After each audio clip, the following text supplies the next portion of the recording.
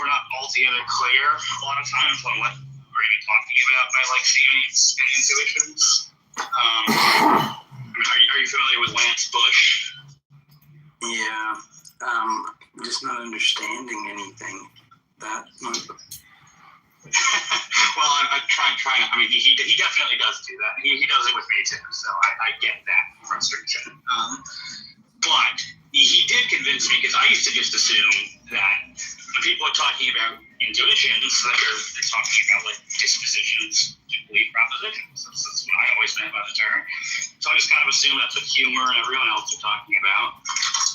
And then he was like going on this tirade for a while of like, well, intuitions just don't exist. And I was like, well, clearly they do. Like, dispositions exist. And so he took me through a lot of literature showing me, oh, it's actually not what people like humor and a lot of other people mean, because they like explicitly say they're not dispositions. And so then what the heck are they? I don't know. So I have concerns about that. I also think there's a lot of times people misunderstand moral anti-realism. So they think, like you just say, do you think it's wrong to, kill babies for fun? Of course, say yes. Well, then you have moral realist intuitions. I mean, do you though? Because I think it's wrong to kill babies for fun, but I don't understand that in realist terms. Well, it's so fun, I don't know if that was a one shot fits all type of answer to that. It probably just depends. I think sometimes there's like confusions, there's conflations, and sometimes I just don't know what people are talking about when they say they have this intuition. Does that make sense? I mean, it does, but I don't know if it's exactly fair to say, like I do think that people, like, this kind of intuition that people naturally have to hold people accountable for the things they do as if they ought not have done them, and not have done them in a like relative, like, situational sense, but in the sense that like there's something they should have been adhering to, like a norm, which isn't dependent on what their desires are or something. I mean, that could be. My understanding is that there's not really been a whole lot of like empirical research done on this, and that the empirical research that has been done kind of yields mixed results as to whether most people's intuitions are like realist or anti-realist. Yeah, I've seen some of those studies that like Lance Bush puts forward. I talked to Victoria about them a little bit as well, because I don't know, it's just like, it's going to depend on, like, I wonder where there was something about this, I just can't remember what it was.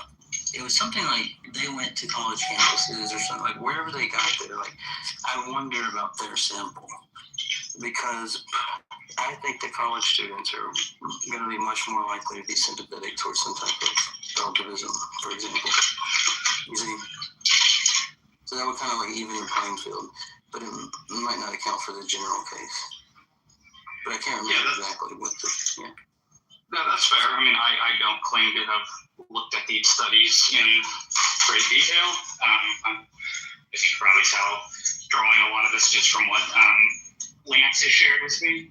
Yeah. So, I mean, that could be. But what I would say is that this does seem to suggest that we just don't really have good empirical data either way on the matter. Okay, yeah, maybe that's right. So I could concede that point. But on intuition, they'll say, you reject that intuitions are important, or that they're doing anything, or like what's the point there about like how do you think of intuitions? Like, well, so what I understand them to be is dispositions to believe propositions. It's true. And if you disagree with that characterization, that's fine. Perhaps I can get some, clarification from you regarding what you might think intuitions are. But generally, I take them to be dispositions to believe propositions to be true.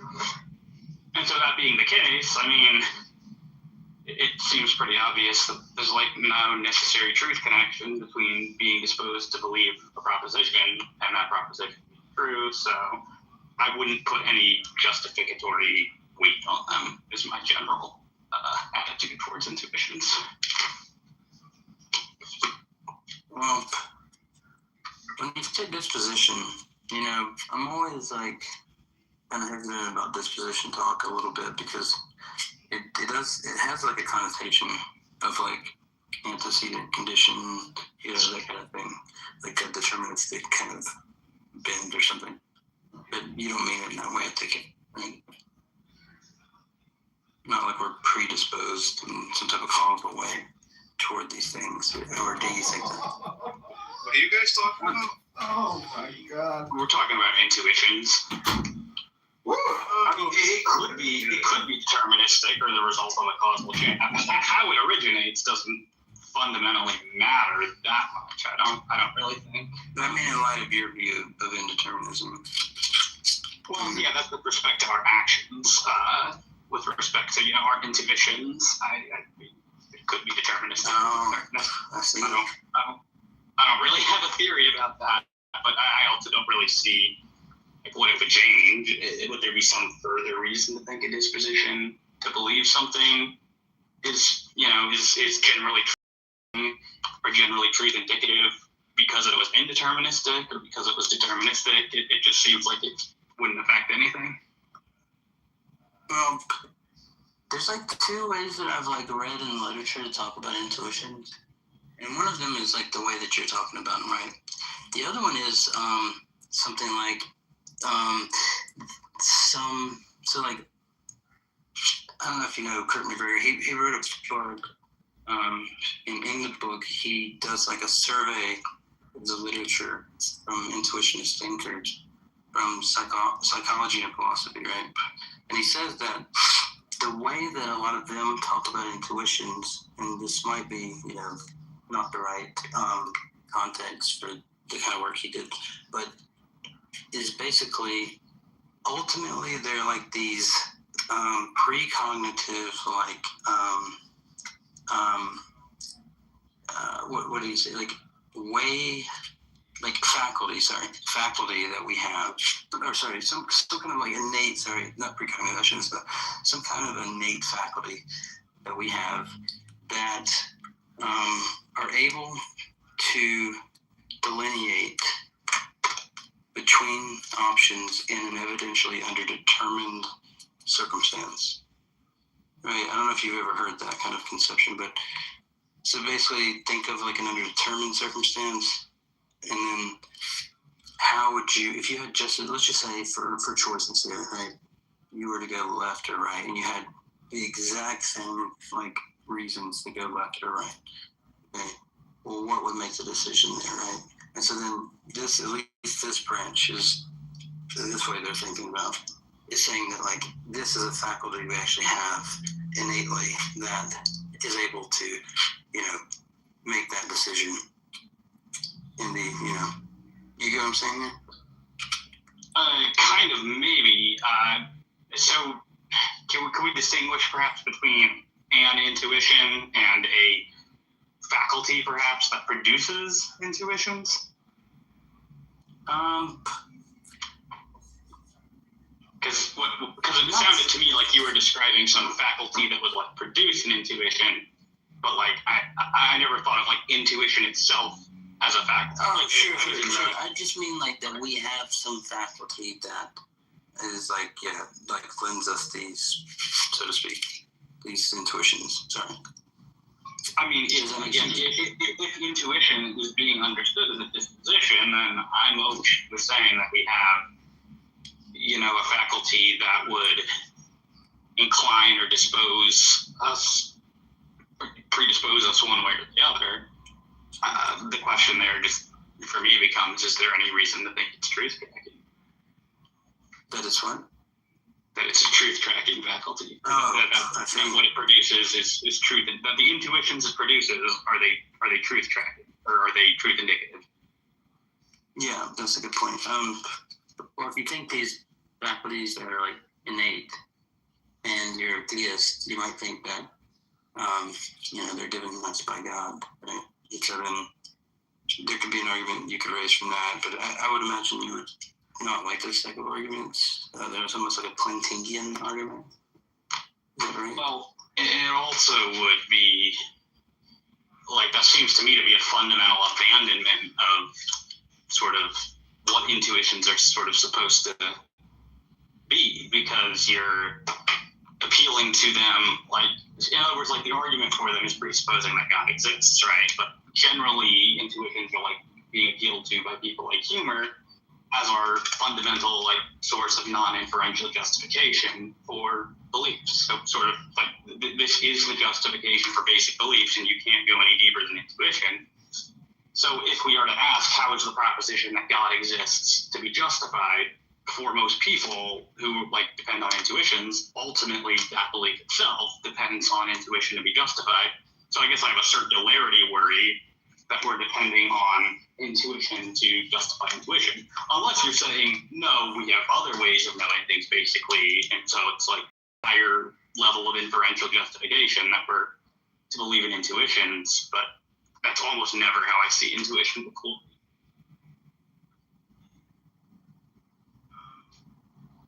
Yeah, sure. So I just looked up the view just to see if I'm working something. So intuition as a faculty, a different, this tradition treats intuition more as a cognitive power or faculty that someone has. This is a common and rationalist traditions going back to Immanuel Kant and Rene Descartes. Intuition is a mental capacity that allows us to directly grasp truths. It may be described as a faculty, a rational insight. It explains how we can apprehend necessary truths like logic, math, and modality. So see, the power that generates intellectual seemings. Okay, so yeah, there is a slight difference between. Okay, I was starting to wonder there, like what, but I guess the seemings is like the common ground. Yeah. So like you can think about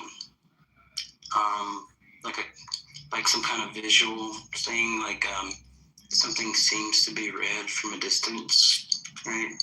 And I guess the faculty view is that eyesight, which has some capability of producing these kind of seemings, all in one faculty or something like that. That's interesting. I'm glad that you brought that up, because I haven't really delineated between them before. I guess now it seems like we're conflating, or at least combining together, sort of like different things. Because like I'm happy to say that when I have a red object in my visual field, and like I have an appearance of redness or whatever, I don't think that that's an intuition or a seeming, though. It could be accompanied by one, but I think that like the visual perception itself is something different from an intuition. Would you agree with that, or do you think that like sensory inputs are also a type of intuition? That sensory input? No, I wouldn't say the sensory input is a type of intuition necessarily. No. I mean, like the kind of view that I'm thinking of is like, at least the way I remember it being described is like, imagine you're gonna like pull out,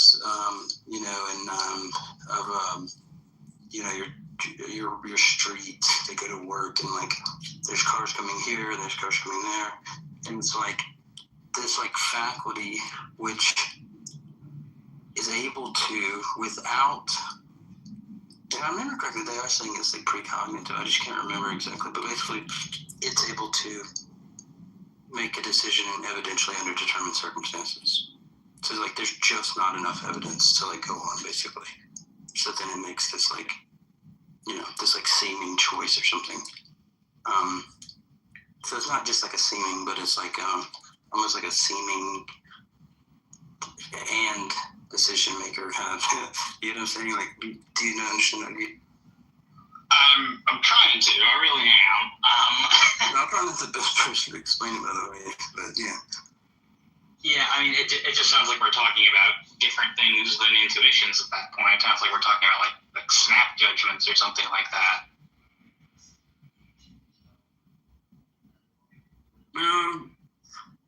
I don't know, because I think that the decision to go there or not is going to be based off of some kind of seemings that you have, but it's more about like the analysis of what seemings are, I guess, and like how they're like working. Like, is that what you? I mean, do you think there is some kind of seemings that's going on there? Well, so describe. I don't think determinants can actually hold this view that there is such a circumstance. But if you're an indeterminate, then you think that there probably is circumstances like this. Then you could say, what would I choose when I got there? Because like on a determinist view, there's no antecedent condition. Then it might seem like you would freeze there, right, or something else. But the point is that what would like make the decision here? Whether to go left or right. You can either just say like, I brutally just like force a left or right, even though there's like no reason to prefer like a contrastive reason. But the other view here is just to say that we have a faculty that's innate, that it produces these seemings, which also help us make the decision in these types of circumstances on which way to go, which is not probabilistic. That's like the key, I think, if I'm thinking about it correctly, is that because I remember Malpass talking about this, and he wanted to say that, well, I actually think that, it's not exactly like that, but like when he talked to McGregor, they talked about knowledge and its limits. You know that book? From Williamson? Yeah. And I'm a Williamson fan, by the way. Yeah, I'm a Williamson fan, but I like his like knowledge first stuff. But basically, Malpass wanted to say like, yeah, but ultimately, I don't necessarily think that's what's happening. But he's like, but if that's, I'm going to revisit and like reread that Williamson book, because if he is talking about that, I want to like read it. But then he says like, actually, what I think's happening is more like you're just saying like, it's probably better that I go now into traffic because I'll probably make it, and it's more of a probabilistic thing than this like pre-cognitive, non-evidentially based, so to speak, seeming which like motivates you to go or something like that. Does that make sense? I mean, like I think I'd be fine with saying that there could be a situation where you have an intuition and you act on it. My concern is more going to be whether the intuition, like, I don't think this gives me a reason to think that intuitions confer epistemic justification to propositions. Yeah, that's fair, and maybe we can talk about it more later. I need to shut up for a bit, and Andrew's back. It looked like, and Deepak, a few other people. If you guys want to talk to Dave, I need to be off mic for a few. I got to put my kids to bed, so. Yeah, thanks for talking and answering my question. Yeah, enjoy the exchange. Are you there, Andrew, or are you gone? He just came back in the room, so he should. Anybody there? Hey, Andrew, can I have that conversation yet, or what's going on? I don't know if Andrew's here. Yeah, go ahead, Regal. Nah, it's kind of spicy.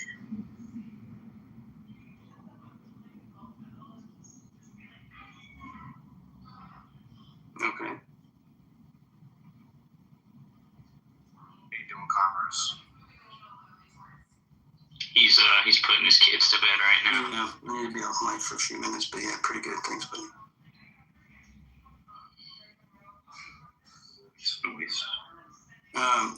Dave, you could talk. It'd be interesting to hear you talk to Deepak, David. He's pretty well informed on philosophy. Are you there, Deepak? Hey, Converse is far too generous. Maybe I know a little bit of his philosophy, a little bit of, but he's far more well versed than I am, most things. And he's definitely well versed. I'll say that from our past. No lying decline. It's immoral. Well, Dancing. what should we do? Well, as an atheist, I don't have those stance-independent norms. So, Well, you say as an atheist. Yeah. Well, It's a joke. you think atheists As do a- have as a stance-independent moral- norms? I think so, yeah. I mean, they could, I don't know, think that there's some kind of platonic object that grounds it, or believe in some kind of, I don't know, there's all sorts of realist proposals, right, that don't come from a theist origin. Then why you say as an atheist? I'm joking. Oh, I'm joking. I was joking. Just like, because it's, Okay. I don't know, like it's like a meme at this point, like that, like the most probably the single most common conversation in these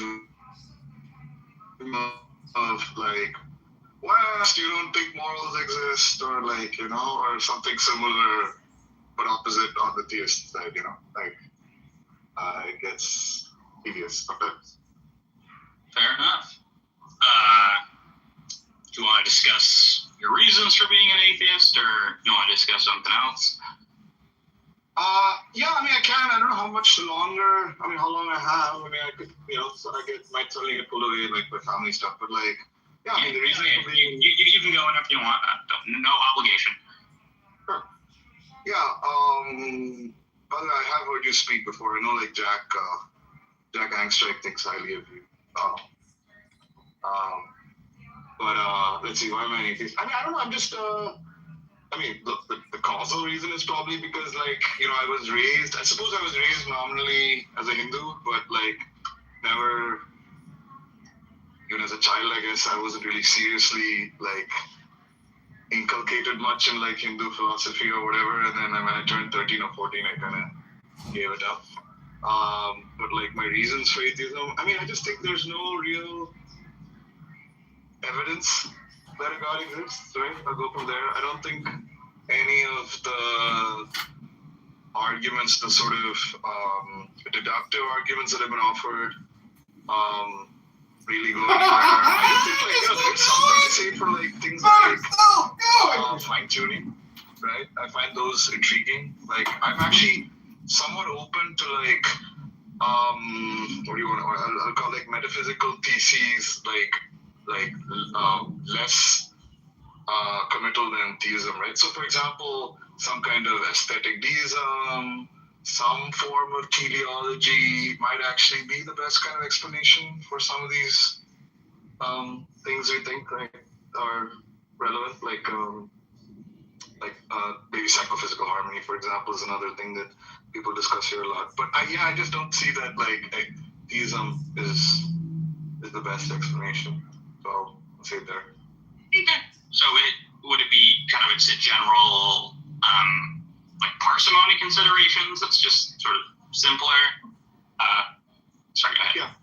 Yeah, no, parsimony. Yeah, parsimony, and like when people add like concepts like like an all good God and so on, right? Like I just feel like that's like when you account for things like the evidential problem of evil and so on.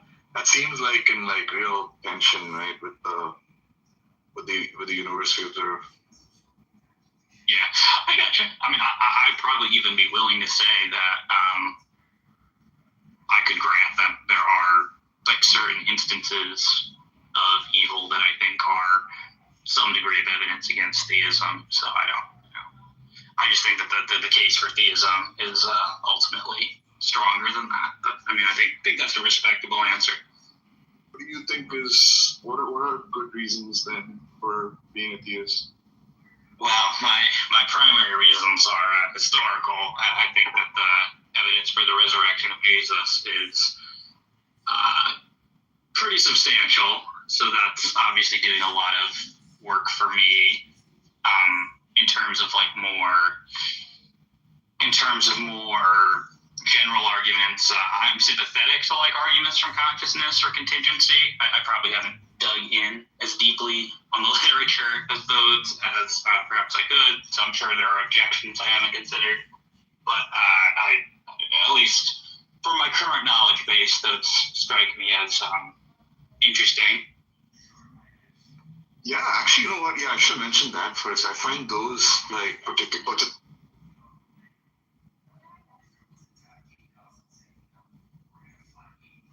How's it going, Sully? Good. How are you, man? How you doing? Pretty good, pretty good.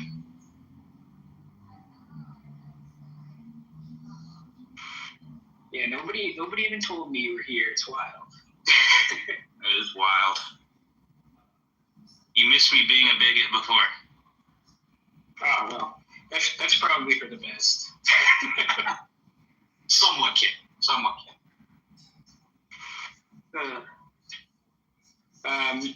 Have you seen this? Have you seen the psychophysical harmony stuff? That was something that was really popular in these spaces.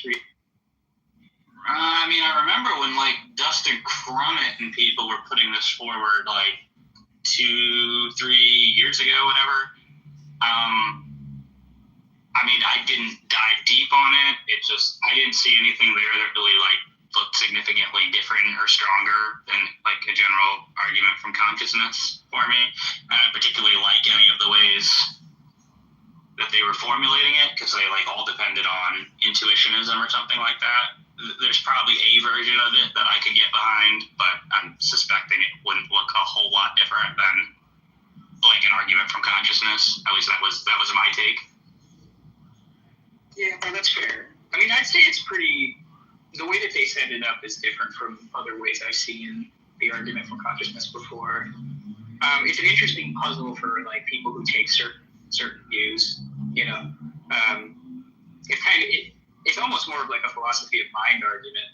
You know, it's a lot like the zombie argument or things like. Yeah. But like I said, I didn't follow it real closely. I think I watched Dustin presented on Capturing Christianity or somewhere after he published a paper with someone on it. And there's like some parts of it I just wasn't getting. Some parts of it were like predicated on theses that I didn't accept. But obviously I don't claim to have heard every formulation. That's fair. I know you did a bunch of those videos about substance dualism, and I watched some of them. I didn't get through quite. Oh, you didn't have the highest opinion. Was it? Well, no. I mean, I thought they were good. I thought they were like well-made videos that you did. You read a lot clearly. So, you know, they were good videos in that regard. I disagree, obviously, but yeah, I thought I saw you debate somebody too. You debated. Was it Dan? With Dan, right? Danny Phil. Yeah, we debated a couple weeks ago. Yeah, I actually thought you did very well in that. I don't know if there were like planning issues or something, but like they didn't seem well prepared. Thanks. Well, there was some confusion too with the topic. It was pitched to me as a theism versus atheism debate. So me and my partner deliberately crafted an argument for God's existence, and then like the day before, James sets it up as like Christianity versus atheism debate, and Danny and Monkey Boy both are like presenting arguments against the Trinity and the Incarnation, and not that stuff's not interesting or that I don't want to like go there, but it was also like not what I was preparing for. So yeah, it was a little bit of mess. Yeah, that's fair. It was good though. I thought it was good. What do you think of relative identity, Trinitarianism? It's stuff I really like. I'm actually at this moment stockpiling books on that, like the issue of Trinitarianism, to dive deeper into it. I have a theory of the Trinity, and I'm pretty sure it's bulletproof in terms of being logically coherent. The issue is that anyone I share it with tells me that it's blatantly heretical. So that's why I'm kind of not necessarily super enthusiastic about going public with it. But yeah, that's where I'm at with that. But yeah, I mean, I know like people like Craig talk about relative identity, and I'm like, someday I gotta dive into it deeper. Can you tell us which heresy it gets accused of? Partialism. Or is it more than one? Oh, partialism, okay. Although apparently it's not even clear that partialism is a heresy, but Yeah, I mean, I guess most of them could be debated. It's all like interpretation of church council and stuff like that. You know? Right. Yeah, I mean, it's very simple. Like, I think minds are simple souls, so I think there's three of them that all, exist necessarily and eternally, and that they are all ontologically related in such a way that they're a single being. But, I think there's a very real sense in which this seems to be the objectionable part. I think if you, take the sun out of the equation, then you've got 2/3 of God, So that seems to be the part that people don't like about it. I mean, so, yeah, if you say simple, do you mean like a mereological simple, or do you mean something else? Yeah, that they're not composed of parts. But they are, yeah. So then, if they form a complex, then, yeah, I guess that would be partialism. But I mean, I guess you could try to interpret it in a less mereologically committing way, where it's like, no, I'm not saying it's like a part-whole relation, some other kind of relation. Yeah. I don't know what other type it would be, though. That just seems like the most obvious one to me. Yeah, the relative identity stuff is a little bit counterintuitive, I guess. But basically, what they're saying is that there are different. Identity is relative to a sortal predicate. So, you could count as the same thing under one predicate, but not under another. Yeah, some of the terms are not super familiar to me, like sortals.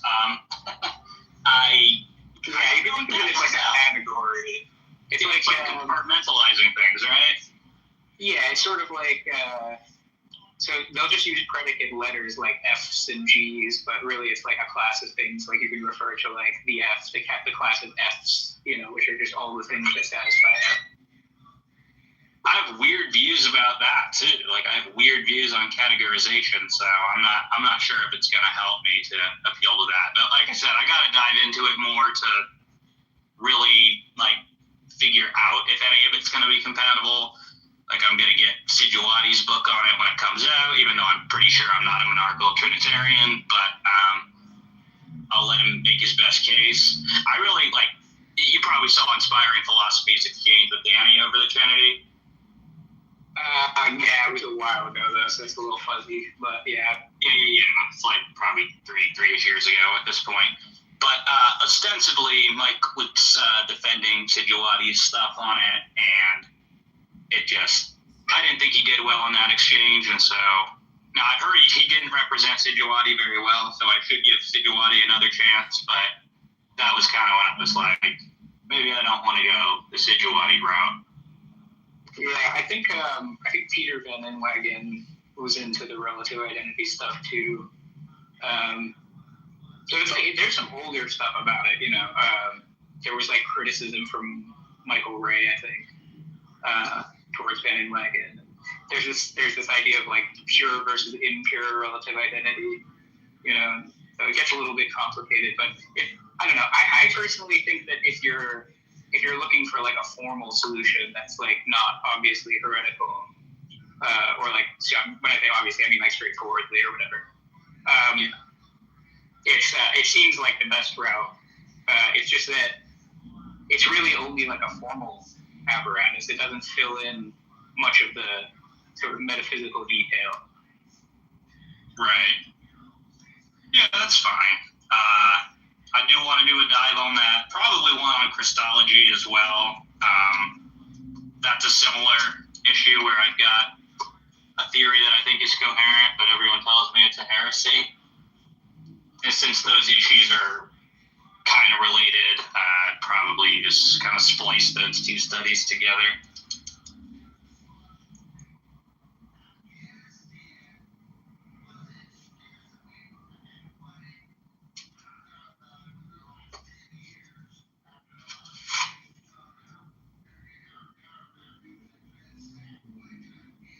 Still there, Deepak?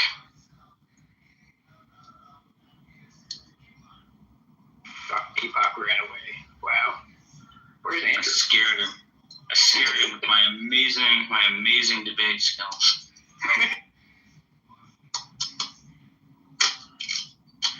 It's just me and Sully. I'm going to turn this into a conversation about swords. Yeah, that would be a fun. Well, then the room would definitely die. They hate when we talk about nerd stuff. So, Well, already dead. It's just you and me. Yeah, that's true. That's true. Well, these guys are just like lurking right now. They're like a pack of wolves. They're gonna pounce whenever one of us makes.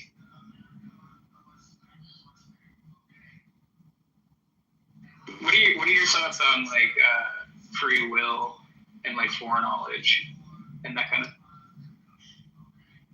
Yeah, I mean, I'm an indeterminist about free will. I don't think God has perfect knowledge of the future, and I am not persuaded by any of the arguments that there's some sort of contradiction there.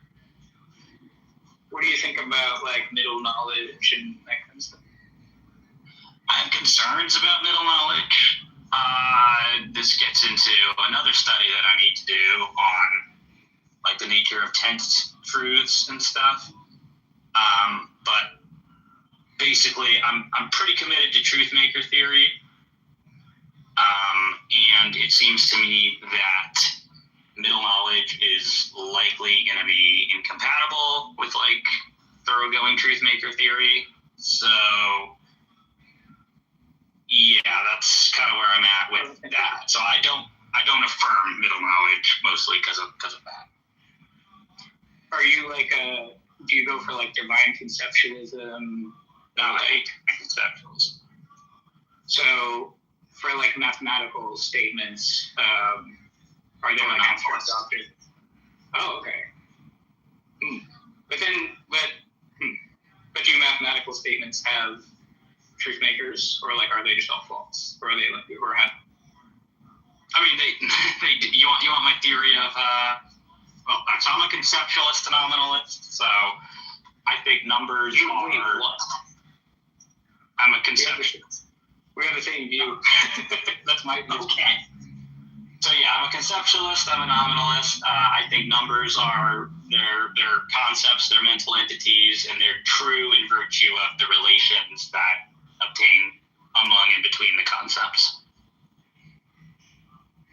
See, that's interesting because, like, I want to say something similar, but it's like basically, I think we have a concept of two, but I don't think two exists, like, specifically, right?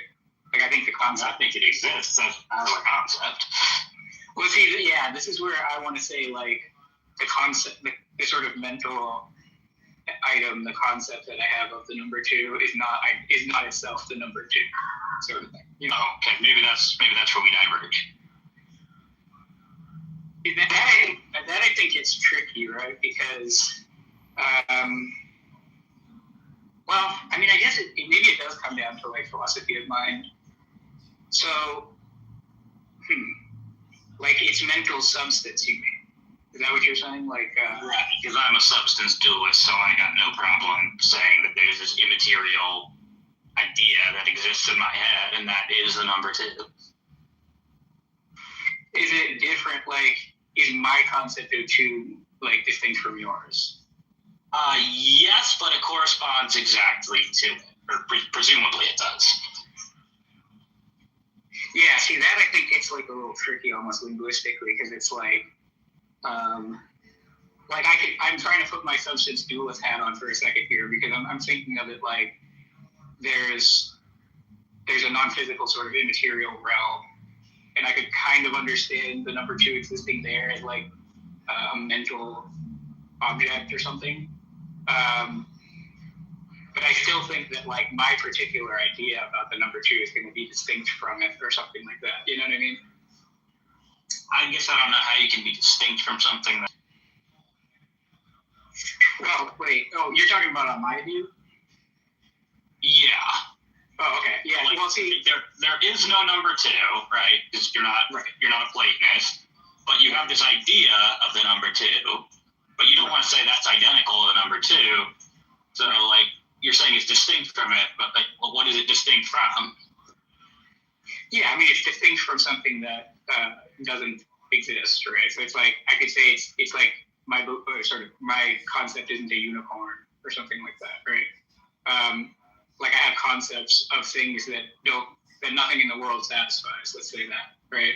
And in that sense, I can think about things that don't exist, you know. Okay, so can I try to translate that for myself? Yeah, you were doing would you be saying I have a concept of this Platonic object of number 2 that is different than my concept of number 2? Is that what you're effectively saying, or no? Well, I mean, we don't have to strictly say like Platonic object, but you could think of it like that. Like, yeah, like you could think of them as like fictional abstracta or something like that, where it's like there would be abstracta if they existed, but they don't, you know. And so, you know, I have a concept of what that would be, you know, or like what sort of thing would be the number, you know, would satisfy being the number 2. But it's like the same kind of thing as like unicorn, like a concept of a unicorn, or like a concept of something that just doesn't exist, you know. I think we have a lot of those, you know. Right. It's just I don't want to say my concept of the number 2 is of something that doesn't exist, I guess, because then like I mean, yes, I agree we can have concepts of things that don't exist, but even like in the case of a unicorn, I think it's built up of other, like, so that's what I would call a complex concept. That's built up of concepts of things that do exist, like, you know, horses and horns, and then they're like being combined in this interesting way. I guess it's not as easy for me to do that with numbers. So, yeah, I'm a little iffier on saying that these are concepts of things that don't exist, because I'm less sure what we're talking about in that case.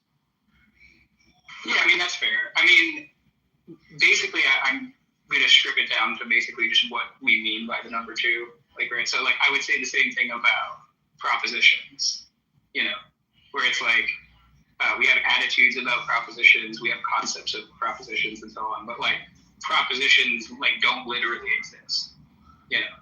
So like a lot of things in that kind of category, like mathematical operators like plus, right? I don't think plus exists, you know, but I understand what it means, you know. So it's like that's. Yeah, I do actually think propositions exist. I think they're identical to thoughts. But then if our thoughts are distinct particular mental particulars, you know, if we're nominalists and we're saying they're just particulars, it seems like then, you know, there's this like classic problem for nominalists, which is like, how do you resolve similarity or sameness, or like when we say like we're thinking about the same proposition, you know. So it's like they're always going to be different propositions because they're distinct mental particulars. Yeah, I mean, I guess I kind of alluded to what I think is the best solution to that before, which is I would just deny that we, you know, literally have, you know, the same thought. I'd say that we have distinct thoughts that correspond to one another exactly. So that's. I mean, do you think there's some sort of deficiency in that? So, like, what do you mean by correspond to each other? It's hard to give an analysis of correspond. I mean, I have like an isomorphism or something. I mean, I could see it with brains maybe, but I don't know. Like, you know, if you go into Photoshop and you take a picture and, you know, you Control CV it and, you know, you duplicate it. I mean, like, they would be separate but like indistinguishable from one another. Right. And see, like, what I want to say here is like we might be putting the cart before the horse, because like I do want to say like what makes those two photocopies, you know, we say it's like the same picture, the same document. Like, what do we mean by the same there? Like, I want to say like they satisfy the same concept, right? And the concept is a mental particular, but like concept satisfaction has to do with like meaning, you know. So it's like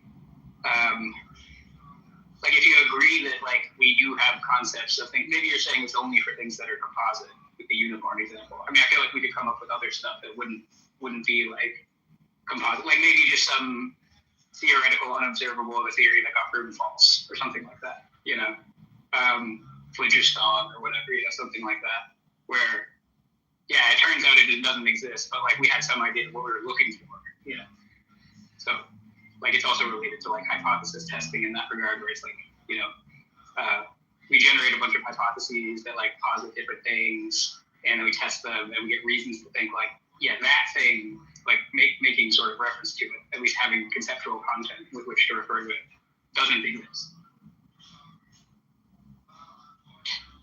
Yeah, I'm not sure if I mean, like I said, we're probably closer than I thought on that anyway, because I'm also, like, a concept nominalist, but yeah, I just think it gets kind of tricky. I used to be of that view too, where I was like, no, I think propositions are mental, and then I sort of dropped it at some point, and I was just like, no, propositions don't. Well, yeah, I mean, my thinking on this was, so it was first and foremost, like, informed by the work of Richard Fumerton, where he was basically offering his analysis of sort of non-inferential justification. So I was, became convinced that we can be acquainted with our own thoughts. From there, somebody referred me at some point to, James Anderson and Greg Welty's paper, The Lord of Non-Contradiction. And I thought, like, they're drawing a lot of interesting parallels between propositions and thoughts. And so, like, I like the deal they have on the table, where, just, like, say there's one-to-one correspondence, that thoughts are propositions, or that propositions are mental entity. And then I was reading William Lane Craig's God Overall, and he basically convinced me there's no good reason to be a divine conceptualist. So my views sort of fell out of that. That's fair. Have you heard of the responses that Wes Morrison and Malpass wrote to Anderson? I've read Malpass's. I don't know if I've read Morrison's. Yeah, their stuff on that was interesting, but, like, I worry that the same kind of issue arises if you think that they're, like, human thoughts. So, like, not if you know the Malpass thing where he says, like, the thought and the content collapsing into each other is like an issue, right? I don't know if you found that compelling or anything. I just don't see what the issue is supposed to be. Is that just not, like, a straightforward implication of the view that, like, the content of the proposition is the same thing, is it? I don't see why I need this additional thing unless there's, like, some kind of Platonist baggage being attached here that I probably want to reject anyway. Yeah, no. Malpass is a Platonist, I think. Yeah, he's hard. Yeah. But I still, like, in some sense, I think he's right about that aspect of it where, like, we distinguish thoughts by their content, but if you just said, like, here is a thought, what is its content? Well, it's this thought, it seems kind of recursive, and it starts to get weird, like, sort of like, where's the content even coming from now, if that makes sense. It's like, it becomes, like, empty or something like that, because we want to say, like, okay, we take a thought, we say, like, what's this thought about? We say, it's about the thought, what's that about? It's about the same thing over and over, to infinity, and Well, wait, so why are we saying that the thought has to be about the thought? Well, we're saying that the thought is about its content, and then the content is identical to the thought, right? I mean, I think I just want to say that's all one thing, and it's about, whatever, like, if it's the thought is, my mom is cool, then, like, the thought is about my mom in that case. Right. I guess, right. I feel like there's trying this insertion of this, like, Platonic thing in there, this, like, middleman that I just want to cut out. No, I think that's right. Like, the content of your thought can be something that exists, right? Like your mom, right? But your mom is not one of your thoughts, right? Strictly, right? Correct. Right. And so there you do see that there's, like, a distinction between the thought and what it's about, Yeah. And I think that that's pretty general. Now, there could be sort of ontological thoughts that are like partially about this, partially, about themselves, right? So I'm not saying that's like impossible or anything, but it seems like there needs to be at least some other content there, where there's like an intentional relation. So like, this thing is about this other thing, I guess I feel like I'm missing something there. I feel like I'm not seeing something there. It's basically just like, my concept of a bridge is distinct from a bridge, and my concept of a unicorn is distinct from a unicorn. And I want to say the same thing, like, my concept of the number 2 is distinct from the number 2. It's just that some of those things are not, some of those concepts are satisfied by stuff in the world, and others are not, Yeah, I understand that's what you're wanting to say, but I guess I thought you were trying to iterate something from Malpass, saying that there's like some sort of problem you run into if you don't want to say that. Like, so for example, I don't think that my concept of the number 2 is something distinct from the number 2. And I took you to be saying that there's some sort of issue that arises from that.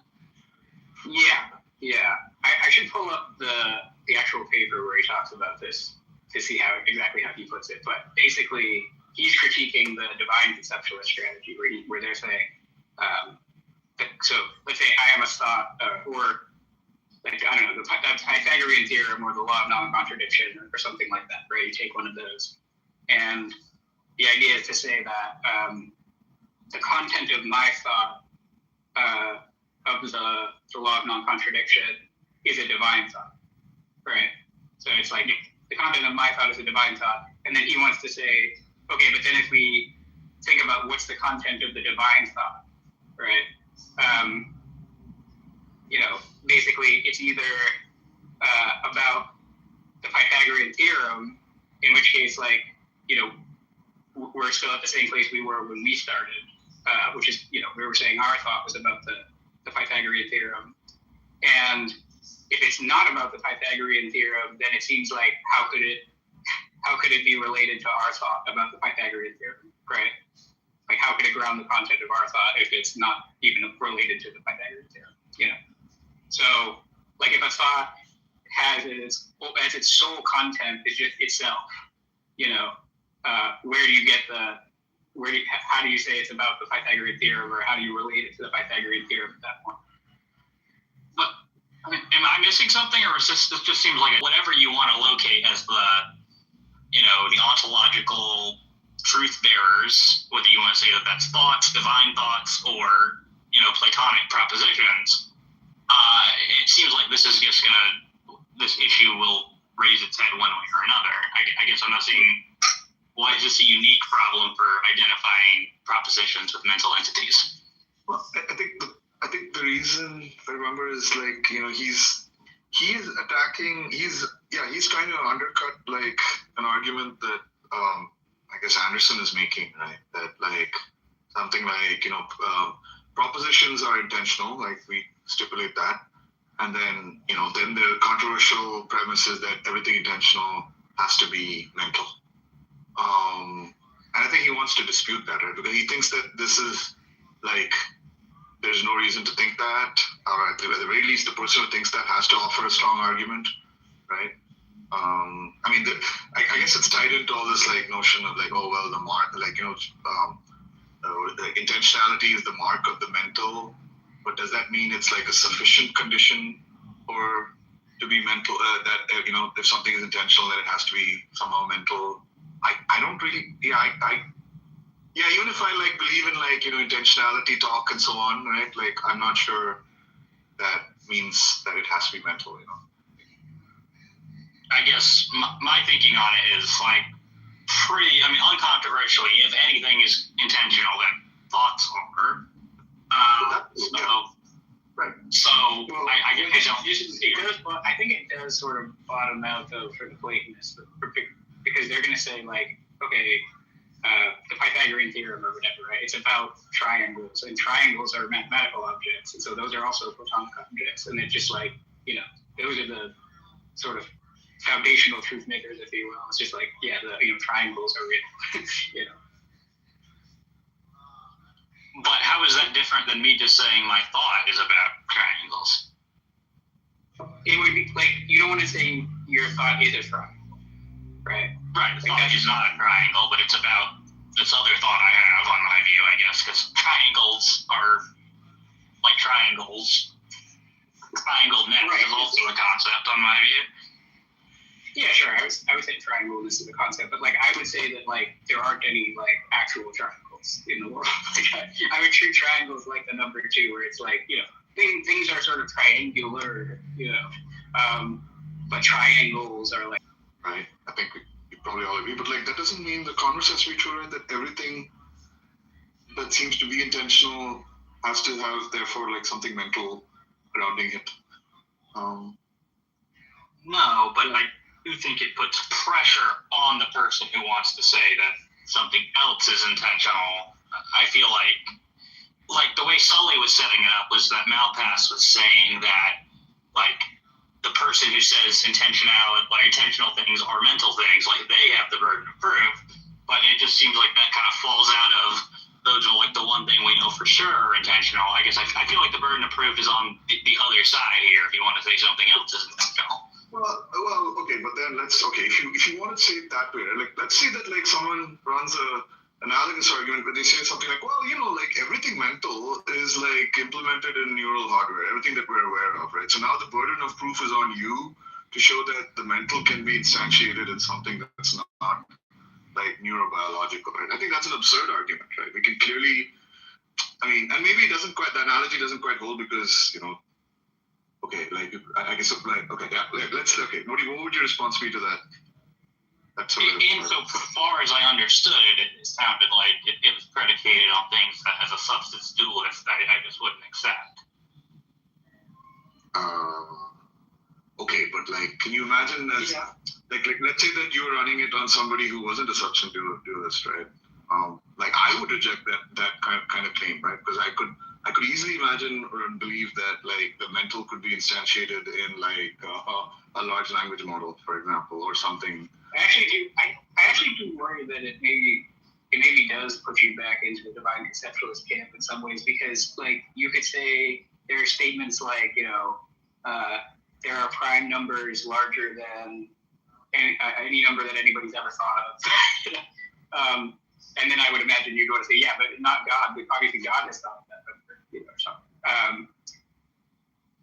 Do you think that makes sense? Because I mean, I guess you could think we have like infinitely many thoughts, but I'm not sure. Yeah. So this is actually the idea that there are infinite numbers is I think probably one of the more interesting challenges to my view. What I'm inclined to say is that they like deny that there actually is that prime number, but rather that it potentially exists. Infinite. I don't think we need infinite, though. We don't need to go infinite for this, because I just was saying something like there's a prime number greater than any number anybody's ever thought of. Something like that, right?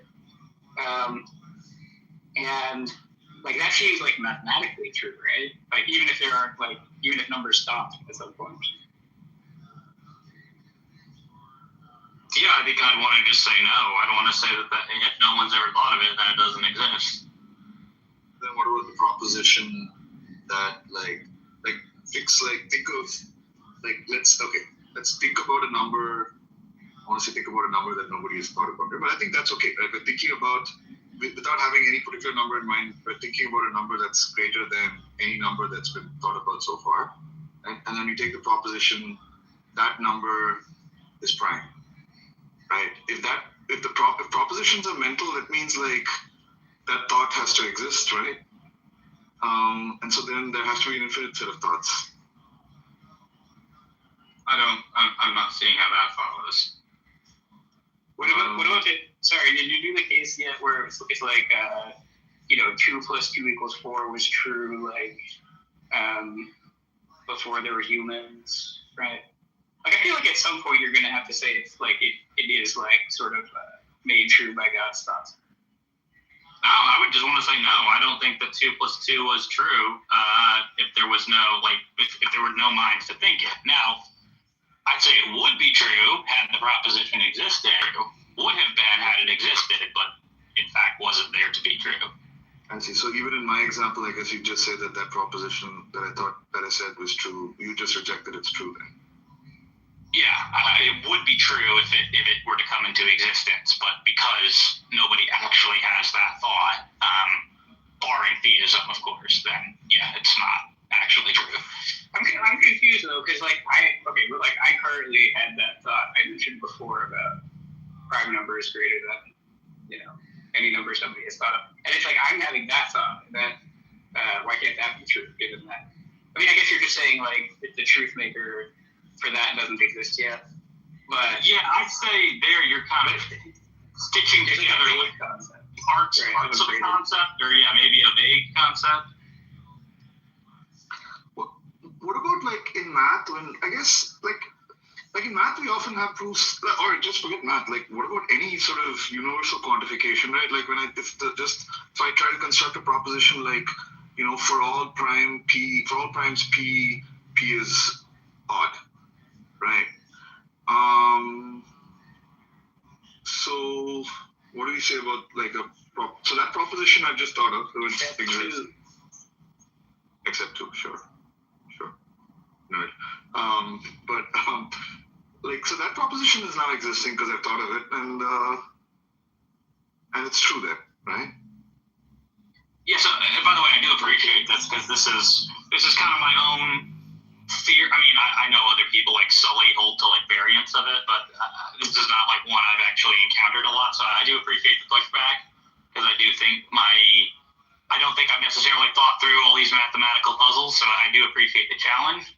But what I'm inclined to say there is that I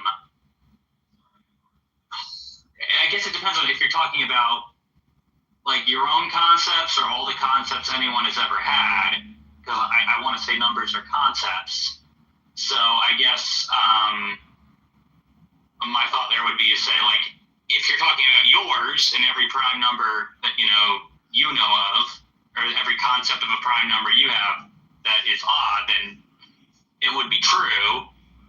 And I guess if we're talking about like all ones that human beings have ever had, assuming those are all odd, then it would be true. So I mean, I don't know if I'm making any sense. I think I see what you're trying to do, but I think I have to think about it. I feel like there are going to be some sort of mathematical sort of statements and proofs, especially where that is not going to work. Fundamentally, like theorems about like set theory and so on, right? Where we just handle like infinite cardinals differently. There are theorems that are true pretty much only about and they depend in some essential way on the cardinality being infinite, right? And so you can't make that move of saying, well, if every set element that I've thought of, right, or that somebody has thought of, X is true, right? Because then the proof just wouldn't work if you quantify only over such finite sets. Yeah, I mean, I probably just don't have enough knowledge of mathematics to wade into those waters.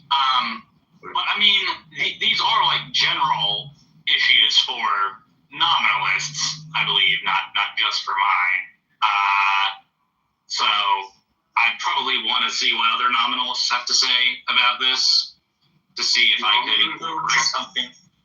But do all nominalists have to like conclude that like propositions like the one I was describing don't have truth values, like the ones that haven't been thought of yet, or something like that? Like, I think you can have, maybe not.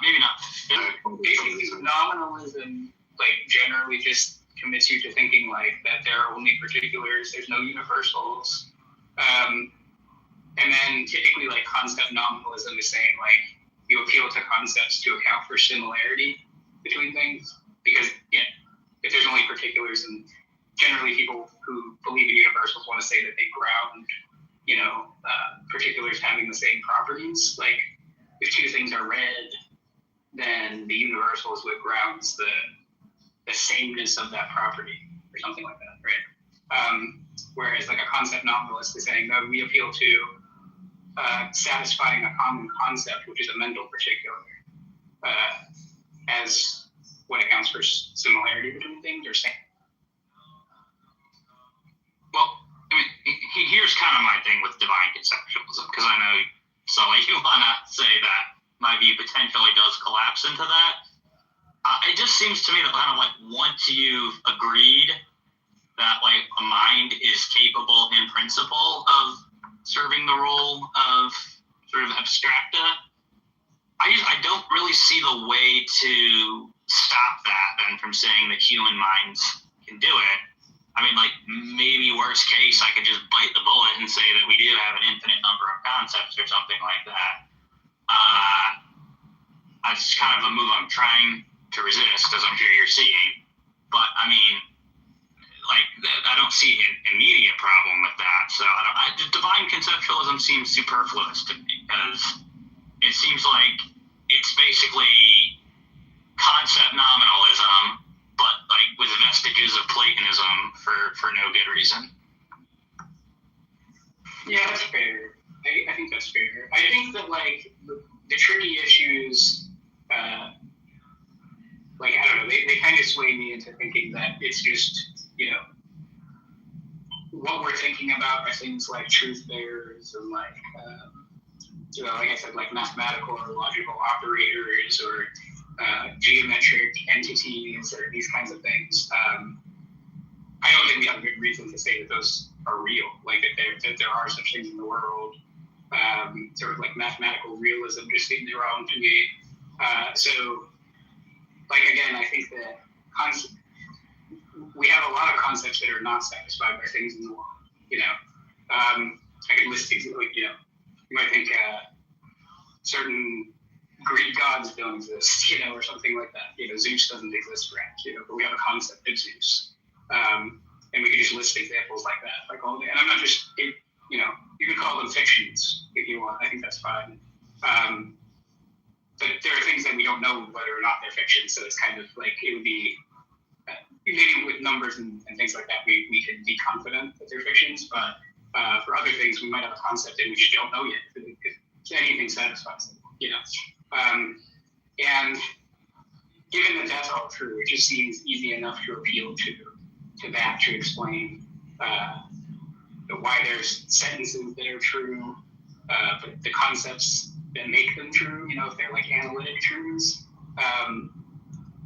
they don't pick out things that actually exist. And so it's just that those truths don't require truth makers, like, because they're just true in virtue of meaning, you know? Yeah, I'm so committed to truth maker theory that I want to say that they themselves are both the truth bearer and the truth maker in some way. But that's because it just seems so deeply unsatisfying to me to say that like you can have truths without truth makers. It's just like, why?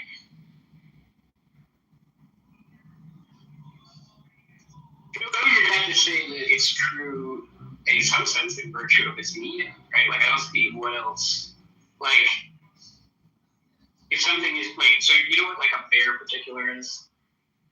Yeah. Walk me through it. Like it's the idea of something just being it's like it's a particular and there's nothing more you can say about it. It doesn't satisfy any further like characterization. And like a lot of people think that that's like kind of incoherent, you know.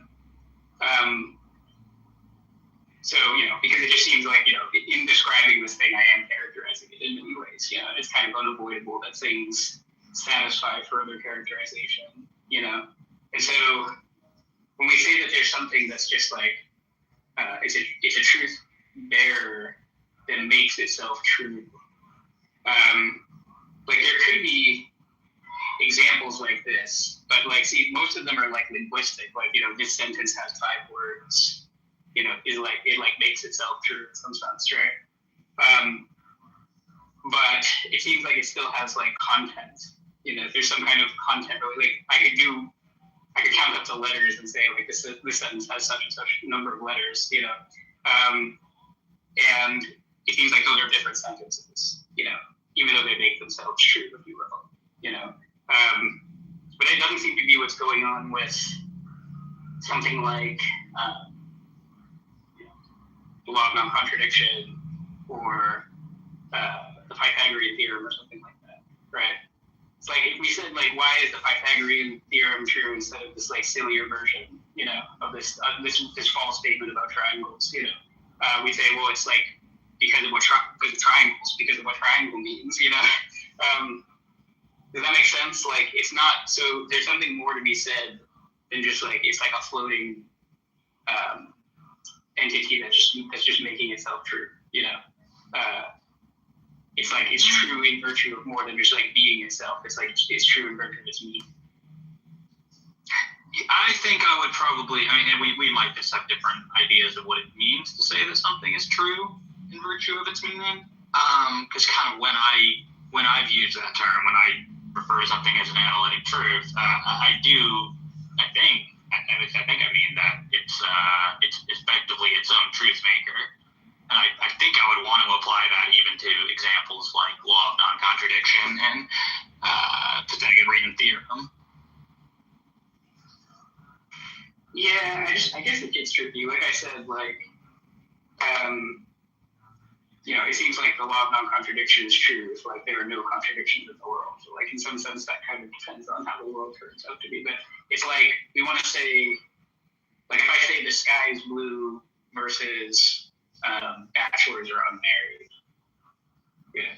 Like one of them is true because of how the sky is. But the other one is true because that's what bachelor means. Yeah. Well, I would just, so like in the case of like all bachelors are men, I just want to say like this concept corresponds to this other one or like part of this other one. So like it's functioning as its own truth maker in that sense.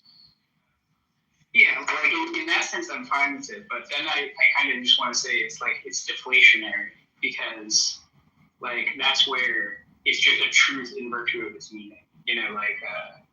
If you said the sky is blue, like conceptually speaking, the sky could be a lot of different colors and like still be the sky. And there is like under determining the truth value, right? But then in other cases with like bachelors are unmarried, that's like the content is enough to tell you what the truth value is, right? And it's like because it's true in virtue of its content, and because like you don't need to reify content automatically, right? Given that we have contentful thoughts about things that don't exist, there's no reason to say like okay, maybe there's no bachelors, but it's still true that like bachelors are unmarried because that's just what bachelor means. Yeah, I just feel like I still want to say it's true in relation or in virtue of like relations that are holding among concepts that are internal to the proposition or the thought itself. And I would say those relations just don't obtain in like the proposition the sky is blue, and so that's why it's not serving as its own truth maker. Yeah, I guess like okay, so this is not. I think I want to agree with you that like you could have something that's both a truth bearer and a truth maker in some sense. If it's like ontological if it's like about itself in any way, right? So I'm trying to make like 2 points. Like one of them is that it can't just be about itself because then it would be empty, right? It has to be about more than just itself, right? And then secondarily, it seems that when you try to say that the thought is identical to its content, right, that you run headlong into this because then there isn't anything else to say, right, about it. But what if the thought is thought? So my understanding of like the relationship between concepts to thoughts or concepts to propositions, since I view the two as being the same, is that they're kind of like this is probably too simple of an analogy, but they're sort of like what letters are to words, more or less. So like if I'm saying that, so I'm saying like it's about the concepts involved, right? I'm saying this concept is this other concept, that they are the same thing, then that's going to be like an analytic truth on my view. Yeah, I agree that these truths that we were discussing are like analytic truths, right? But it seems but I'm saying that they're about something beyond is exactly beyond the, but it's like not just the proposition talking about itself, it's talking about like the concepts within the proposition. It's a self-characterization in a sense, right? Like I think like sometimes it's useful to think of propositions as like characterizations, or like the meaning of a declarative sentence or something like that.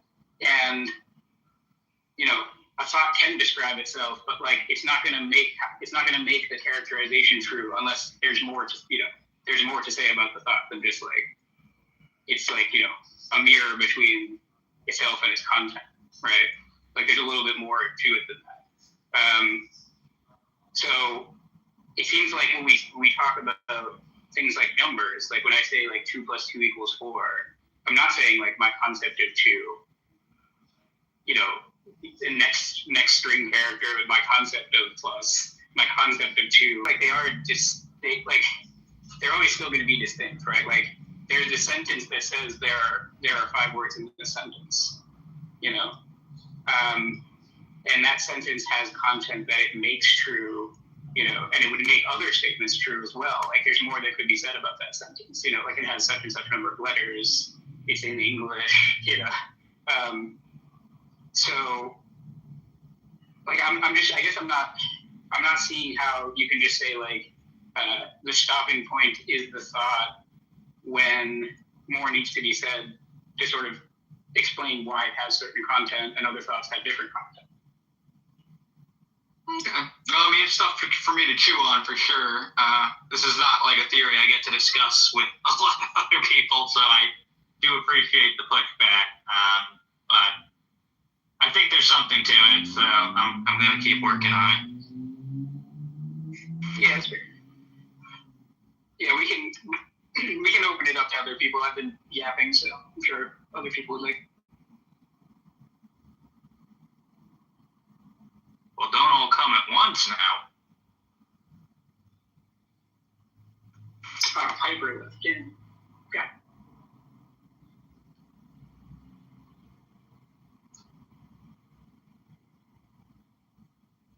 I'm probably going to be heading out in another 20-30 minutes anyway, because that's when my wife's getting home. Yeah, fair enough. Yeah, where's Andrew? And Hiwa? And Deepak? I'm good. I had to step out and then I lost the thread 10 minutes ago or something. But it was interesting discussion. All right, we've got to start a new thread now, Deepak, because I started like at least 2 or 3 different threads. One thing Dave brought up like before this thread, and then that was the earlier time when I got distracted was this argument from consciousness. I'm actually sympathetic to it. I haven't like really looked into it as much as maybe I should, but like there's a couple of things I find really intriguing. How like on the one hand, right? Maybe it's not strictly consciousness, right? But like I actually do think there is something to say for the argument from personal experience, right? Meaning I've never had an experience like as other people describe, like where some sort of like a divine revelation, like sensus divinatus and stuff, right? But I feel like and I think I do think I'm right to be like mostly skeptical because of like that diversity of experiences that people report. But like there also does seem to be some commonality, like in many cases, like it doesn't even come with like. And okay, this is not consciousness specifically, but like it sort of starts there, like the fact that like people do report, like even just people who have like have certain drugs and stuff, right? Like they report certain kinds of experience that are similar to religious ones, right? So makes you wonder, maybe there is something beyond like the natural order that they're tapping into. And then like when it comes to consciousness itself, like about a few months back, like there was there's a Sean Carroll podcast where he interviewed like one of the original sort of proposers of like the global workspace theory of consciousness, right? And this guy's like hardcore neuroscientist, right? Like you'd expect that if someone was going to have like an extremely reductionist view of consciousness, it would be him, right? And like he was talking about his theory and stuff and all that, right? But at the end, he himself described like experiences that he's had that what how we put it, but it made him like open to the possibility of some sort of dualism or something. I forgot. I need to find the podcast and listen to it again. But like, I don't know. I mean, it's I think it's quite possible that like consciousness is pointing to something more than just like physicalism and naturalism could describe. So maybe like something like a Russellian monism is possible, or maybe all the way to like substance dualism and God and all that.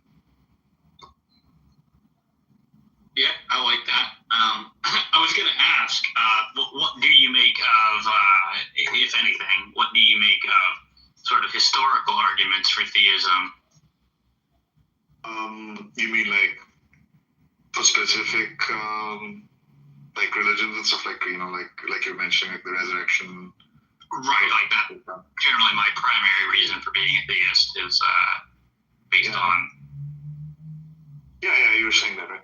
I mean, look, I just think like I haven't explored the evidence for like the resurrection and so on as exhaustively as probably you have or others have, but like I just have this general skepticism that from what I'm familiar with, like the range of evidence that's offered is going to be enough to like overcome my natural skepticism or prior that like the best explanation is just like a combination of misreporting / stories getting attenuated over time, like the kind of thing that probably explains a whole bunch of other scriptures and other like crazy accounts that we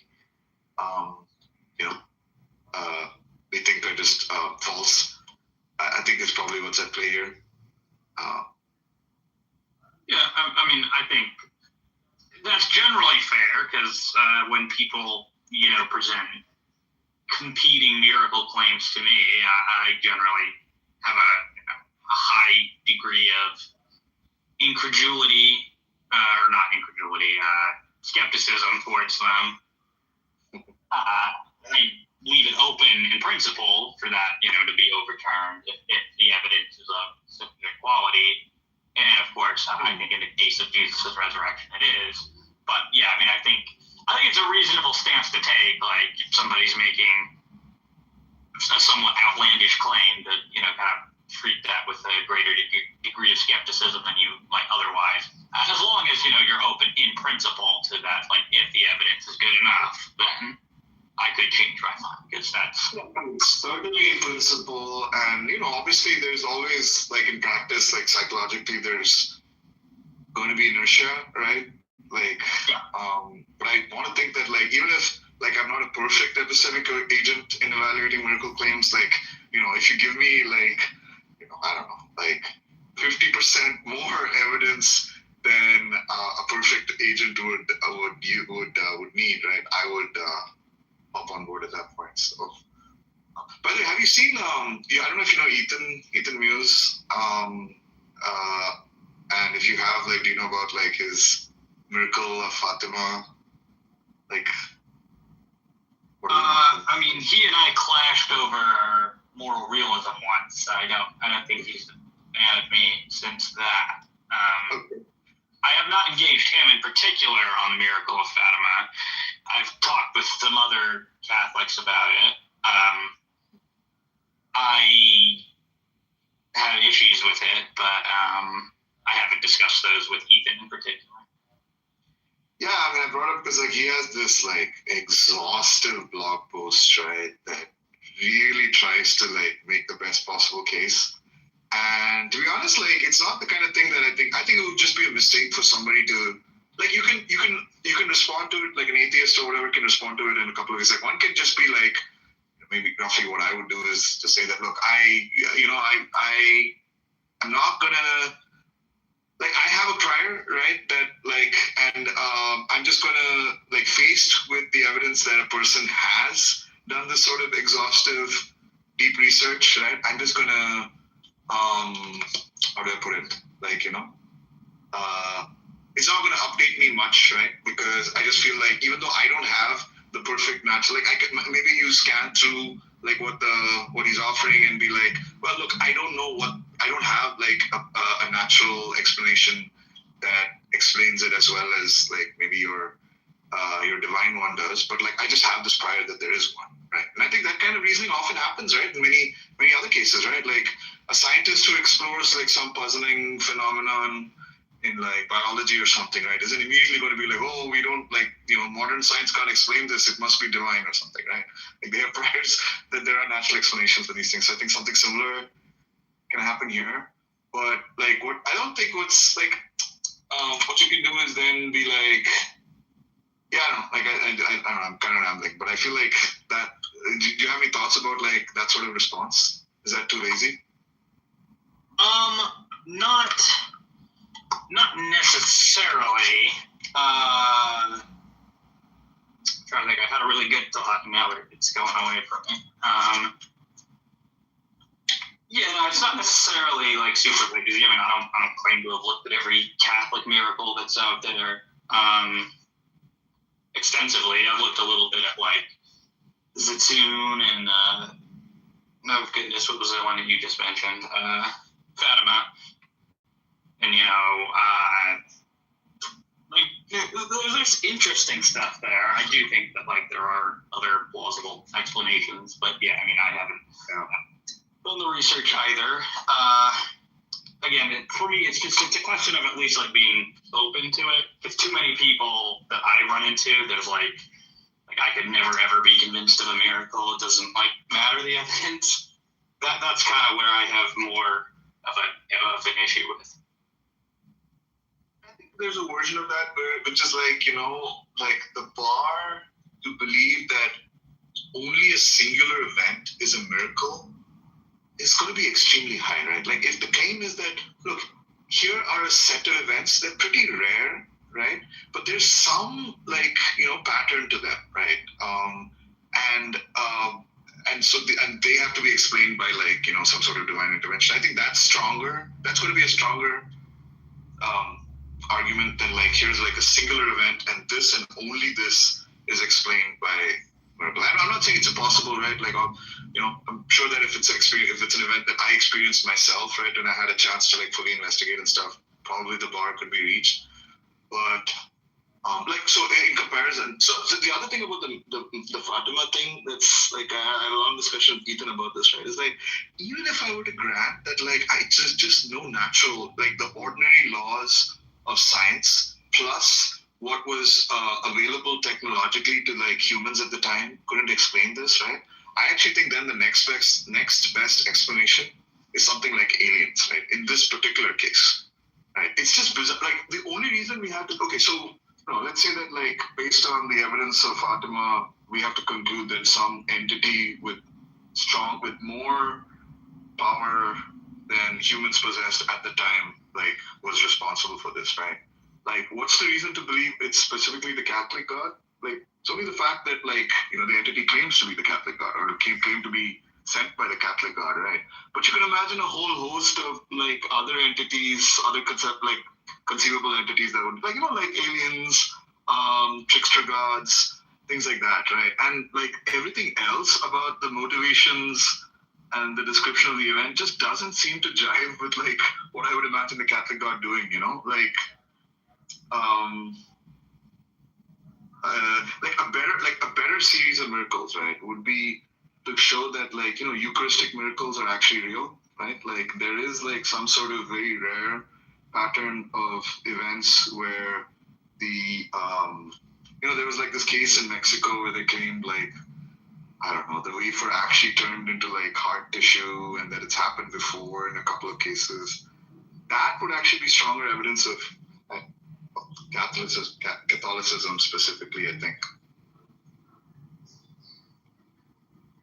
Yeah, well, I mean, I think you brought up an interesting point, which is one kind of concern I have about a lot of these Catholic miracles, which is kind of the issue of context. These aren't always like, and in fact, I'm not sure if they are ever verifiably like brought about as with like any sort of prior context of them being claimed to be like vindications of the truth of the Catholic faith. So that's a little bit of a concern because, I mean, well, yes, there's sort of a religious context in that they're happening in, like a house of worship or something like that. It's a less stark than, I guess, what I think we're dealing with in, like, the case of the resurrection of Jesus, where, at least according to the Gospels, like, this is supposed to be the one sign that Jesus is revealing God to us. So, I guess, like, when it comes to, like, aliens as a hypothesis,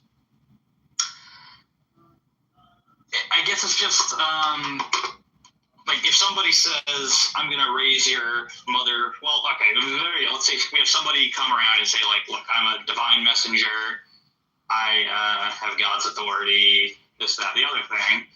I'm like, okay, prove it, buddy. And I'm like, well, I'll bring your grandmother back to life, for example. And then they do it. I don't know. Like, it seems like saying, well, it could have just been aliens. It kind of like, at what point is it going to be enough to convince you that it was God that did it? It almost, I don't know. It feels like at some point that gets it feels like you couldn't, like, there's no way you could prove it in principle. Does that make sense? Right. So I agree. Right. Obviously, like, you don't want to end up in that situation, like you're trapped epistemically, never able to, like, update towards God. But I think, like, the Fatima thing, because the thing about it's actually, like, okay, like, you may claim that like, you want, like, Ethan wants to claim that the evidence of something miraculous happening is really strong, but the miracle itself is actually quite paltry. Like, I feel like we could almost reproduce it today with existing technology. Except for the fact that, like, the fact that, like, the kids, like, who had these prophetic visions, okay, I don't know, maybe some brainwashing, psychological manipulation had to happen, so that part is more tricky, but, like, I'm just saying, like,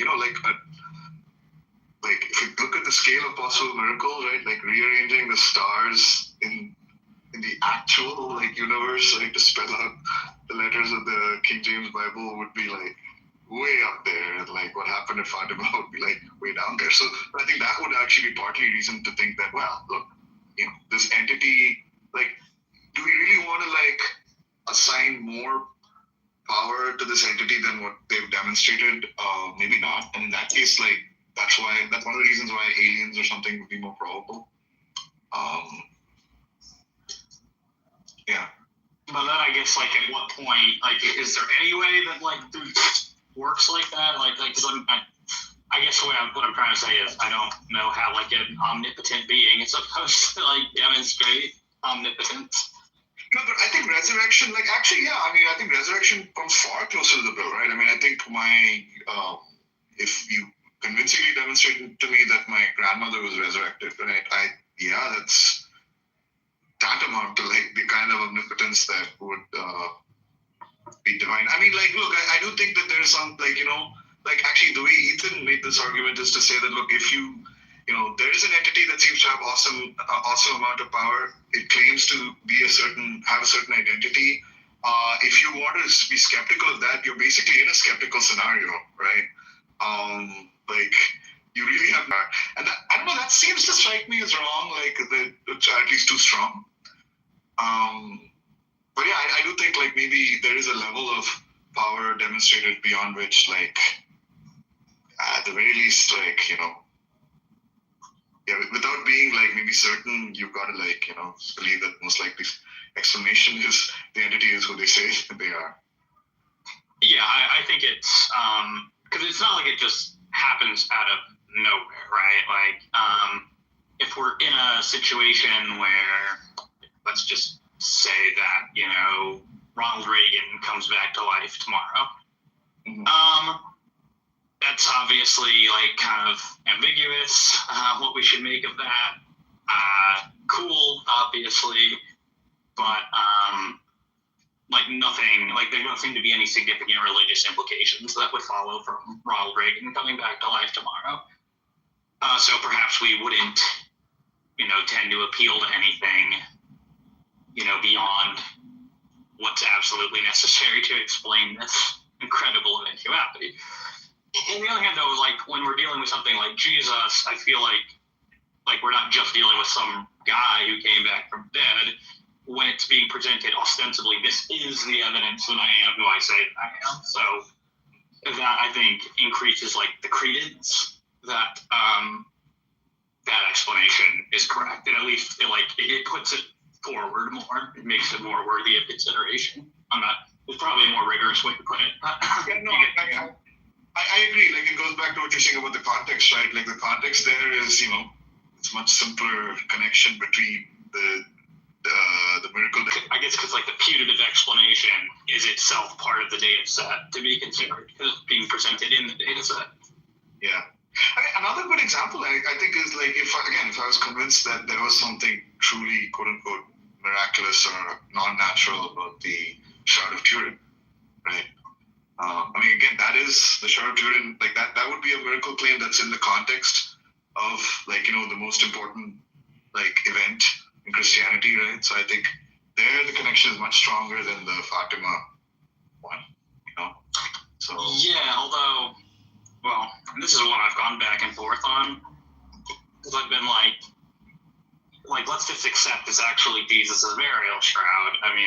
Beyond obviously defeating Jesus mythicism, what is the actual significance of that? It would just seem to prove that Jesus died. I guess some of them say there's something about light or radiation or something that had to come through it. I don't get that part. Yeah, it's in the right. There's some sort of three-dimensional bas relief, microscopic bas relief on the inside of the shroud, right? That's supposed to be like a death mask kind of thing, and the claim is that would be impossible by any known natural method, and most serious people who investigated this just deny that's true. It's a separate fact that people even deny that the age matches the age of the when the resurrection would have happened, right? It probably dates more to the 12th century or something, I think. But okay, even if it did, yeah, you're right. Then it would just be the burial shroud. At best, it'll be the burial shroud of Jesus. It's not evidence of a miracle. Yeah, that's kind of been my concern about the shroud. And that's wholly apart from, I don't claim to have looked into it a whole lot. I know, are you familiar with David Falk at all? Yeah, he's an Egyptologist, right? Yeah. Yeah, he did a series of videos going through it, and I was like, some of this looks sketchy. So I know that some really diehard Shroud people have responded to him, but yeah, I don't hang much on the Shroud myself because there seem to be enough issues with it. Yeah. Even the Catholic Church is happy to just sort of leave things, let things be. It's not if you want to believe the shroud is divine and the burial cloth of Jesus, sure, go ahead. We're not making that claim. That's the Catholic Church itself, who owns the shroud. So, yeah, I don't think they have. But my point was though, in the case where, in the world where there was undeniable evidence that there was some sort of miraculous, thing attached to the shroud, then yeah, the context makes it very likely that, definitely more likely than in the Fatima case, right? Where Fatima case, it just seems okay, maybe something unnatural happened. Fine. Do we really have strong reason to think it's the Christian God specifically? Because nothing else about the event suggests, what at least I come to understand the motivations and the quote-unquote behavior of the Christian God would be, right? Suddenly interfering in a very specific event localized in one area of one country, just making some sort of vague kind of, all it really, and all the entity says is something if some sort of conditional prophecy about if everyone doesn't convert to Catholicism, then the war will go badly or something. I'm kind of butchering it, but beyond that, there's just no other connection. Yeah. And I mean, some of them are just kind of like sketchy on their face. I forget if it's Zatoon or Fatima, but I mean, like one of them involves people looking directly at the sun, right? I mean, That is Fatima. yeah, and it's like I like it's happening under conditions that are kind of known to mess with people's perceptual faculties. So I don't know. Something seems Well, if you're interested, you should check. I linked to Ethan's blog, right, with all the yeah, I see it. all the empirical stuff in full glory, and like and look, and there are people I respect on the skeptical side who looked into it, and they've tried hard to like debunk as much as possible, and so their answer is more or less, they end up at more or less the same kind of point of view as me, right? Which is, I think like something like, I think there is a natural explanation. Like my investigations lead me to think that there is a natural explanation, but I'm not entirely satisfied with the ones that I've come up with, something like that, or I'm not satisfied at all. Right? Like I don't know if you know, like Scott Aronson, not Aronson, sorry, Scott Alexander. I don't know if you heard of him, but like he's pretty popular in the rationalist community, that sort of group. But yeah, he did a detailed sort of. He looked into it. Like he does these things pretty exhaustively, right? And this is basically what he said. Like look, I think there's going to be a natural explanation, but like I couldn't find a perfect one, honestly, that fits all the data perfectly. So that's intriguing. Yeah. I mean, for me, it's kind of a lower stakes issue because I'm already a Christian. So, like at best, this would indicate that Catholicism is true, which is something I'm open to anyway. So, yeah, kind of to me, it's less of a. I don't care as much if it turns out to like be true. There aren't like as big or things terribly. There aren't as vast like fissures that are going to erupt in my worldview if it turns out to actually have happened, as if I were, like an atheist or a naturalist or something.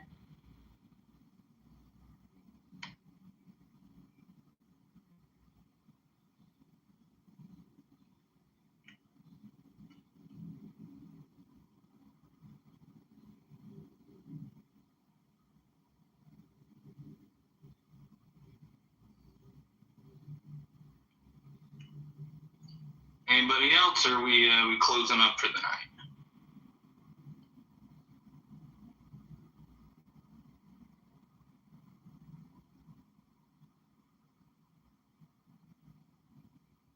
Well, all right, everyone. My wife's probably going to be getting home soon anyway, so it's been fun.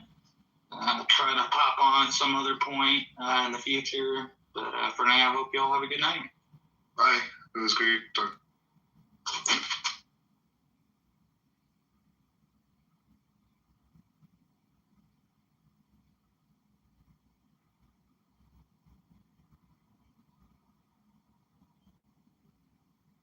Seems cool. Why is he a Christian? Okay. Am I? He seemed respectful. You hear that?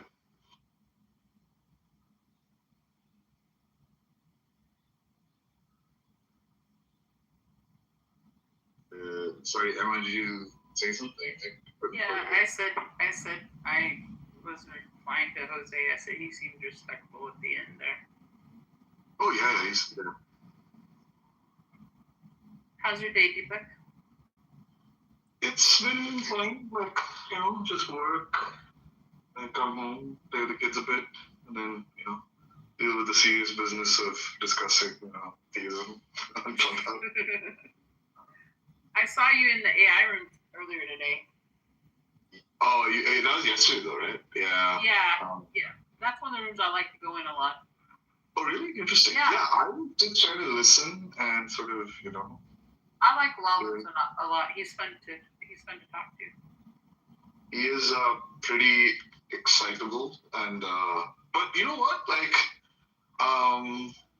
he brought up this, like, did you hear him talk about the seahorse thing? Yes. I didn't know about that. And I actually went and asked a bunch of people at work, and they're like, "Oh yeah, we know about this. This is the, you know." I mean, You didn't know that male seahorses carry the eggs?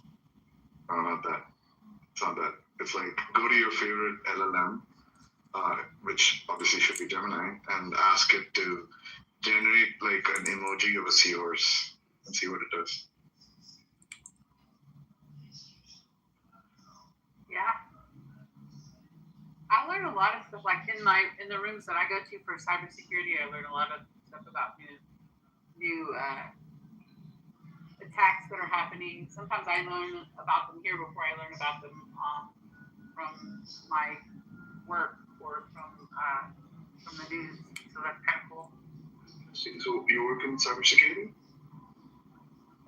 Yes, and I'm working towards getting my certification. I learned everything on the job and through my work, so I don't have a lot of certifications, so I need to get those. So I'm working on that right now. Yeah. Yeah, what I know about cybersecurity is the real certification is what you do, like the real stuff that you learn is through doing, right? Yeah. It's like a lot of stuff that they they put into a course somewhere. Like, oh, these are all the ways like you can. Yeah, I learned things from like actually doing stuff and actually addressing like risks and hands-on stuff. So I got into it because of a boy. You learned what? In college, there was a guy I liked, and he invited me to be part of the computer club, so I got into that. I was in the hacking club because of him. I got into hackathons and stuff because of the guy. Wow, that's interesting. And then I figured out I like computers more than the guy. Wow, okay, that is an interesting thing. Yeah, I mean, as you probably know, like the gender ratio in clubs like that is pretty lopsided. So.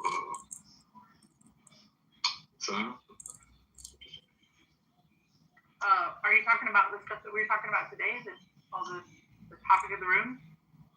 No, I meant like if you're first of all, like CS departments in colleges generally are pretty lopsided already, like the generation. Yeah. And things like I don't know what they call like the ECM chapters and cybersecurity. It's like even more lopsided. Yeah, that's the truth. I don't know, something about me. I'm always going and doing something where I'm like, I don't know, I'm hitting glass ceilings all that, but I don't mind. Yeah. Yeah. I don't know anything else to say about that. So. I'm sure you have a lot to say about that. But. No, actually, nothing specific comes to mind. I mean, except for acknowledging like the thing. Yeah. Well, when you think about it, like I grew up in a place that didn't even have the internet. I grew up in a culture that rejected technology. Yeah, so it's pretty. I'm pretty extremely. It's quite rare that someone like me would even be involved in a lot of stuff. That is quite a barrier. Like which like sort of community or culture is that? Like, so I grew up in a region that has a lot of Mennonites. Okay. Yeah. Hey, what's up, Bubby? Oh boy. Who's that? It's Clark.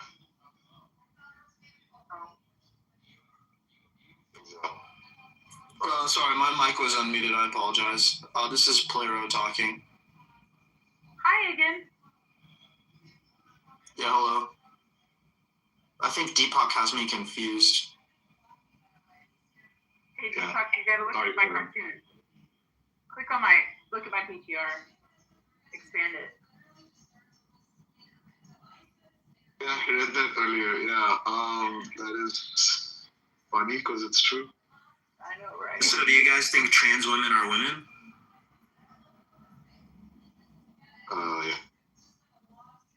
I will say, like, there was a time when, like, I remember reading an article about how, like, the best way to, like, avoid getting speeding tickets is to get those, like, decals from, like, your local police community organization saying, like, I donated to, like, the police fundraiser for. Really? Yeah. So I Terrific. just got like 3 or 4 of those, right? And just put them all over my car. Yeah, I now got a ticket after that. So. That's terrific. I didn't know that. Where I'm from, they have some kind of program that you can get a sticker put on your car and it allows the cops to stop you anytime they want.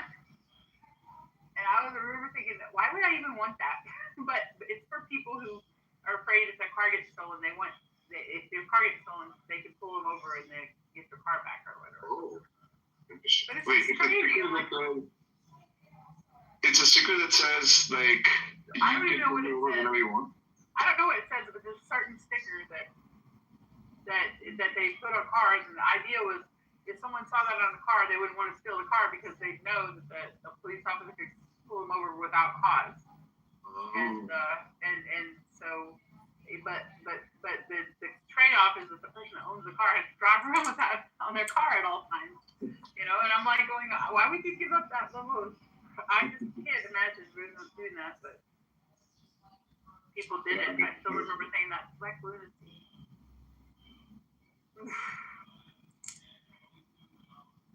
How are your kids doing, by the way? Are they liking school this year? Well, the young one loves it. She's in daycare, and she's like every day is like, you know, it's fun and games. The older one is not so much. He's not. I mean, he's pretty like, I don't know what to call it, like advanced, I guess. Like, you know, Yeah. like ahead of his peers and like, you know, I and stuff. And so he's like, he's kind of bored. The other day, Like that. yeah, we're trying to find a different school for him next year. Let's see. Have you guys looked at like getting him in like a robotics program or anything like that, like outside of school or extracurricular program? Like you mean like yeah, I mean, so he goes for like a couple of, let's see, not a robotics program specifically, but like I don't know, like I sit and like, you know, do stuff with him all the time, right? Like Khan Academy, like, you know, at stuff. Stuff like, I don't know, like he's busy outside school. Like outside school, I feel like he's challenged enough, right? It's just that in school, like all his classmates are like, you know, like the other day he was like, he came to me and said, Daddy, like when I'm in class, I'm like a stone that's standing still and gathering moss. Get him to take a book with him. When I was in school, what they ended up doing, because I was getting in trouble because I would be bored and stuff, right? I would make trouble in the class. Like I'd start talking or goofing off or something because I'd finish everything. And they were actually, like, when I was in first grade, they'd walk me over to do, for the first part of the day, I'd be in class with all my kids, and then after lunch, they would walk me across to the middle school, and they'd put me in the 6th grade class in middle school, and I'd do the rest of the classes the rest of the day with the 6th graders at the back of the class. That was a weird dynamic to grow up that way, so I wouldn't really recommend it, but it was fun, or it was fun that way because I was getting challenged. But like what we ended up doing later was like I would just take like really difficult books to class to read with like, and whenever I got done with my work, I would read the difficult stuff in the class.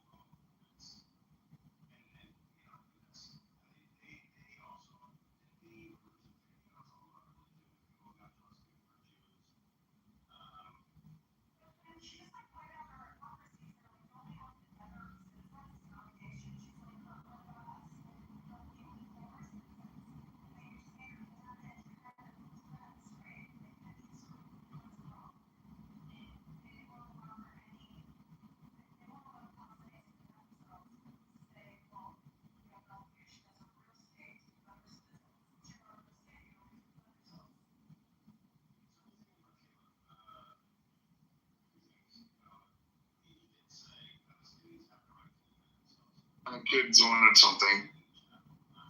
No, that's cool. Kids always come first. But that's what I ended up doing, is taking really difficult books to read. And after I got done with my work, my dad just said, like, read the books after you get done with your work in class. And then I would that's why I was thinking like the robotics program, because they have these robotics clubs that you can be in, and like you can study the books on that while you're in class, and then work on the project at home if you want. It's hard for me to talk now because my kid. It's okay.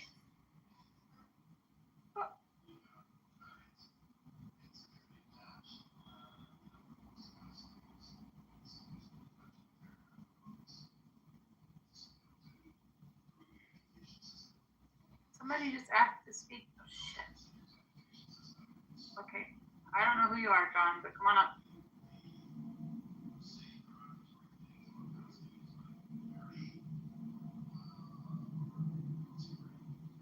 Hi, John. Hey, Emma, what's going on?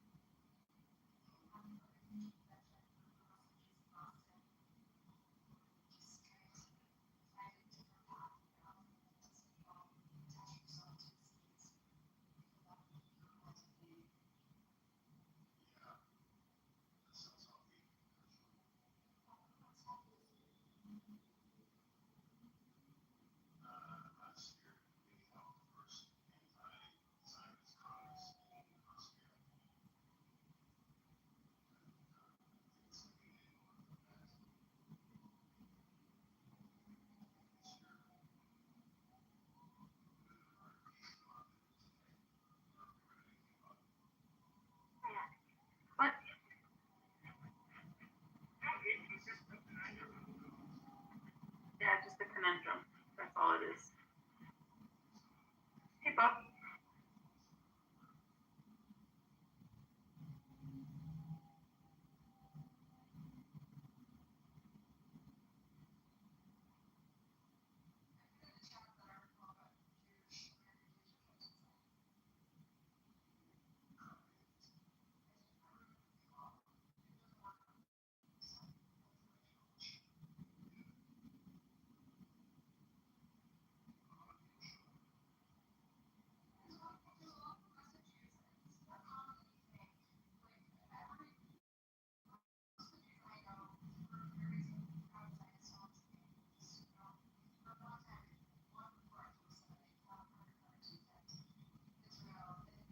I know. I keep looking. Trying to figure I don't know. I haven't even met the guy yet. I don't think he wants to pick it. Yeah, I know. Like,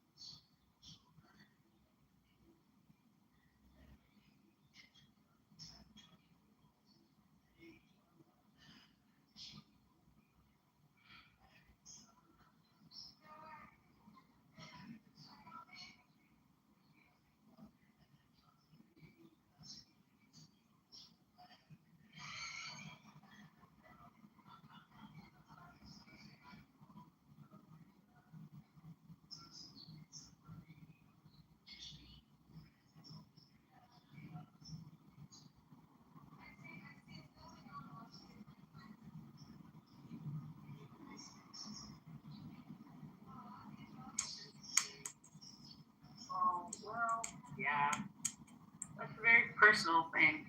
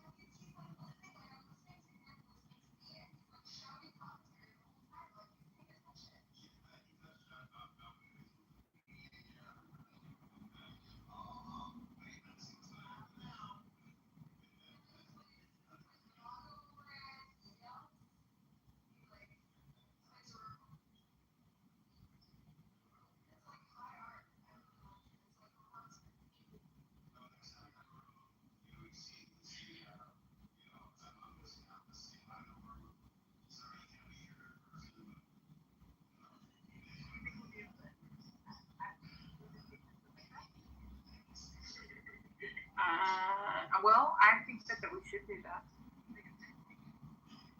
Like, oh, I know you. Oh gosh, Good Friday's gonna be really hard. Well, we have the crosswalk, then we have the service shadows, then we have the Good Friday march.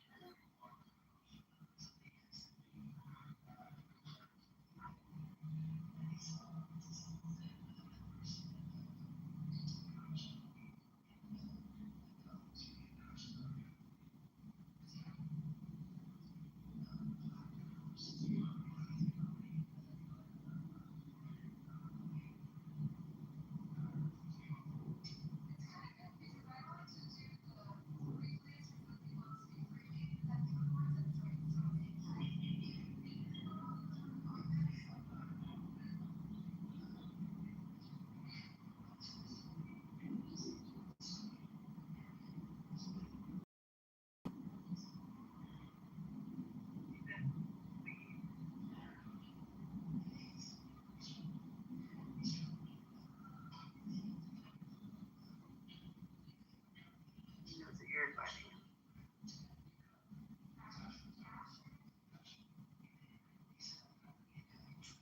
And then, I'll look and see if that time won't work, we can go to St. Patrick's instead. That's earlier in the day.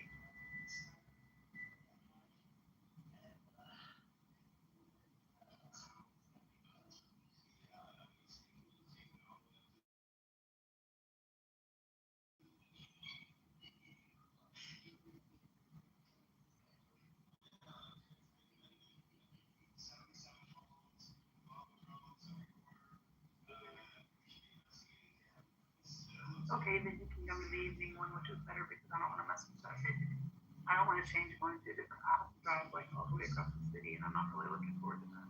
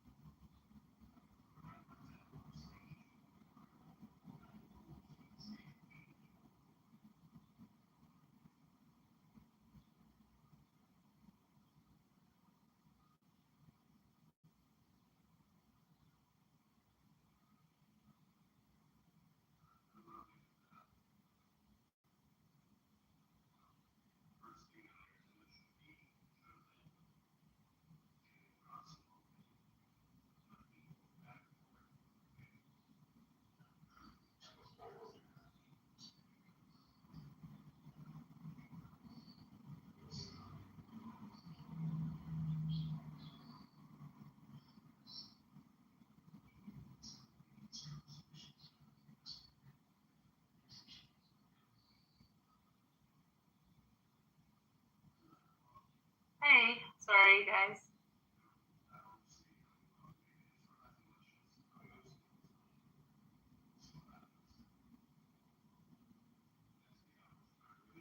Is there something y'all are interested in talking about?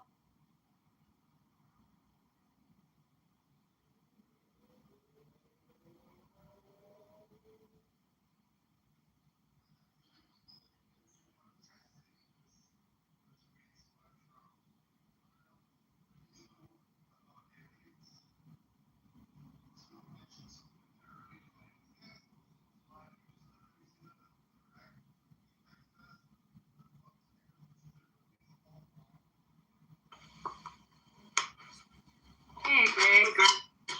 Hey, Greg. Why is P-Mars in the audience? What?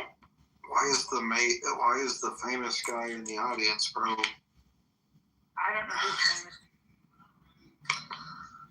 Interesting. Who's famous? This guy P-Mars. I don't know who that is. I can invite him to speak if people come up.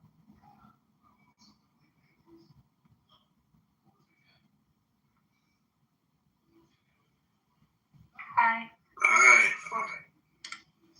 Welcome. P-Mars, let the people know what's up with the trans issue. Let the people know. I don't talk about that. Then why the fuck are you here? Wait, then why the fuck are you here? Is this not the trans issues room? Oh, wait, what? I changed it. I took trans out because nobody was talking about anything. We need Oh, to get, okay. we My need to bad.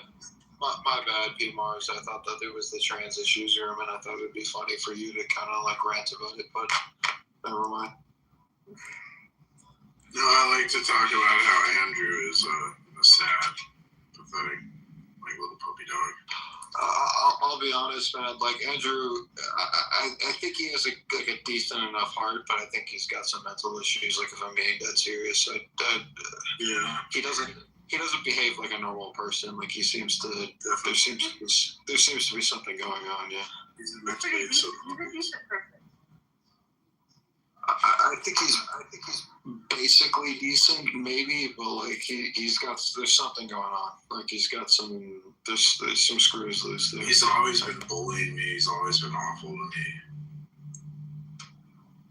I think, well, he was raised Mormon. Oh, was he raised Mormon? That would actually explain a shit ton, if that's true. Okay, that explains a lot. Yeah, that explains so much. Wow, that explains so much. That has solved the mystery of Andrew for me. Wow. Capital news. Yeah, that explains all of it. That actually explains all of it. It explains kind of the weird, like, kind of polite, honest exterior. Yeah, the passive aggressive, evil, like henpecking. Yeah, like the weird like substitutes for swear words where he says like bottom instead of ass, and Cheese and rice. he probably soaks too. Like damn, bro, that explains everything. He's probably wearing magic underwear right now. Do you know what soaking is, by the way? No. Soaking is something Mormons do where they're not allowed to like have sex before marriage, of course.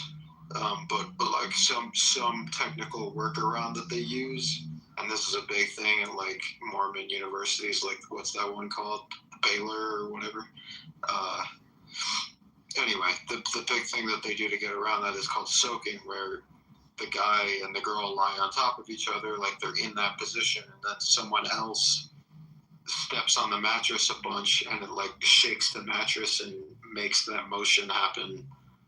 Without them actually doing it themselves. So, like, the same contact is achieved, but technically they didn't have sex. Does that make sense? No, not at all. It's called soaking. You should look it up. It's pretty fucking weird. That's just how I normally have sex. With this weird. No. I'm like literally there's a third person in the room who's like jumping up and down on the mattress. So that happens. Let's go left.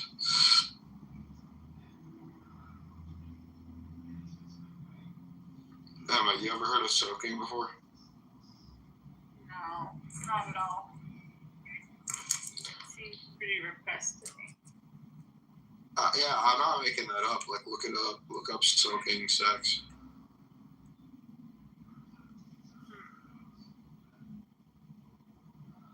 I don't know. I never heard of it. Sorry. Yeah.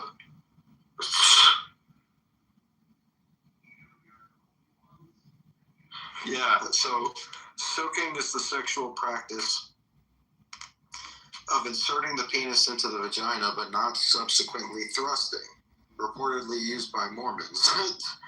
So they like initiate that contact and then someone else jumps up and down on the mattress to like make the motion happen and they're innocent. It's kind of fucking weird. It's kind of bizarre. I can't even imagine that would be helpful.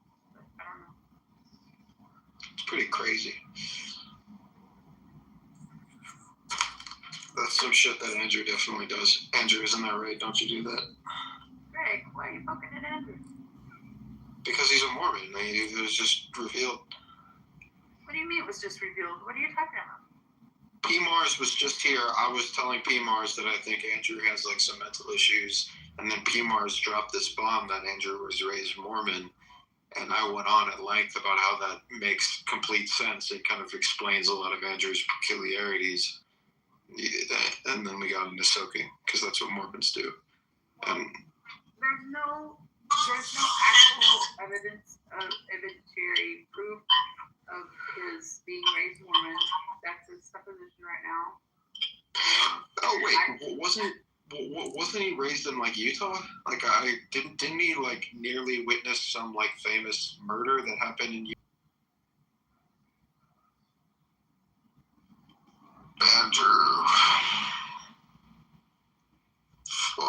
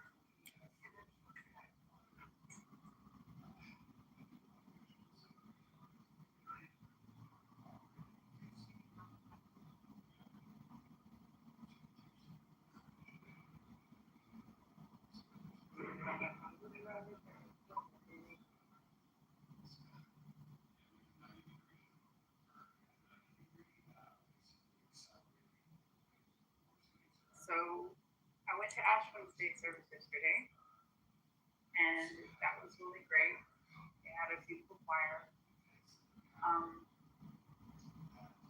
I felt a lot of peace and stuff when I left there. But I did have some interaction with people today because I had the ashes on my head. There's a lot of people that don't understand what that's about, and they kind of, I don't know, they question it. They see it as like pious acting or something like that. When they feel like that there's some degree of,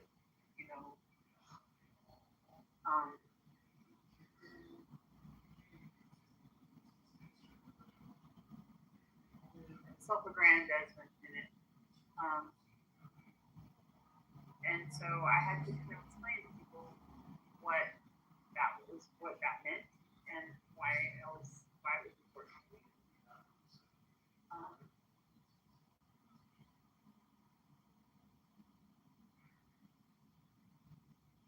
Welcome back.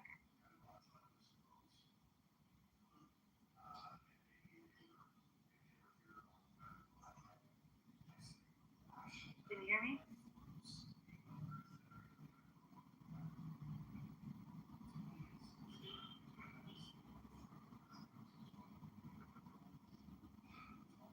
I can hear you. Okay. Sorry. Bob just left again. I need the big cat to stick around. How are you doing? Good. How are you? I'm doing all right. I've had a headache today, but I'm doing much better. What grievances are we airing or issues? I don't know. The thing was that the title was grievances and trans issues, and it was very active earlier. But when I came back on, because I had to drive my kid to her music class, and when I came back on after driving, there was nobody talking, and I was in here and I was a mod, and I was like, well, I don't really want to talk about that. And nobody was talking about it, so I tried to change it just to grievances. I just removed the word trans and said grievances and issues, and no one was. Nobody was having any problems, but I guess people just are all like lollipops and candy cane land here because there's no grievances or issues there.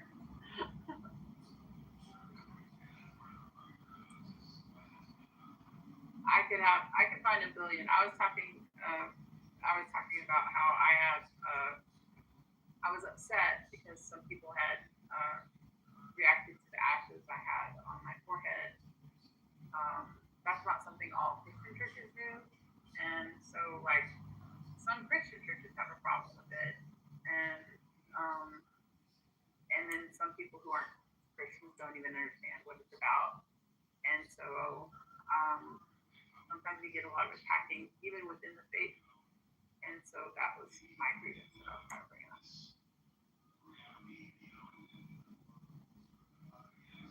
Do you know what that is? Yeah, is it for Lynn? Yes, for Lynn. Yeah, Ashland's there. But like some churches, some Christians, they think that it's like kind of like grandstanding or something like that, like it's an outward, and it is meant to be an outward symbol, but it's not. It's not meant to be hypocrisy. It's supposed to be a sign of humility, and that's what I was trying to explain. I found this really great Instagram video on my Instagram of a young lady explaining it really in a cool way. She like had cut the video together and she was talking it on Instagram.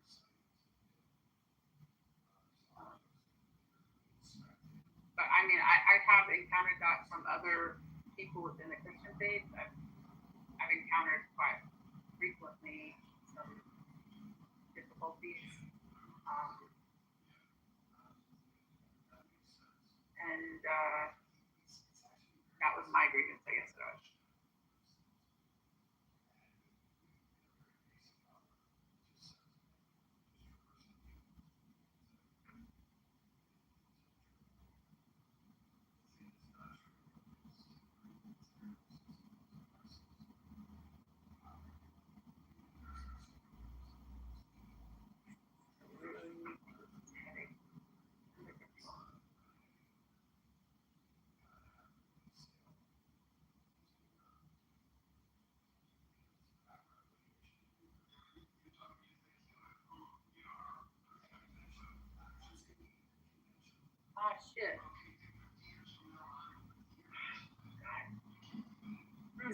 I didn't even. Did you see that?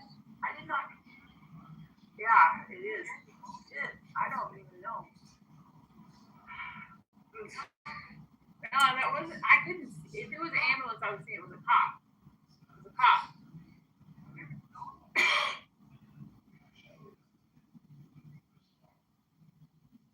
I don't know. Have you seen those ICE vehicles in town? I saw 2 of them.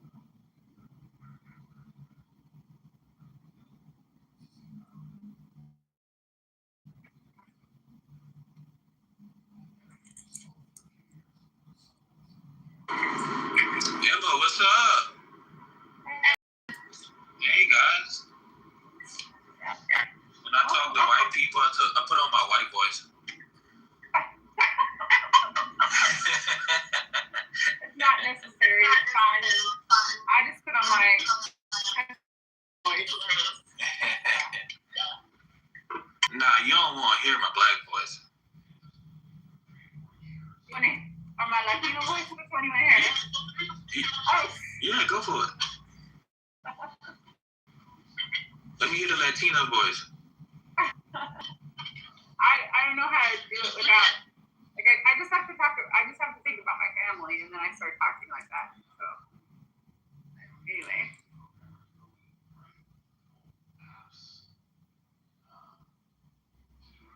We have fun, like in my family. We live in a very multicultural family, and so I was raised in a multicultural family, and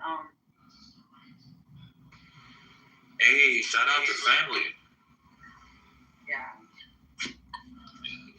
I haven't met you before. Can you tell me some about yourself, John? Like, you really want to know about me?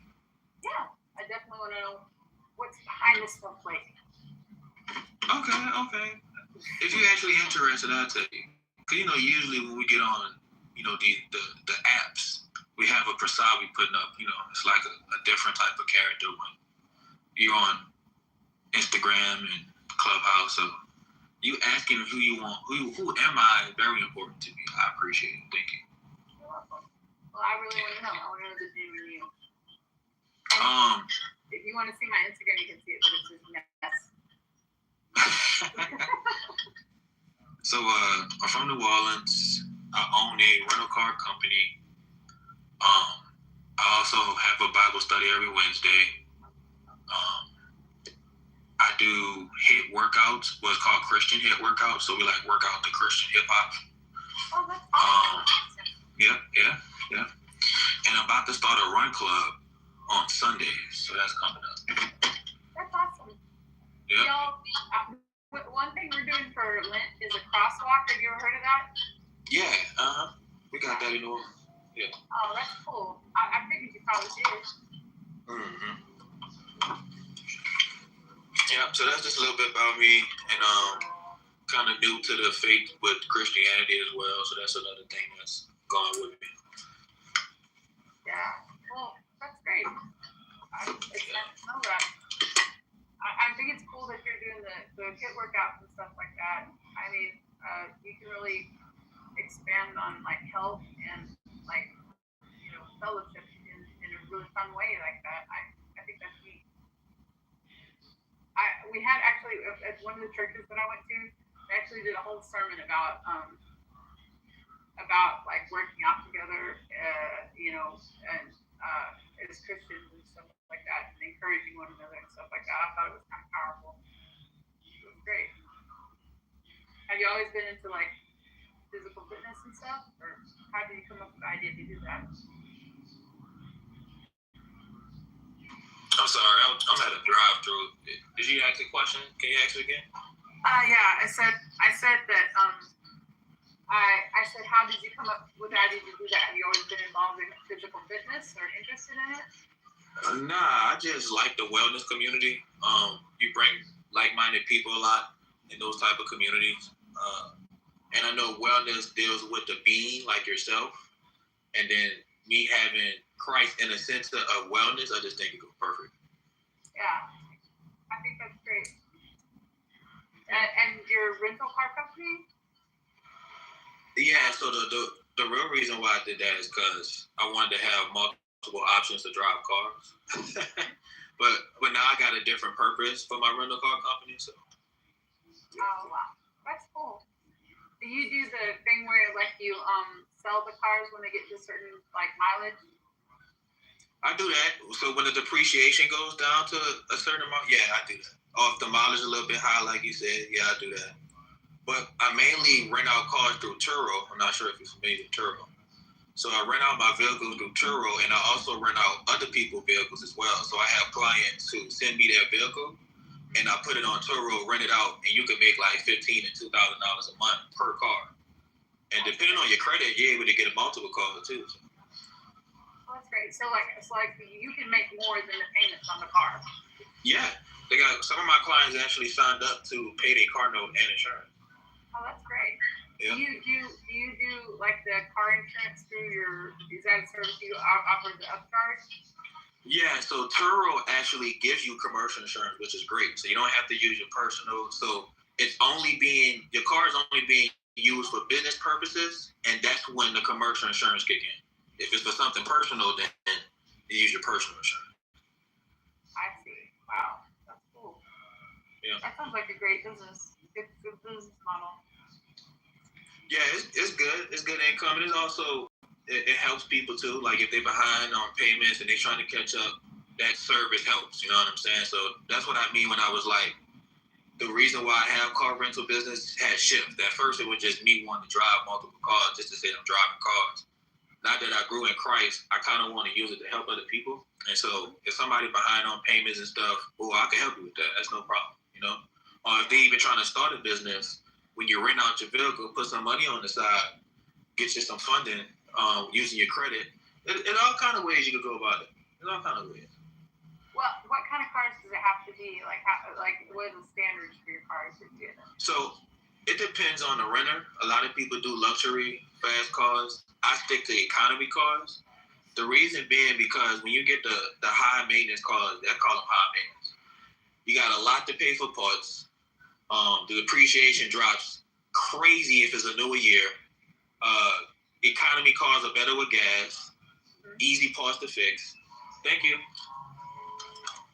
That's everything? Yeah. All right. You have a good night. Even the oil is more expensive than those luxury cars. You're right. Yeah, so much to deal with the luxury cars, high insurance. It's so much. So the economy cars do just as well because they get booked frequently. They're reliable cars. Luxury cars is like it get booked here and there because it's luxury. You're paying a lot. You know what I mean? Versus economy cars, you're gonna be renting that out almost every day. Yeah. You got people that might want to use the car for Uber. Boom, now you got extra money you could pay. You know what I'm saying? So I give them a car to do Uber. Great. Yeah. And y'all are in a good destination for like travel and tourists as well. So I figured that you probably have a lot of that kind of business. Say that last part one more time. You probably have a lot of tourism business and stuff being in New Orleans. Yeah. A lot of my customers is strictly not even my environment, which is interesting. So there's a lot of people that's coming in town. It's a lot of people that's families, like they come with their families. So SUVs do really well. Vans. Yeah. Ubering. So the city has a lot of restaurants, a lot of hotels. So a lot of people use the cars for Ubering down here as well.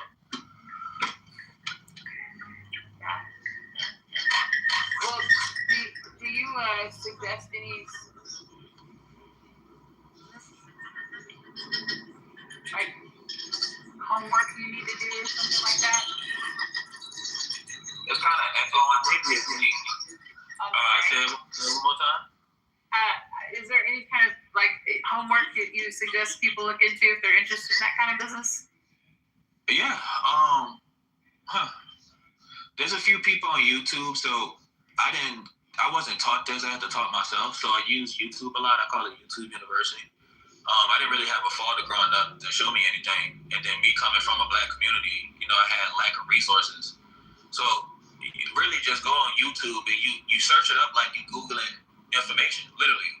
Like if you're curious about something, you put the same amount of the same question that you would ask on Google, you would put in YouTube, and they'll literally come up. And they have some great guys that show you some good stuff. So there's a guy named Pushman Mitch. He's from Atlanta. He owns a rental car business, and he's doing really well. And he shows you step by step on how to get started. So. Okay. Thank you. Yeah. That's really interesting. I think that's great. I wish you success in everything.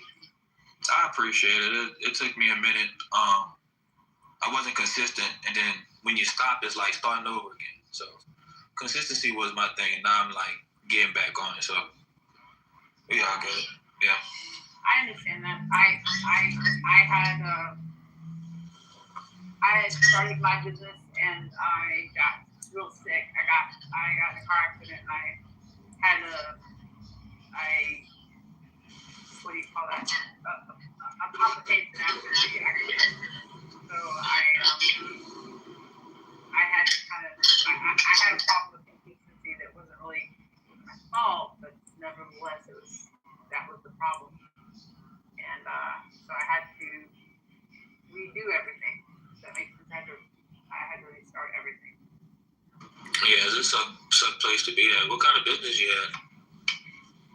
I had a business doing like turnkey development for websites, like full stack development and business counseling, like for brand development, stuff like that. Okay. Media. I mean, I ain't gonna lie, AI didn't took that position.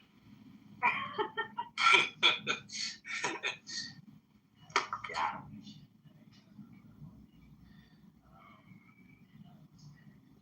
Fun while it lasted, though.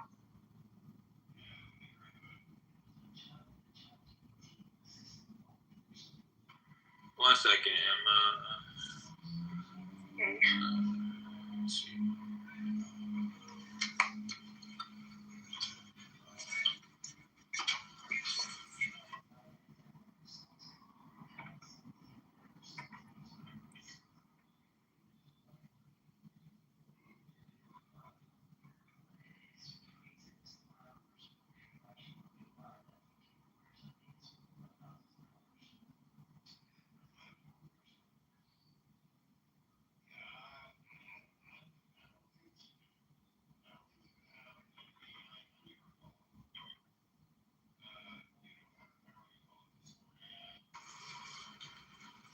Yeah, you asked the question, Emma? I'm sorry.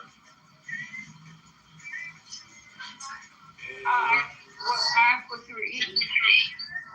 Oh no, I'm doing I've been eating myself. Yeah. Yeah. Well, I stopped in the drive-thru too on the way here. Have you ever heard of Sonic? Yeah. They slush is really good. And I like their hot dogs. Yeah, me too, but it's Lent, so I'm eating fish sandwiches. Oh, everybody participated. Okay. Yeah. Oh yeah, my daughter will not let me not do fish sandwiches for Lent. Do you go to certain church, like certain denomination or something? I don't go to church as often, but when I do go, it's called United Fellowship Baptist Church. Oh wow. Yeah, so it's a Christian church. Is it like a progressive Baptist church, or is it like more fundamentalist? Elaborate what you mean by that. Well, like more conservative, or more. I would say more independent. Thank you. Appreciate it. So, like for an example, I truly believe God accepts you for who you are and then transform you. So our church, we accept you for who you are, and we just let the Holy Spirit work His miracles at that point. Yeah. So. I agree with that. I agree with that assessment. Yeah, because you know, eternal life is not for good people. It's for forgiven people who are transformed. It's not for people who think they're righteous. Yeah, I agree with that. I think that's a wonderful way to put it. Yeah. Jesus said he came for the sick. He said he came for the sick. It's the sick who need a doctor. So that's that. Very, very powerful. Very powerful. So yeah, just living life, doing the best I can, and saving people. Money for your next big thing, right?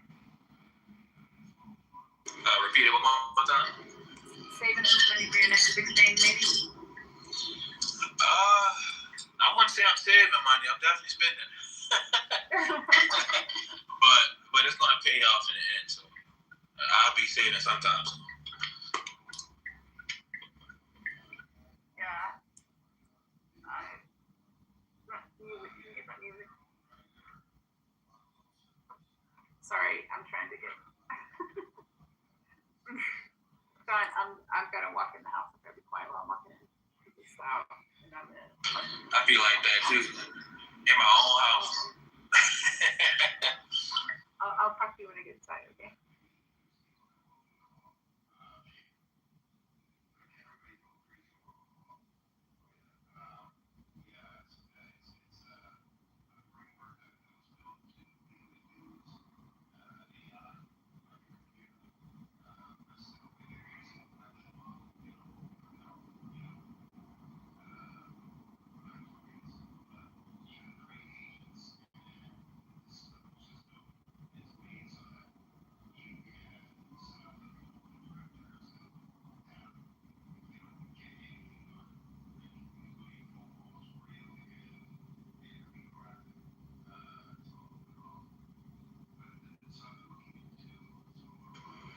Andrew, you done, man? Like you just in the room just to hold it down.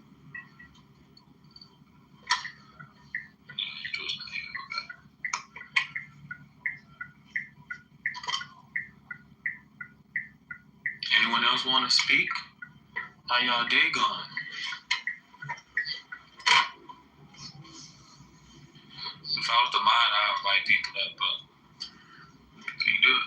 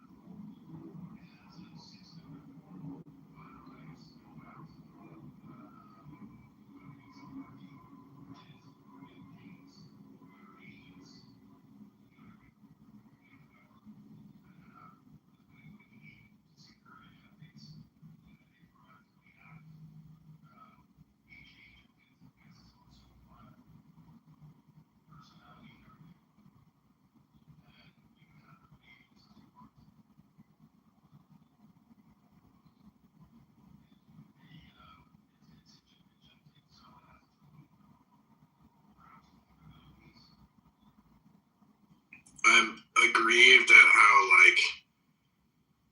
presuppositional apologists get treated like second-class citizens.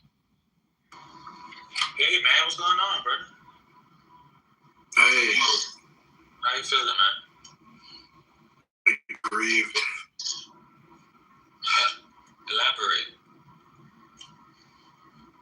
Yeah, I just want to demonstrate the truth of Scripture, but I don't get a fair shot because of prejudices people have against my kind. Oh, what's your kind? What do you mean? A presuppositional apologist. Okay. What does that look like?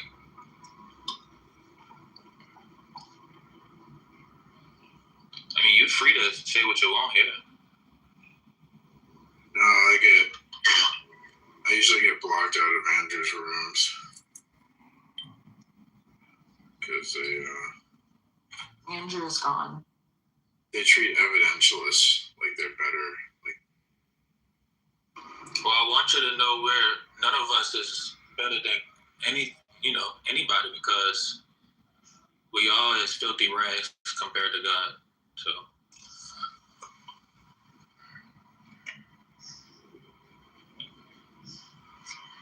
I mean, it's also your life. You have a different walk, so you have a different lens that I don't see. So whatever you interpret and how you feel is valid. I'm not the type of person to tell you how you feel is wrong. I mean, you can express yourself.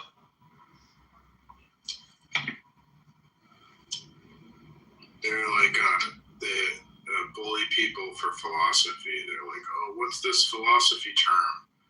And then if you don't know it, they bully you. Like, they shame you. Yeah, that's not okay. Yeah. Yeah, I believe that, especially what I believe from the Bible, because that's my authority. I believe that you just speak what you interpret from Scripture, and then just let the Holy Spirit do everything else. I don't think you need to condemn anyone. I don't think you need to be like, no, you're wrong, and use slangs and slurs. You don't have to do any of that. The Bible actually talks about to avoid fussing about Scripture like that. And if one do not come to an agreement, just walk away. So there's no really need to shame anybody. So yeah, it was wrong that they did that, man. I apologize on their behalf.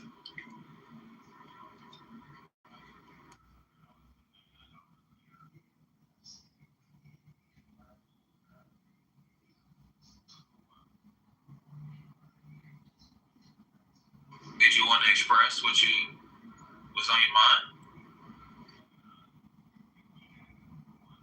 Yeah, that was pretty much it. Well, I'm sorry, guys. I missed the conversation a little bit. Oh, I'm not done yet. I'll talk to you some more about it in a minute. Okay? All right. Really, Emma? Yeah. What did I miss? Oh no, he was just saying that sometimes when you come in the room, he's not treated fair, and people shame his interpretation or his perspectives. What was his name? P. Mars. Oh, I haven't actually interacted with him very much. Yeah,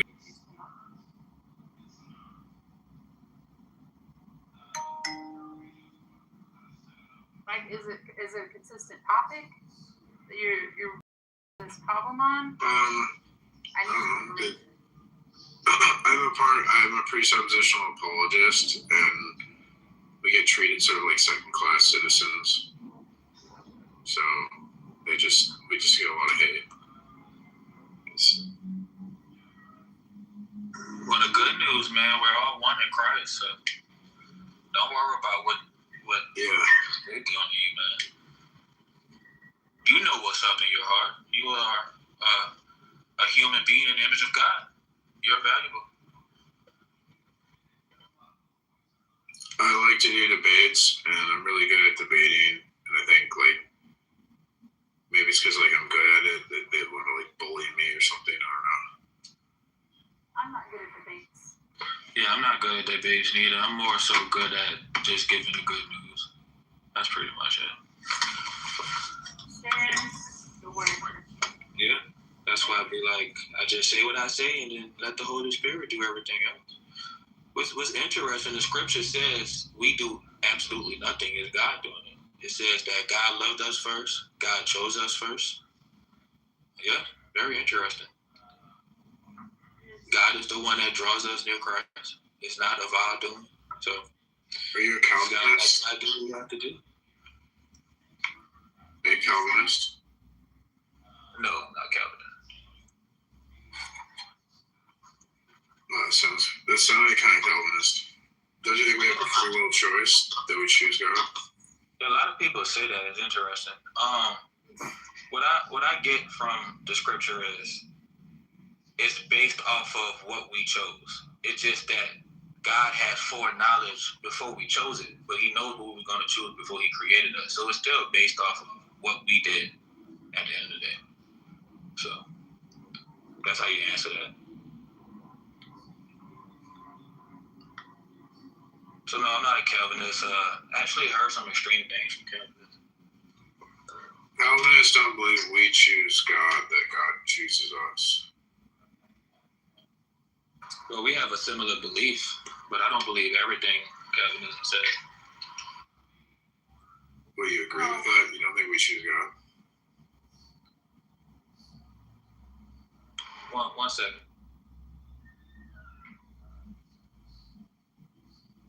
It's kind of like the big thing in Calvinism. That's not the only big thing. And there's different types of Calvinists.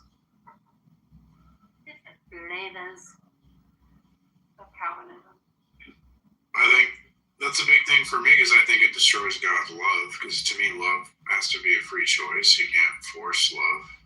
So if we can't freely choose God, then we can't love God. Well, it's just, to me, it's just saying that God knows what you were going to pick. It's just a... Well, there's no disagreement there. Sorry, guys. The issue isn't whether God knows what my choice is. The issue is, do I cause my choice or does God cause my choice? I'm back. I'm sorry. I was delivering some food at the door. Okay, you want to ask the question again? I just said welcome back. He was asking about Calvinism. I'm not sure. I never really held the position of a Calvinist to look into it. So really, I'm just going off of what I read, to be honest. But P-Mars, if God knows your choice, didn't He cause it? Not necessarily. How can you have a choice He hasn't caused? It depends. Like, if God knows you choose X, John, you're like, if God knows you choose X, therefore you will choose X, then God's knowledge would cause your choice. But if God knows your choice and then you choose your choice, then His knowledge doesn't cause your choice.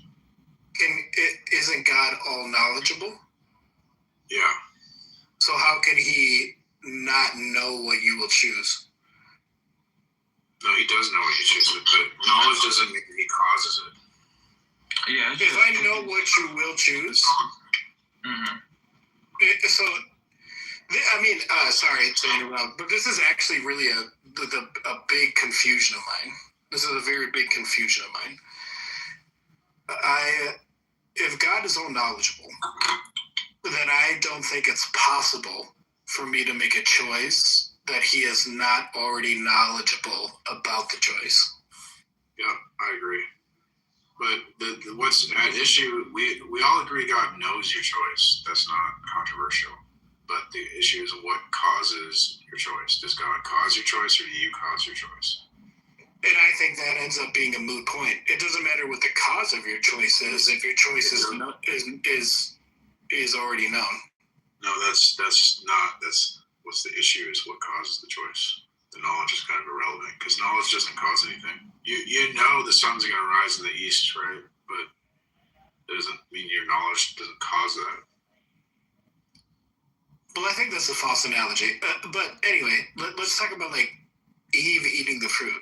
Did Eve make a choice to eat the fruit? Do you not know the sun's going to rise in the east? Well, Joe, I'm trying to see where you was getting at. Can you explain a little bit more elaborate? Well, the analogy would follow if there's like a similar attribute, right? So, are you saying that you don't know the sun's going to rise in the east? No, sir. No, I do. I know that, but I only know that. The only reason I know that is because of historical performance of the sun rising in the east, right? Yeah. For the analogy to work, all you have to do is know the sun will going to rise in the east. And then that just demonstrates. But I'm not a god. It's a false analogy. It's not a false analogy. Does God know when the sun will cease rising in the east? Does God know when the sun will cease Analogies rising in don't the have east? to be one-to-one, like perfectly the same. The point of analogy is there's one attribute that's the same, right? So as long as you know the sun's going to rise in the east, then the analogy would work, and you're just lying about it being a false analogy because you're getting completely destroyed logically here. Oh, brother, we're just asking questions, and that's fair. Well, no, you're actually a lying scumbag because you just lied. All right, that's fine. Okay. We don't have to talk anymore. Yeah, I don't really like talking to liars. You didn't lie. I heard you lie. He did lie. What are you talking about? He said I made a false analogy, and he's trying to like give the appearance as like an erudite debater when he's actually just a lying scum shitbag. I don't think that kind of language is appropriate. I don't think that he did. So this, I mean, that's funny because Well, I then said, pick a liar, then I won't have to talk like that. what did I lie about? I told you lied. You accused me of making a false analogy, and it wasn't a false analogy because. And I agree with you. Logic, you're a lying piece of shit. Damn, bro. Okay. Did you want to keep him in a room? You can kick me. That's fine. That is perfectly fine. No, Joe. I'm talking to Emma. What's up to Emma? I don't like the language. He shouldn't talk to you like that. Okay, are you a nigger? Yeah, you gotta go now, Tamar. Jeez. Me? No, he's gone. What happened? He's crazy. Yeah, I pulled them down. I don't even know. That's some crybaby shit. Hey, Bill. How you doing?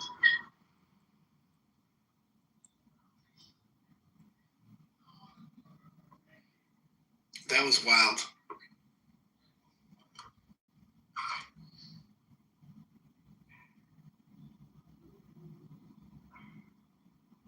My only point why it's a false analogy is because you can't claim knowledge as a human, knowing the sun will rise, compared to God knowledge. That is a false analogy. What I wanted to ask you, Joe, what was the problem? Like, what do you see as a problem, pretty much? I really didn't see a problem. I thought we would just start talking, and then I got called a liar and a bunch of other shit. I thought we just started. My problem was the analogy between God's knowledge and a human's knowledge. We can all agree that those are different things, right? Yeah. God being all knowledgeable is not the same as a human knowing the sun will rise. Yeah. That's why it's a false analogy. What was the original question? The original question was, knowledge of choice. Is it if God knows you're going to make the choice, does he know that you have the knowledge to make the choice? That's what I think that dude, I don't know, P-Mars, that's what I think P-Mars was saying. But I'm not sure, we didn't get there. Well, yeah, you would just know what we do, but yeah, that's about it. But if God knows everything you'll do, what choice do you have? I don't understand how knowing has anything to do with my choices, though. If you can make it make sense to me, I don't see a problem with it. Yeah, I'll give it a shot. And I tried to preface this by saying this is where I don't understand. This is where I don't understand. If God knows every choice you will make, then the non-choices are not knowledge to God. God doesn't know the choices you won't make. He only knows the choices you will make, because he is omniscient. He is all-knowing. So how can you make a free choice if every choice you make is predetermined? That's where I'm. Oh, I get what you're saying. I believe in both, to be honest with you. So when I read the Bible, like I said, I have no problem with him predestined based off of our free will. I think it actually goes perfect and hand in hand. I actually have no problem with this. And I think it's actually beautiful that he did that, because what he did was he sacrificed something in order to love us.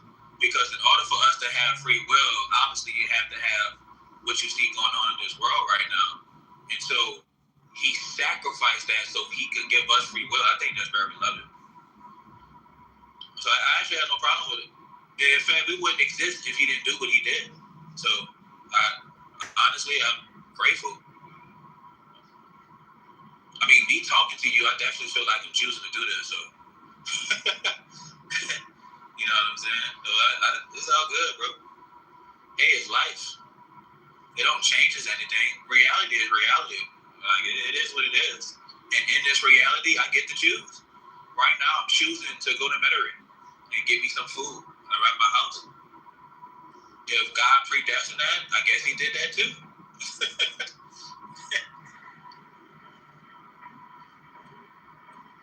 I got no problem with that. Yeah, bro. I think people be thinking too hard. I just think, man, They be hating too hard. Well, it is what it is. Like, and I'm also okay with not knowing everything, because ignorance is bliss. The more knowledge you have and the more wisdom you have, the more sorrow, if you think about it. Hell yeah. You know what I'm saying? So I'm okay with not knowing everything. I don't think we know anything. I mean, that's not for debate. I think we know some things, but we don't know everything. I mean, oh man, so my position is that we are just animals in a tree, right? Like we live off of the knowledge of the day, and we carry that over into the next day. And I think that I'm an atheist, right? I think that believing in superstitions and everything is just an appeasement for the anxieties of knowledge of tomorrow. But that's just me. I'm not, I don't think I've ever expressed hate in Andrew's rooms for believers. I'm just saying that's my position. I think our knowledge is always. Can you elaborate a little bit more? I really didn't get it. Yeah, because we don't know. We really don't know what happens tomorrow. But if we sit down at our bed and pray at night, we can appease the anxiety tomorrow through a belief. But we don't know, right? Like I don't believe there's a God looking out for you. That's kind of what I mean. Oh, I got you. Well, if you feel that way, I don't know what to tell you. Sir, do you realize that you're irrational, Joe? Joe, you're an irrational man. John, just to say that way you feel, I don't have any problem with that either. I don't have any problem with that, Yeah, John, I just want to flag that Joe is a brain-dead retard. What the fuck? But yeah, Joe, Joe can't rationally ground his epistemology. He's a retard. What I was going to say, what you said, is that something... Anyway, John, stop talking, boy. Joe, how do you ground your epistemology? Go ahead. What does that mean? Ground my epistemology? Ground the truth of being a human? Yeah, one thing about me, Joe, I'm a fair Christian. So I think so too, man. Yeah, it's not my job to try to make you be something. I can just tell you this information and you just take it and you do what you want with it. You know what I'm saying? Like, I'm not here to condemn you. I'm not here to tell you you're wrong, because I don't know if I'm wrong. I don't know if I'm right. Brother, I have the exact same position with you and with Andrew. I am not trying to dissuade you from believing. You said it so perfectly. I'm going to go to bed early. I'm going to do, that's perfect. That's the same shit I do. I have no problem with that. No, I love that. I am a big proponent, even as an atheist, of freedom of religion, because I don't think I'm right. I just think what I think, right?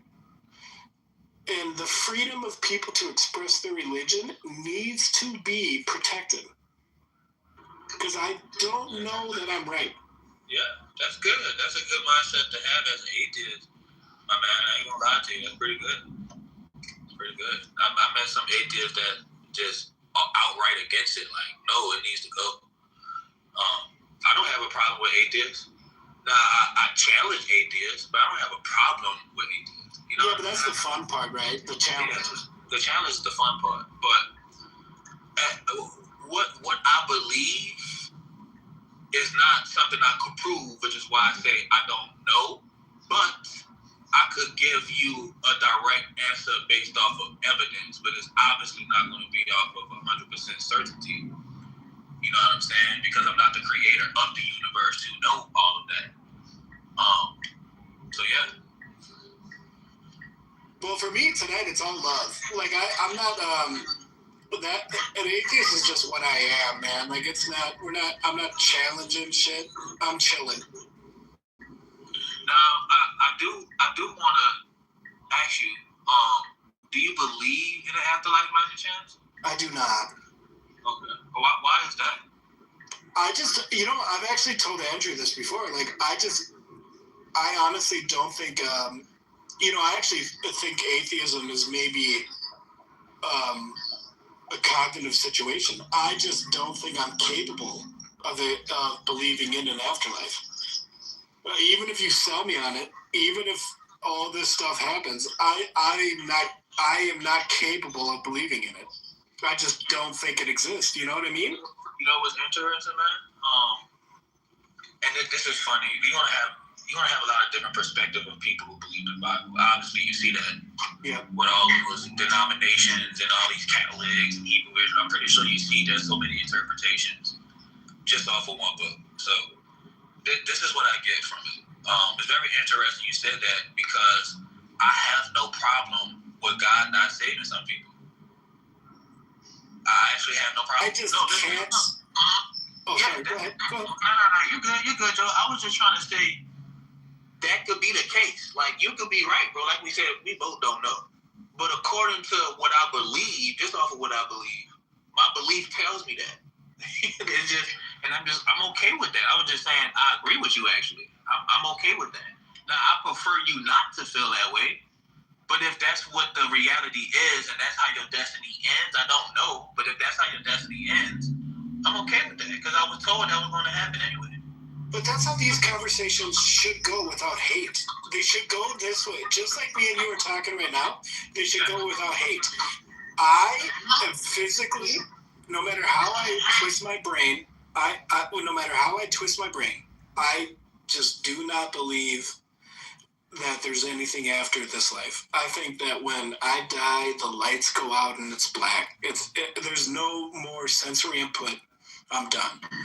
That's my belief. Yeah, bro. It's not a hate. That's not a hate on your belief at all. I don't feel threatened. I'm okay. But no, I know you don't because you're good at this. No, but think about how many times we're in this room. We're like, I just got twice in this room. I just got called a fucking retard and a fucking idiot just for that. Isn't that crazy?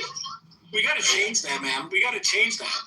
Well, I wanna speak on the behalf. If that was a Christian, I'm gonna apologize because Christians aren't told to. Oh, you don't have to apologize for anybody else, sir. No, not at all. No, I'm gonna do it anyway, man, because what I believe calls me to do that. You know what I'm saying? Yes, sir. Yeah, I'm just gonna apologize on their behalf. They're not supposed to do that. What we believe in, it makes it very clear the fruit of the Spirit is self-control, gentleness, kindness, patience.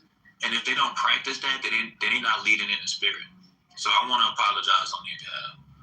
No, that's all good. I mean, I'm used to that. I mean, but I've never challenged theism through hate. It's always just been my understanding and the way that my brain works. I don't think I'm capable of it. I've never said, "Oh, you're just a," I don't know. I don't get that. But John, the way that you and me are talking, I think this should be how it goes. You're gonna go to bed tonight. I'm gonna go to bed tonight, appreciating the conversation, and have no coarse words or feelings towards each other, even though we are yin and yang on the same belief system. That's how it should be. Yeah. Right? Yeah. I'm 100%. I don't know why Christians act that way. I'm just speaking on behalf of what my believers are, black people. I don't know why they do that. Because what we believe, what the Bible says, you let God do everything else. So if they doing all that extra stuff, they're not supposed to do that. God's the judge, right? Yeah, exactly, bro. So that they shouldn't be condemning you or yelling at you or telling you you're wrong or you're an idiot. They shouldn't be doing that because all they're supposed to do is spread the gospel. You give your interpretation of what you believe and leave it at that. You're not supposed to hate that person because they disagree. You're not supposed to do none of that. A lot of Christians are hypocrites, man. I'm gonna say it. They are. In fact, I wouldn't even call them Christians. They're just people that represent something the wrong way. You know what I'm saying? I'll say that atheists are too. But I think this is where we should stay. Because I do think it's the medium. People think Clubhouse is like an octagon. They're gonna come in here and fist up and fight, and it's not. I don't think that's always the case. We can actually talk without fighting. But you gotta remember, and I may agree to disagree with this. People choose. Like we have the ability to choose. So for an example, I choose to be angry. That's a choice. You really sit down and think about it, bro. I choose to call you this word, or I choose not to get along with you. So at the end of the day, I'm accountable, regardless of whatever somebody do to me. If I feel like somebody did it to me, I control my reaction. Yes, sir. And it's good to be a better person anyway. And if an atheist is being a better person than a Christian, to me that's a laughing stock. I'm gonna be honest. I'm with you on that. Like you're supposed to be all high and mighty, and you're not representing like how you're supposed to. Yep. I agree 100%. I always use like the changing tire metaphor. Yeah. Like, could you change a tire with a Muslim? Yeah, if he wants to change a fucking tire, I can change a tire with him. Hell yeah. It doesn't fucking matter what he believes. Listen, we could live in this world and have disagreements. I have no problem with disagreeing with someone. Now, what I believe is a personal belief. I just keep it to my... And there's mutual respect. So, hey, I told you what this is. And, yeah. My father-in-law is... the same in my mind. My father-in-law is a Persian Muslim. And I respect him as a member of the family, as a paternal member of the family. And also as a Muslim. I will never try to infringe on his belief, right? In that family dynamic. I would never do that because that's just 100% disrespect. Yeah. So question, I want to ask you something else too, if that's okay. If there were an eternal life, would you choose to do that, or would you prefer to cease to exist? It's a hypothetical. It's a hypothetical. It's if it actually existed. Man, I'm proud of myself that I answer questions with yes or no's. Yes, I would choose. Hey, Joe. I'm not going to change the question. I'm not going to replay it, but there is a caveat. I'm cool. I'm listening. That eternal life, that eternal option, if it doesn't include my family, I wouldn't trust it. So first is yes, but if it doesn't include my kids and my wife, I would not trust it. I hope that makes sense. Hey, that's fair, bro. Listen, I felt the same way. Like, if I'm gonna go to heaven, I prefer the people that I love to be with me. Like that's just the most logical. Oh shit! If I go to hell, I would choose to go to hell if that's where my family is. And that's understandable, man. Yes, sir. That's understandable. Now, what's interesting what you said, Joe. Now, obviously, you're not a Christian, But a lot of the things you speak and say is Christian. Well, I am ordained Christian. I am ordained. I am an ordained priest. I've married a couple people. I'm just no. I was raised Missouri Synod Lutheran. And just kind of, I think it's more cognitive on my part. I actually challenge atheists a lot more than I challenge Christians. I just think it's something that developed where I just don't. I think we're just another animal on this earth, and that the gods are more because of our prefrontal cortex and our ability to reason, and sort of phased out of it. But no, I grew up Christian. I married people. I'm ordained, and I now am an atheist. I don't believe it anymore. And that's the most honest way I can say it to you. Yeah, man, I feel you, brother. I was an atheist at some point, and then I became a Muslim, and I became a Buddhist. I was actually trying all kind of stuff, trying to find myself. So I know where you're coming from. I'm doing the same thing. Yeah. So I actually grew up in the church myself, but it didn't resonate with me in the beginning, and so I chose to step away from it. A lot of things I was hearing in the Bible, like you see God sound like some atrocious things he done, man, like killing a woman and children and stuff. Like, yeah, that made me get away from him. It made me become an atheist. You know what I'm saying? So I definitely see where you're coming from. Now I wanted to go back what I was saying. Joe, you do align with the scripture, even though you say you used to be this. So obviously, Jesus himself said you should answer with a yes or a no. Anything outside of that is evil. So yes, sir. Yeah, it makes sense because you're leaving room for deception and lies if you try to dodge the simple, direct answer before expounding on it. You know what I'm saying? So I encourage a lot of people to answer direct with a yes or no, like Jesus said. It makes sense. It does. If you can't answer yes or no and respond with an answer, I think that's weak. I think it's weak. I agree. It shows that you don't stand firm on what you believe. It shows that I can't trust you, to be honest. It shows a lot. It shows a lot. Or you're afraid for the next question. Exactly. So I actually encourage my Christian brothers and sisters to start answering a yes or no. And if you shaky about your faith, then you need to go back and read your Bible. I'm just being real with them on my end. Like, hey man, if you're gonna represent something, represent it the right way. So if you're not able to answer something, I think it's more humility to be like, you know what? I don't know about this. I'm gonna have to go look more into this to give you an answer. You know what I'm saying? Instead of you just lying, no, just a yes or no. Just a yes or no. If someone asks you a straight up question, you can't answer yes or no, then where are your feet at? Where are your feet? Yeah, bro. Listen, everybody got a lot in common. Christian, atheist, Muslim, everybody got a lot in common. It's just that we too conservative, if that makes sense. Like, and defensive. And defensive. So when you think about it, right? And I know you don't believe in God and in a Christian religion, but I just want to say this because it makes sense. Paul said Jesus came with grace and truth. So for an example, when you think about the politics of today, it's either liberal or it's conservative. It's either left or right. But what the problem is, some people be too right. They be too strict. They be too harsh on people.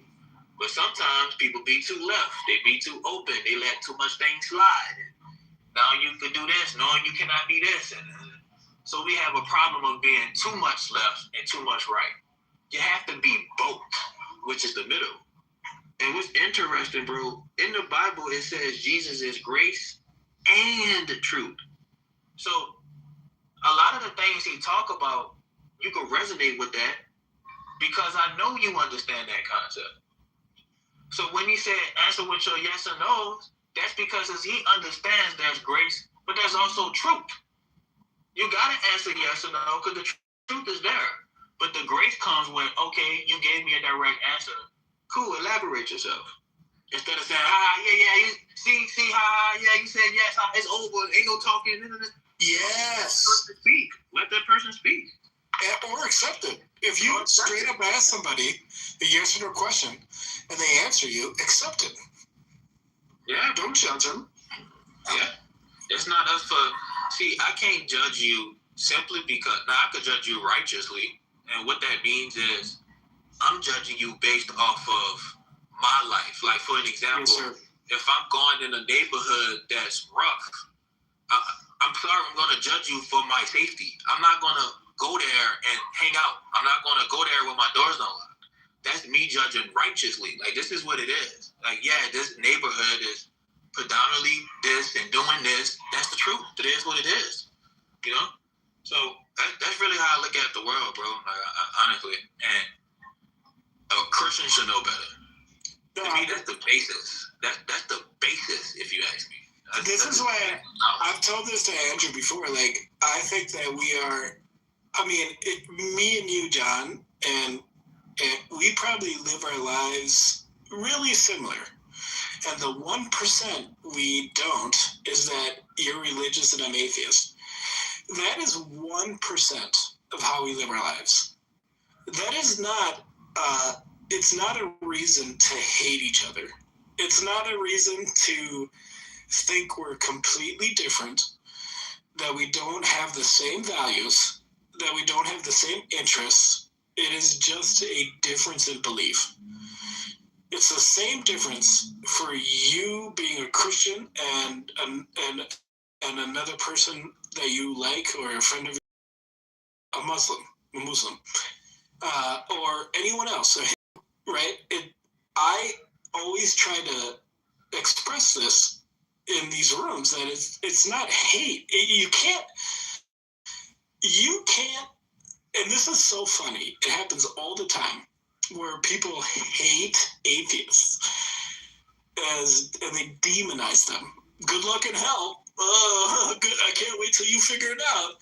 When the truth is, if we were on the side of the road and your tire went flat, we would all help each other.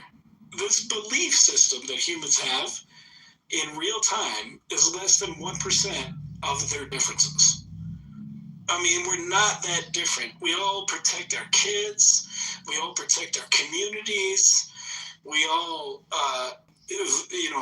vote against hate. Like, we all are really the same, except for this belief, right? And I think I wish they wouldn't make it as big as it is. It's not a big deal, right? We just believe something different. It's okay. I agree with everything you said. It doesn't mean I love every human. If I can help a human, fuck it. If I can protect a human, especially someone else's kids. If I was in a situation where someone was trying to hurt a Christian person's kids, oh man, my life on the line. No doubt. No problem. Belief has nothing to do with that. It has nothing to do with humanity. When people make belief a part of humanity, that's where we get into trouble.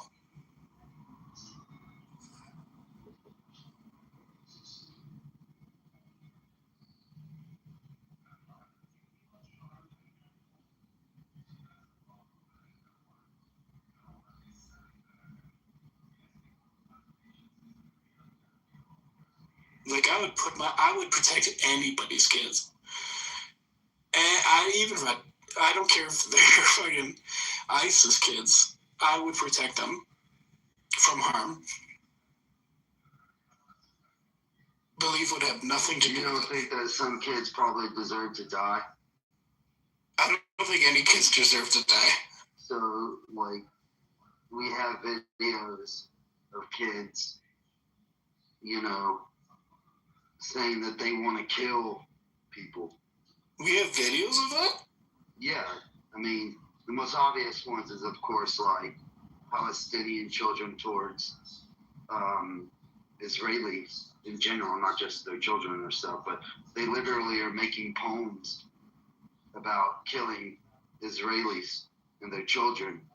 Like, we have, like, you can go to, it's called Pal Watch. They're not very active on YouTube anymore, but they would do that. They would show how there's inside of Palestine, the schools, they're actually like creating poem contests about killing Jews or just individuals. We'll say that. It doesn't really matter. But so you don't think that like any kid deserves to possibly die? No, I don't think any kid deserves to possibly die. I think that's kind of a crazy statement.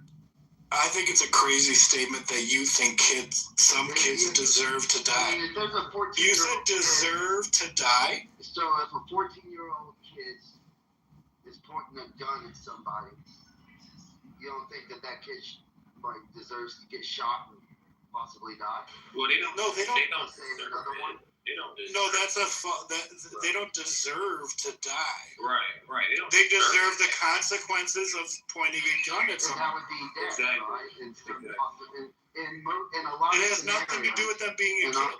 No, in a lot. Well, no, that's the thing. Like, you're the one who tried to establish that there's some kind of adolescence purity. I didn't try to establish anything. I told you about me. Here we go again. You're getting upset. You put words in my mouth. My concept for how I am, it's not a concept. So I never quoted you. You said but I okay. never was like Joe said X. All I'm showing is like to think that every child is this holding Codfield position. For example, where do you think they get that influence from? Adults. They get it from fucking adults.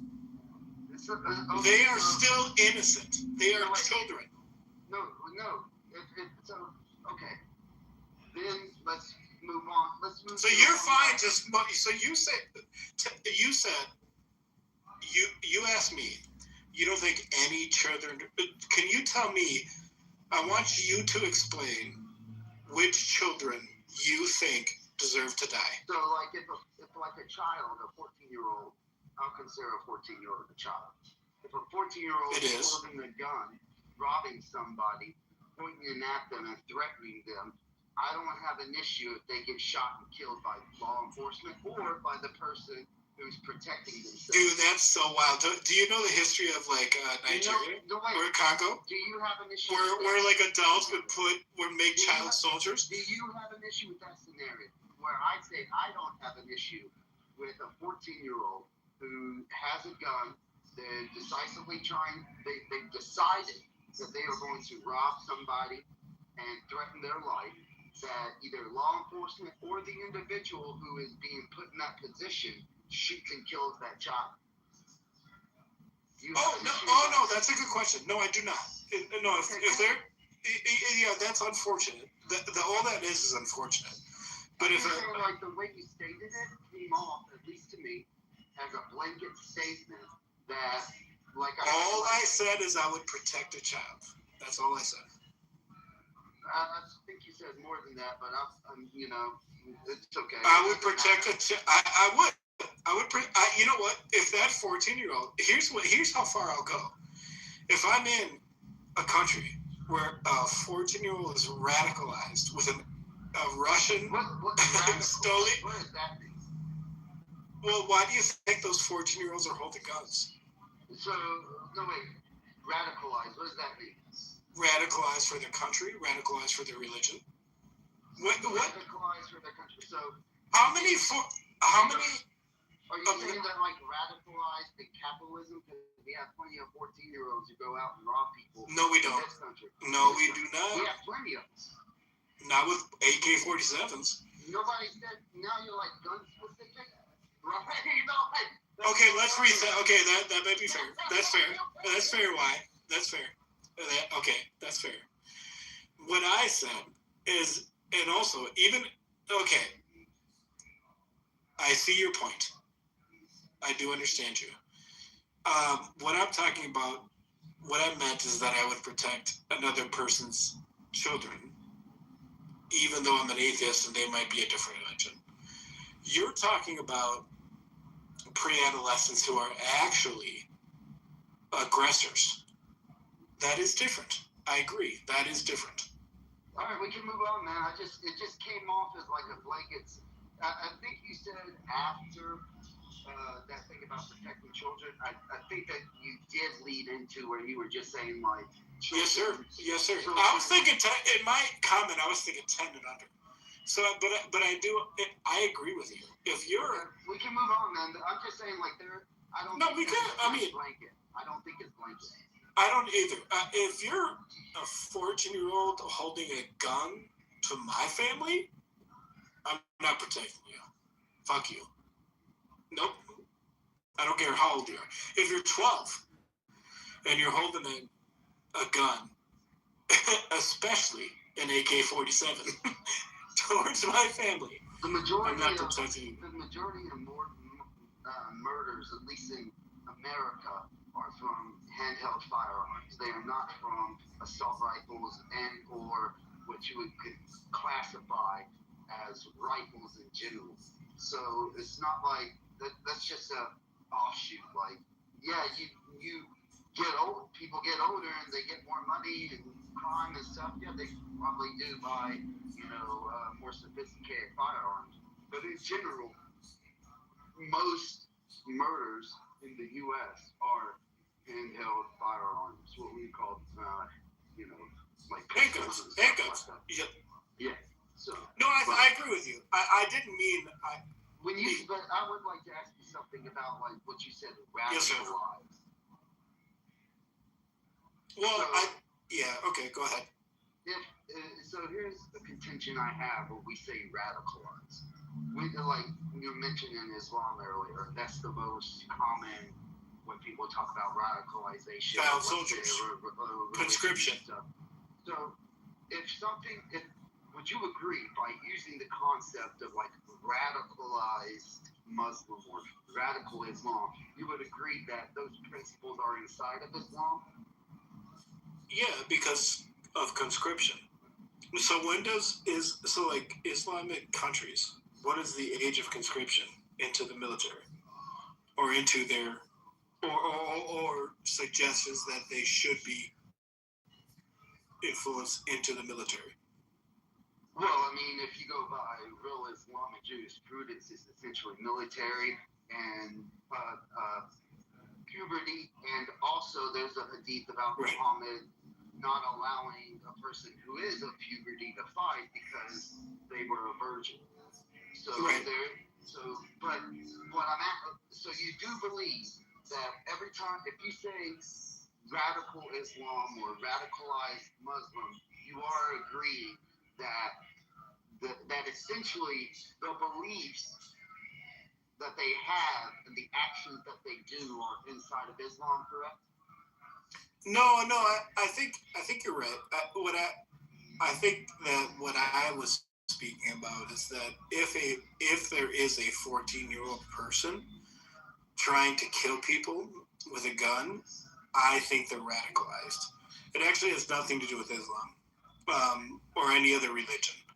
I think they're radicalized by some belief that they need to kill somebody.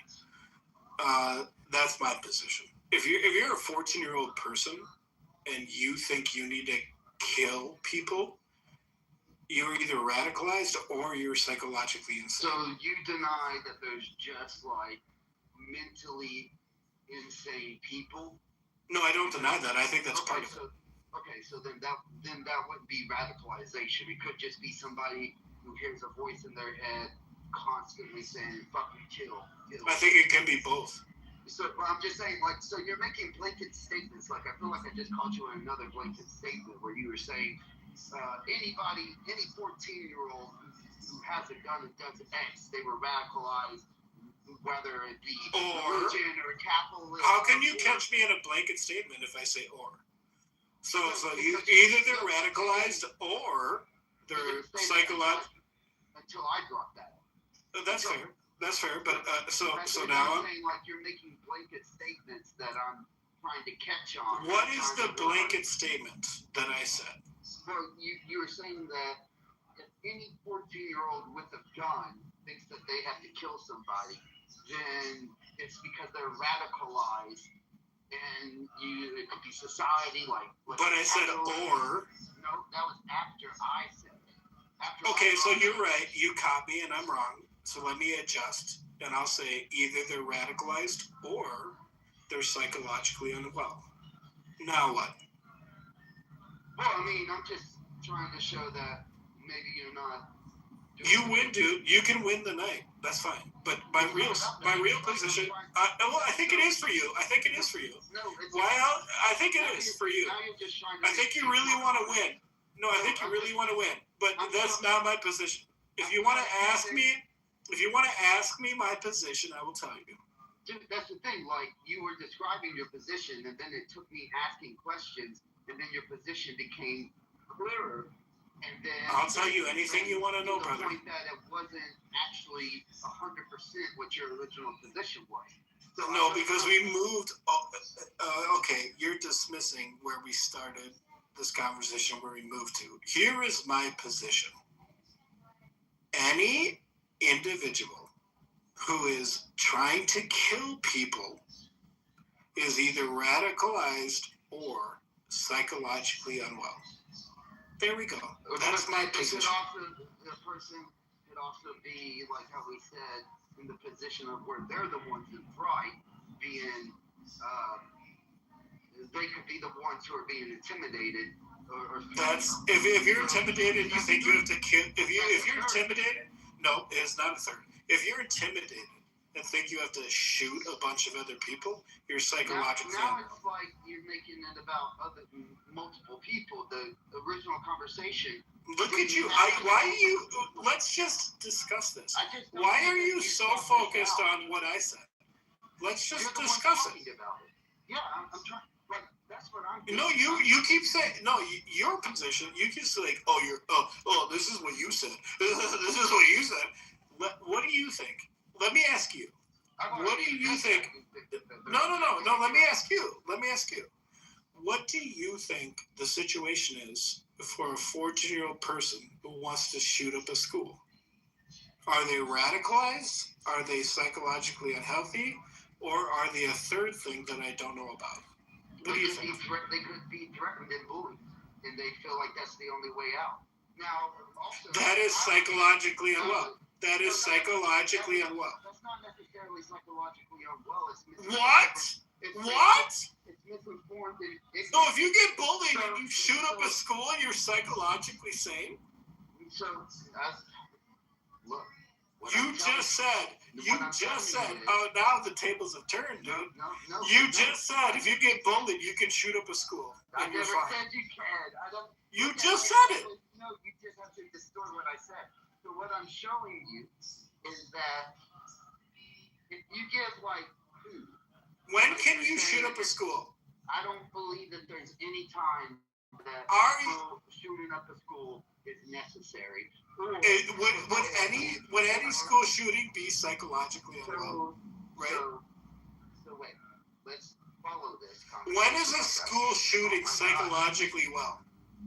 So let's follow this. All I said, right, was that a person could feel like they've been bullied to the point that it's their only alternative. Now that's out of ignorance and out of a form of possibly. I'm not a psychiatrist, and neither are you, but that could also be out of a form of like lashing out, cowardism, as they would say. But the main thing is what I'm showing you is what everything that you've said. There's been other things that you've agreed with, but you've made statements just saying, nope, this is the way it is. And then you follow down the rabbit hole. I'm glad that you finally asked something instead of just saying what your opinion is. Like a school shooting, right? You say that it's either radicalized, it's either mentally unwell. So what do I say? I say, what if it's about a person who's just been bullied to the point that they believe that it's the only way to solve the issue? Now, the first thing that you say is, oh, that's mentally unwell. We don't know that. Every case for a school shooting. Brother, you fucking idiot. Every time a person shoots up a school, it is automatically mentally unwell. I don't. You actually just talked yourself into you talked yourself into me winning. You talked. Give me an example. Give me an example of someone shooting up at a school and that individual is mentally healthy. Give me an example. Give me an example of a school shooter who is mentally healthy. Please. Please. Now you're just trying to say. No, now you're trying to walk back. That you literally just said. You literally just said that someone. Dude, you actually talked yourself into. Okay, it's all you. You're gonna talk yourself into losing again. Talk yourself into it. Walk. Be calm. Be gentle. We don't have. At least I be don't gentle. Have, I don't have evidence. Wait. Do you think it's? No, because you're an idiot. Dude, do you think it's mentally healthy to shoot up a school? Do you think that's mentally healthy? So obviously, shooting up a school is automatically mentally unhealthy, right? Because I'm not a psychologist. No. Shooting up a school. So you're saying shooting up a school? No. So you're saying shooting up a school could be mentally healthy? So what I'm saying is, a person. What are you saying? So misinformed and so outcasted and bullied that shooting up a school would be mentally healthy? That they think it's the only option. Now, is that mentally healthy? I don't know. I'm not a psychiatrist. You don't know? You don't know if shooting up a school is mentally healthy? You don't know if shooting up a school is mentally healthy. You don't know that? Notice how you're strawmanning this. No, that's actually Iron Manning, right? No, you're picking out one. You tell us. You tell everybody. You're picking out one topic of a general topic, and then you're focusing on okay, I'm going to let you talk. I'm just going to state my claim that shooting up a school, an individual who shoots up a school, is always evidence of mental unhealth. Now you go. I don't think that you can provide the evidence for that. So let's see it. Wow. It's just a claim. That's all you're doing is making a claim. Like, I'm totally, wherever the evidence is, I'm totally going to follow the evidence. But I have not seen any evidences that, like, necessarily that a person who shoots up a school is so mentally unwell, like that, that he couldn't. The evidence is shooting up the school. Well, okay. Well, it's funny. So here again. Let's try this again because this is fucking wild. I think that the holistic health of a student is going to school, observing school, and advancing to the next level. I think that is the baseline for a healthy cognitive and behavioral student. I think that an individual who would go into a school and murder people is a psychotic and a neurodivergent issue psychologically. And now you go. And now you say again that it's not. Because you said it 3 times. Now, tell me that that's not true. Tell me that's not the case. I don't know the evidence that necessarily says every person that has shoot up a school was mentally unwell. I don't know that. Can you provide one? Joe, don't ask me to provide. You're the one with the claim. I'm the one with the counter. Why would you shoot up a school? Why would you shoot up a school? Joe, I'm the one who is saying I'm ignorant. I don't know. You don't know. If I have 10 kids in daycare, and one of them rips the head off of a rabbit, one of them rips the head off of a rabbit. Bring the evidence, dude. I'll show it, dude. What evidence do you need? They shot up the school. That's the evidence. So so here's every school district that's had a school shooting, right? They've had tens of thousands of children go through that school. One person comes back and shoots up the school, and you're saying No difference. So let me- No difference. So- Dude, this is the stupidest. This is the stupidest argument I've ever been a part of. So good. Listen to this. When I was in Tennessee. Fuck Tennessee. Fuck Tennessee. Who cares where you're from? Who fucking cares? Who fucking cares? Why didn't you focus? So You are the one who's saying that people shoot up schools is not, they're not psycho? I'm giving you an example. A person who shoots up a school is not psycho. That's your claim. That's your claim. Is that your claim? I worked with a guy whose kid, right? He got into a fight with the kid at a school, and his kid won. Well, that kid went home, and that kid went to a basketball game and shot that motherfucker inside of a basketball game. Now, and because he lost the fight, wasn't for anything other than that. Now, It's not a school shooting. That's a false analogy. That's a false analogy. Brother, I don't give a fuck. I don't care to I don't want it. I don't care. I don't care. I don't care. There has to be multiple people shot out of school to be a school shooting. Is that your claim? No, dude, I do not get, I don't care what you think. Listen, I'm just showing you that some guy. You just explained that guy shot a person for a reason, right?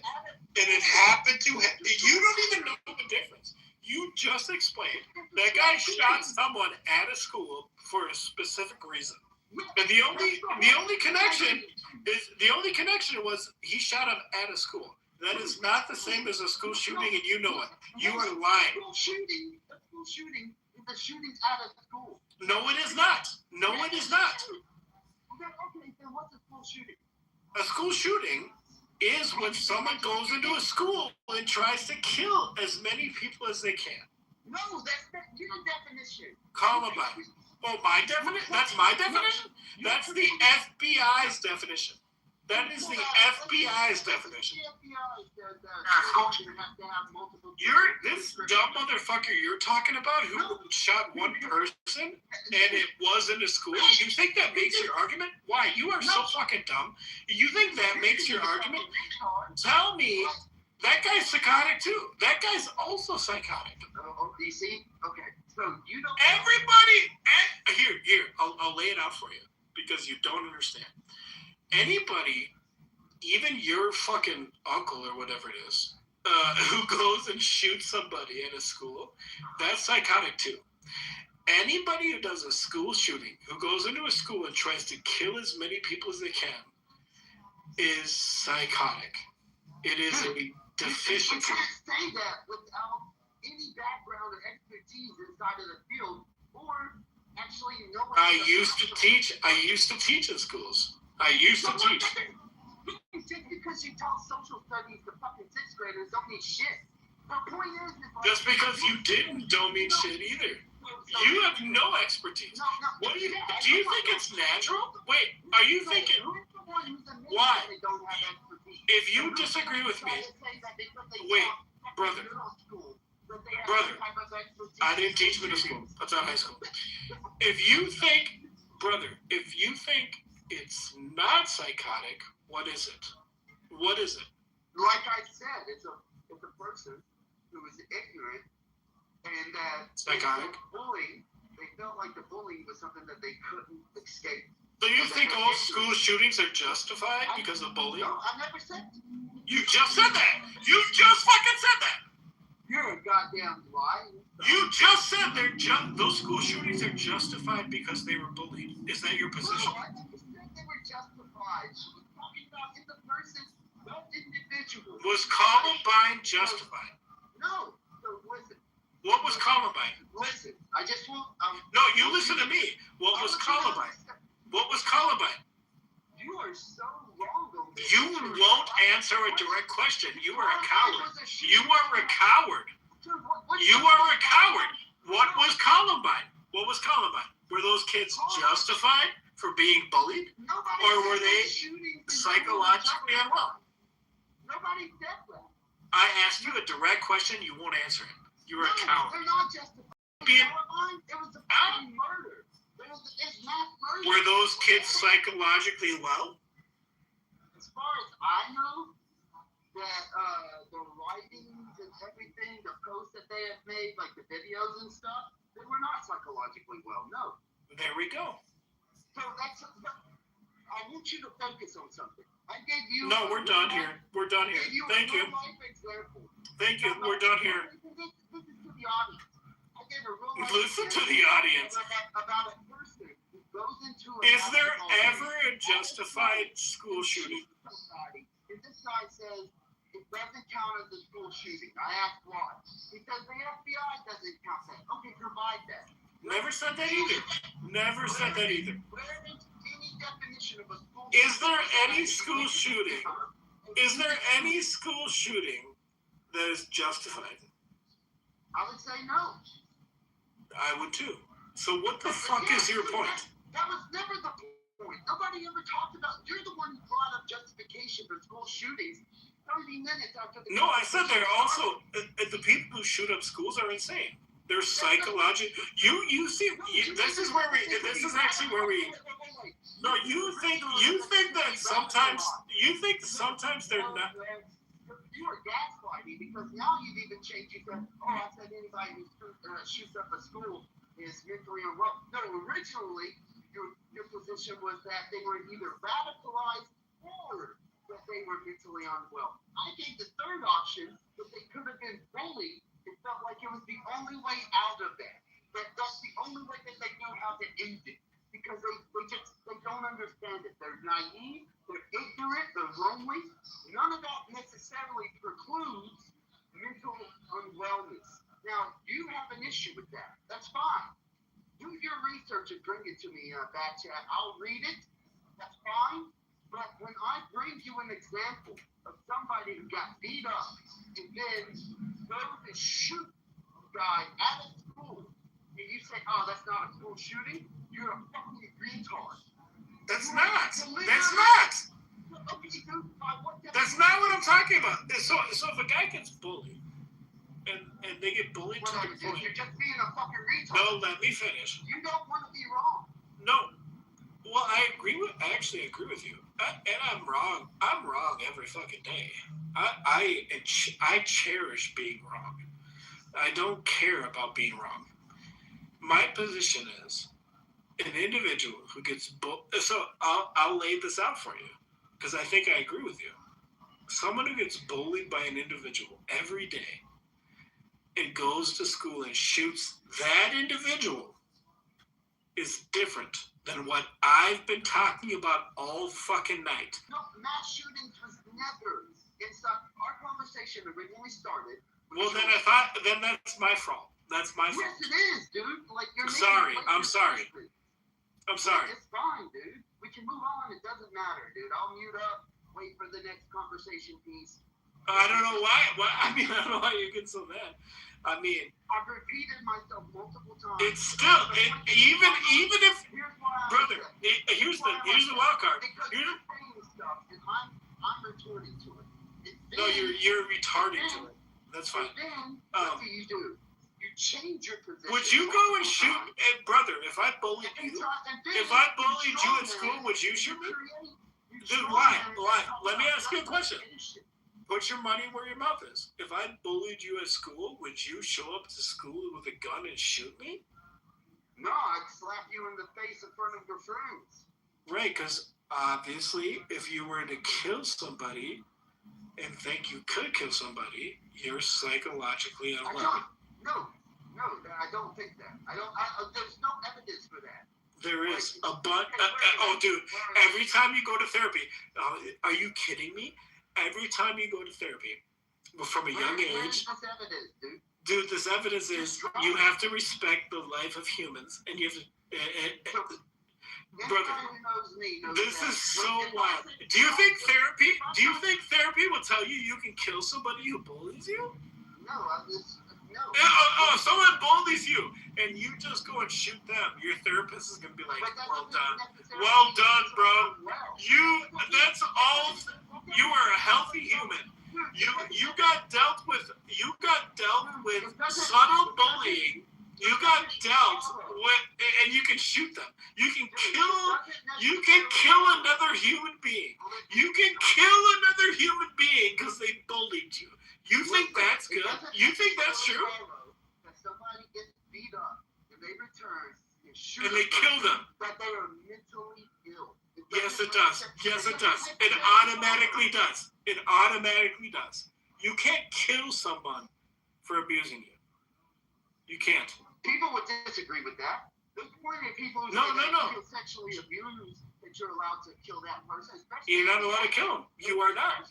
In the act of being sexually abused, if you're able to reach a weapon while you're getting sexually you might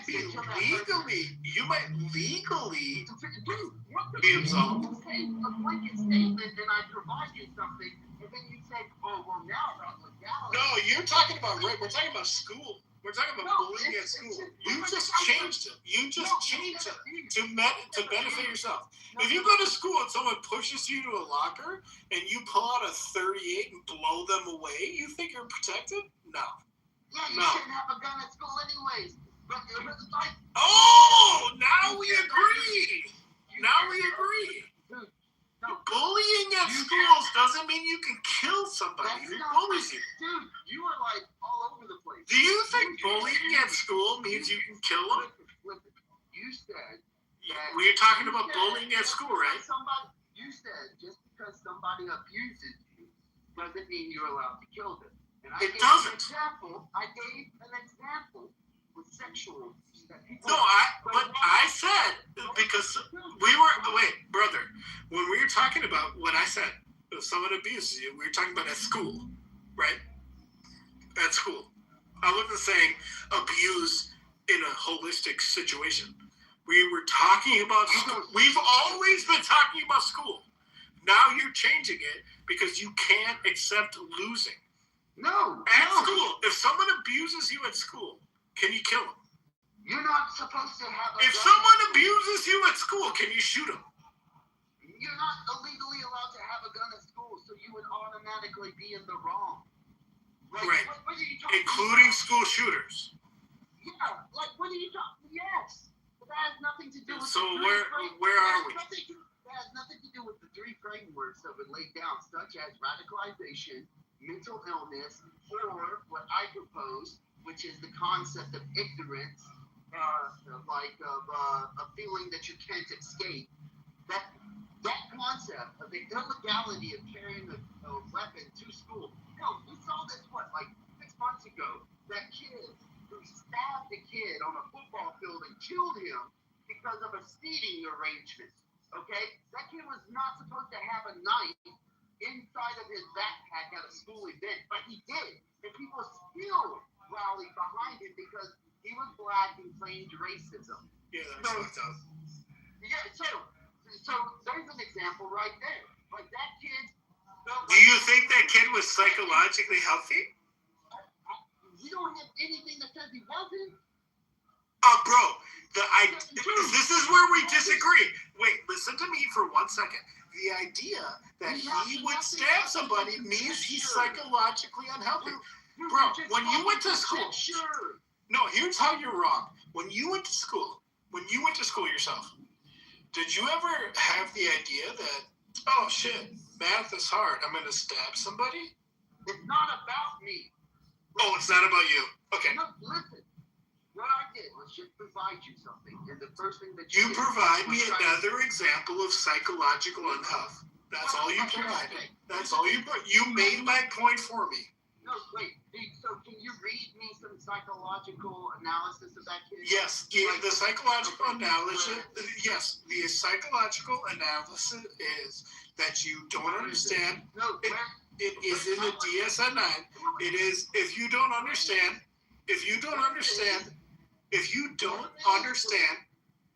I'm not asking for Joe. I'm asking for like a peer-reviewed, like actual person who's a psychiatrist. No, the psychiatry, DSS-9 or whatever, is that if you can't treat other individuals like you want to be treated, or equal to yourself, and you think that you can harm them, and you can hurt them, you are actually measured outside of the median, right? So if you want to be a healthy human, okay.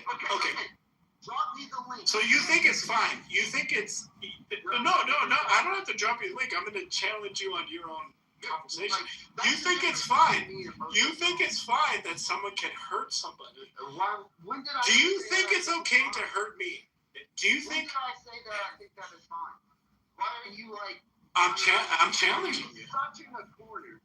No. I'm not in a corner at all. You agree with me. You agree with me. It's not okay to hurt me, right? It's not okay to hurt me. You have no. Do you agree? Do you agree it's not okay to hurt me? You have no analysis. Do you agree, brother? Do you agree? Was mentally unwell. You have no psychological analysis. You are not in the field. You have. Do you think it's normal to want to stab somebody? Who said that he wanted to? In his mind, he had to. That's the point.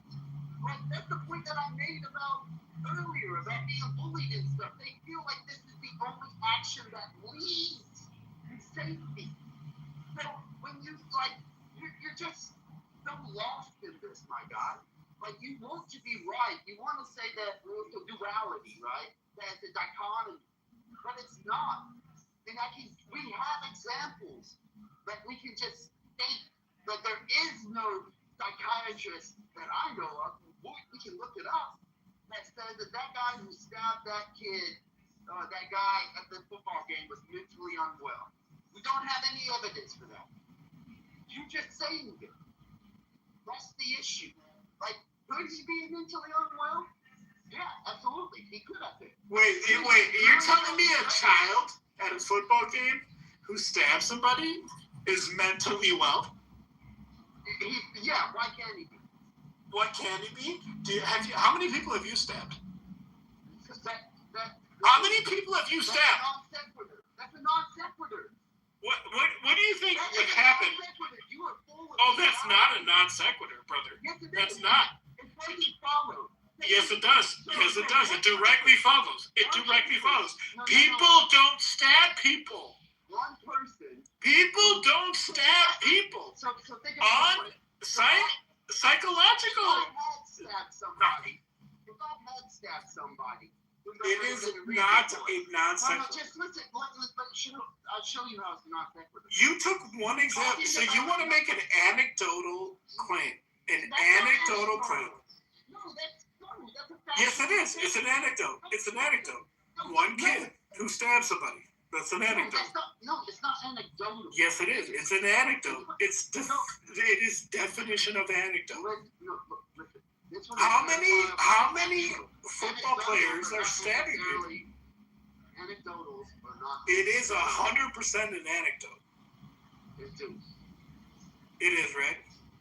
One football game, one person in the entire United States on 100,000 football games stab somebody. You want to make a claim on an anecdote? Fuck out of here. It's an anecdote. And that kid is still psychologically challenged. I'm not. That's the thing. What you just did prove what you said about me is true. No, think about all the people who don't stab people. Why? Think about all the people who don't stab people. I'm not the one making a claim. There are 100 million other games not stabbing people. About the kids. I'm not the one. So who's divergent? Who is divergent? Who's divergent? I'm not the one making the claim about the kids' mental stability. Yeah, I am. I'm the one. Because there is, at the same night, that stupid motherfucker who is, whatever, psychologically ill, stabbed somebody. According to you. According to me, yes. There are 100,000 other football games happening across Michigan, Iowa, Minnesota, Illinois, North Dakota, South Dakota that have no stabbings. And you want to pick this guy who says, I think he was justified. I never said he was justified. No, that's actually psychosis. This kid is fucking sick. Why are you lying that I said it's justified? Because why are you talking about people? If you stab someone, you're a fucking retard. no, I think it's because you're fucking dumb. I'm done with If it. you you should be. If you stab somebody for no reason, you are actually. Did he claim to have a reason? I don't care if he did. Okay. So wait. Bro, have you ever stabbed somebody? Have you ever stabbed somebody? Have you ever If he claims he has a reason, but yet you are allowed to say that. Do you think there's a reason to stab people? Do you think that? Do you think there's a reason to stab people? If you are crazy, if you're playing high school football and you stab somebody, aren't you automatically? Doesn't matter. Doesn't matter. If anybody, that's even worse. That's even worse. This makes my case that I'm making all night. You are actually making my case for me. If someone in the stands of a high school football game stabs somebody, then he's automatically psychologically unwell. Automatically. All right, well, you're not a professional, so we'll move on. Oh, you think he's psychologically healthy? You're not a professional, dude. No. Do you disagree? I'm not a professional. You think he's What would you call? I'm not a professional either.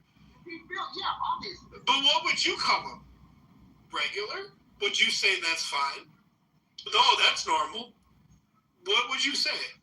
What would you call them? You're a coward. You are a coward. All I know is by You're a fucking coward. All I know is by You're a fucking coward. Around him. Do you think that a guy coming down from the stands is psychologically well? With a knife? You think a guy coming from the stands with a knife is psychologically well? You're a coward, dude. You're a coward. I don't think that you're like. You're a coward. I don't think that you're like as up to. You're a coward. Knowledgeable as you. You're a coward. You are a fucking coward. Why, you are such a little bitch. If here's what it is for me. If somebody wants to stab anybody, they're psychologically unwell. And unless they are stabbing someone to protect their family, that is not psychologically unwell. That is protection of their family. If you're in a football game, why you wanted to use this example, which I don't know why you wanted to use this example, no one should ever get stabbed at a football game. No one should ever get stabbed at a football game. Like I never said that they should get stabbed. You're the one who used the example. You know what's funny though is even in your example just a moment ago, like if somebody is going to attack a family member. And that person, and then that person who is a family member stabs the individual that was threatening them. That family member could be mentally unwell. Nope. Not like nope. No. The stabbing doesn't necessitate mental illness. You understand? Like I never said that.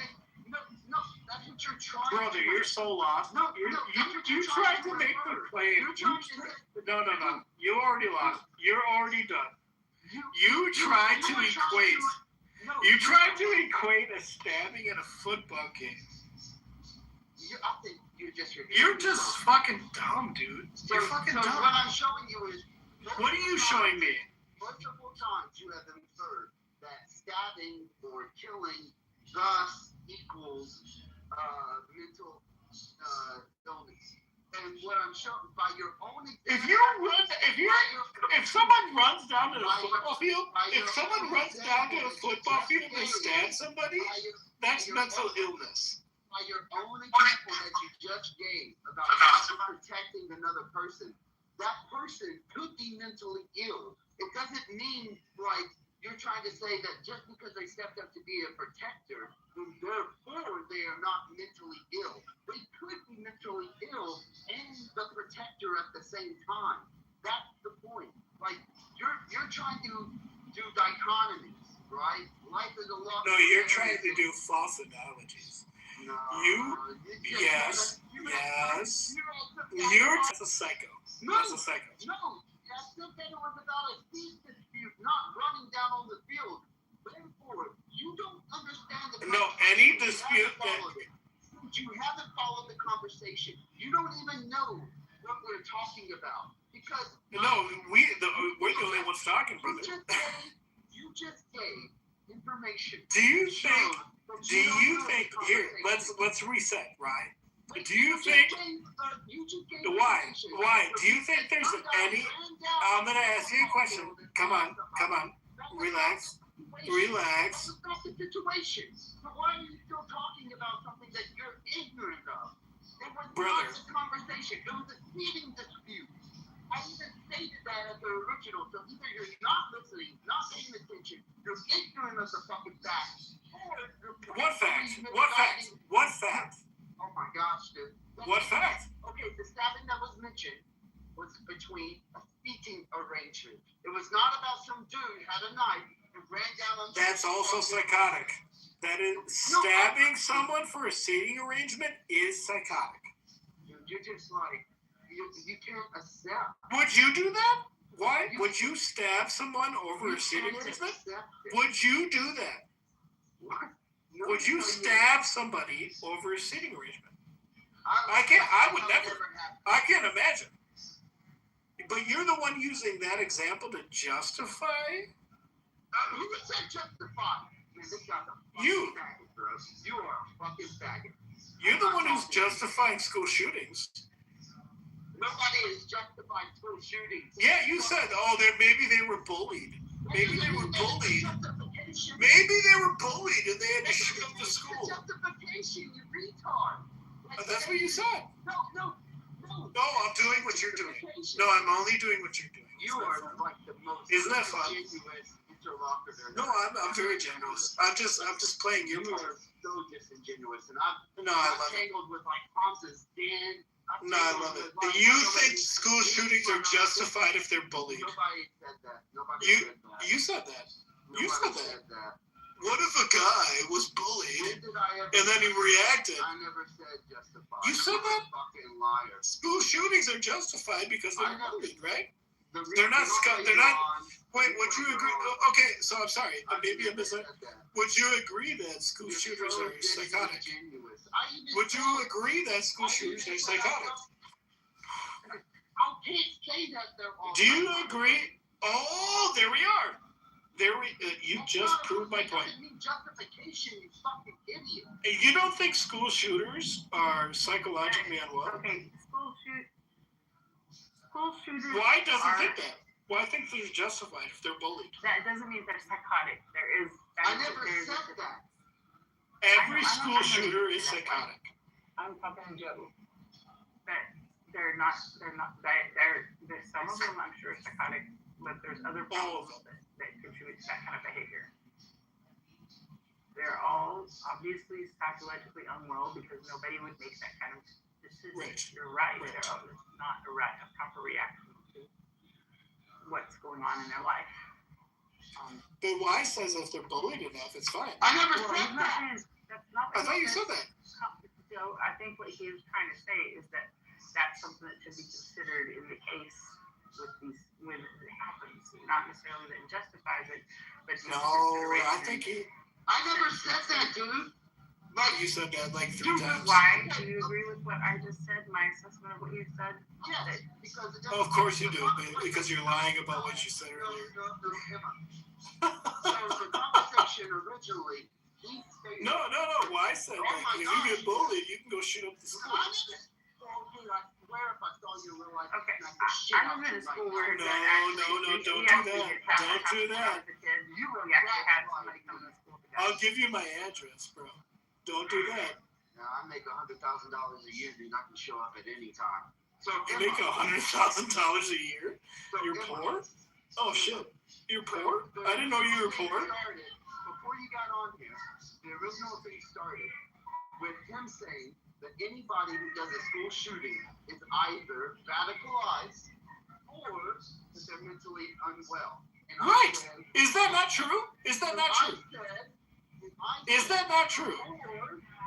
Or that they were bullied, picked on to the point that they felt the only form of escape due to ignorance was to perform a shooting on that person. That includes psychotic. That That doesn't necessarily include psychotic. You're not.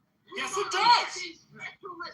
If you choose to shoot up a school because of your involvement, you are psychotic. That is a divergent psychosis. You don't know what you're talking about. All right. So choosing to shoot up a school because you got bullied and because you got beat up is healthy. Is a healthy psychosis. I'm not saying it's healthy. That's not what he said. It's not what he said. He said, "Why? Calm down just a second. Okay, let me try. Like to immediate between the two you guys. Like he didn't say that it's normal to do it at all. That's not what he's saying. He's just saying that that's another way that this occurs, and perhaps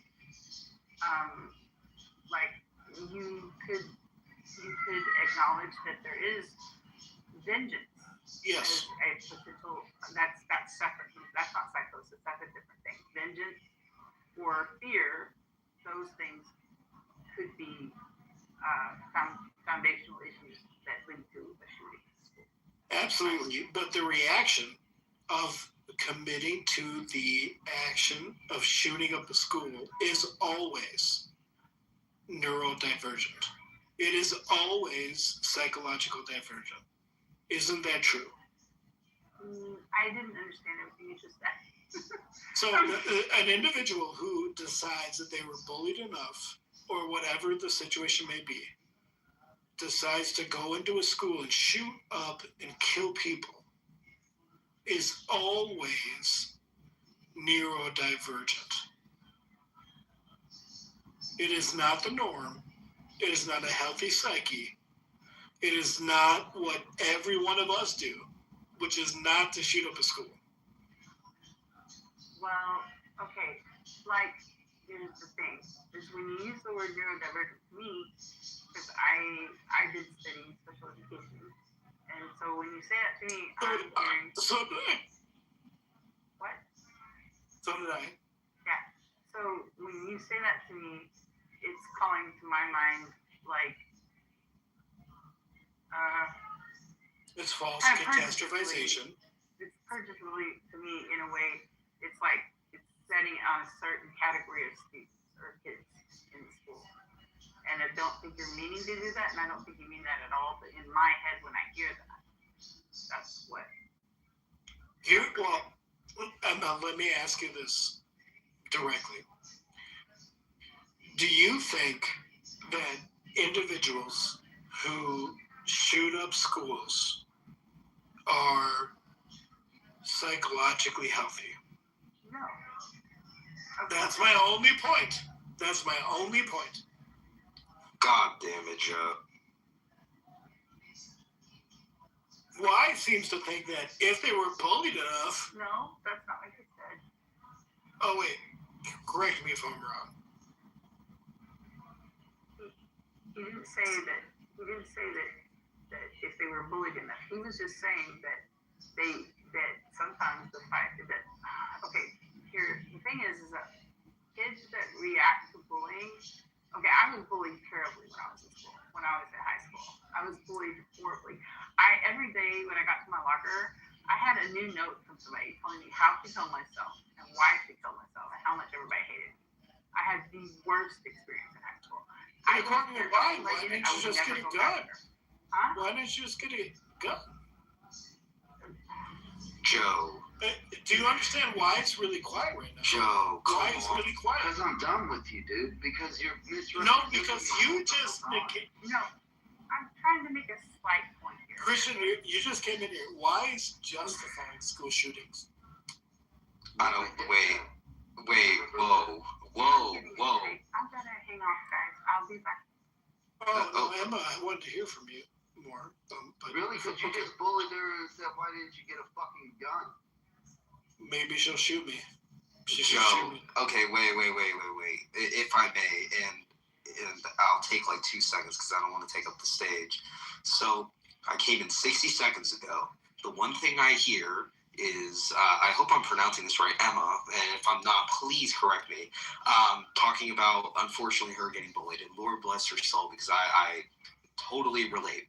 She talks about how, basically, essentially, there was a note left on her locker, basically, every day, telling how she should kill herself, and then you proceeded to say, and this is just what I heard, Joan, correct me if I'm wrong, why didn't you do it then? And then proceeded to talk about, oh, well, maybe she can shoot me in response to wise retaliation. Now, listen, I'm not the smartest individual on the face of the planet, Joe, but if you are going to say after Emma's, I wouldn't know how to classify it. Maybe we could put at, I guess, her testimony in response to you saying maybe you should have done it, then I think there's going to be some concerns floating around that. Now, why talking about justifying school shootings? That's beyond me. If he thinks school shootings are okay, then, that's all him. Talk to anyone in Uvalde, Texas. But that is beyond me. If he wants to justify that, then that's cool. But that's just what I walked in. Well, I think you missed something. I would never, and I did not say Emma should kill herself or respond to any of those atrocious comments in her locker. I did not say anything to that effect.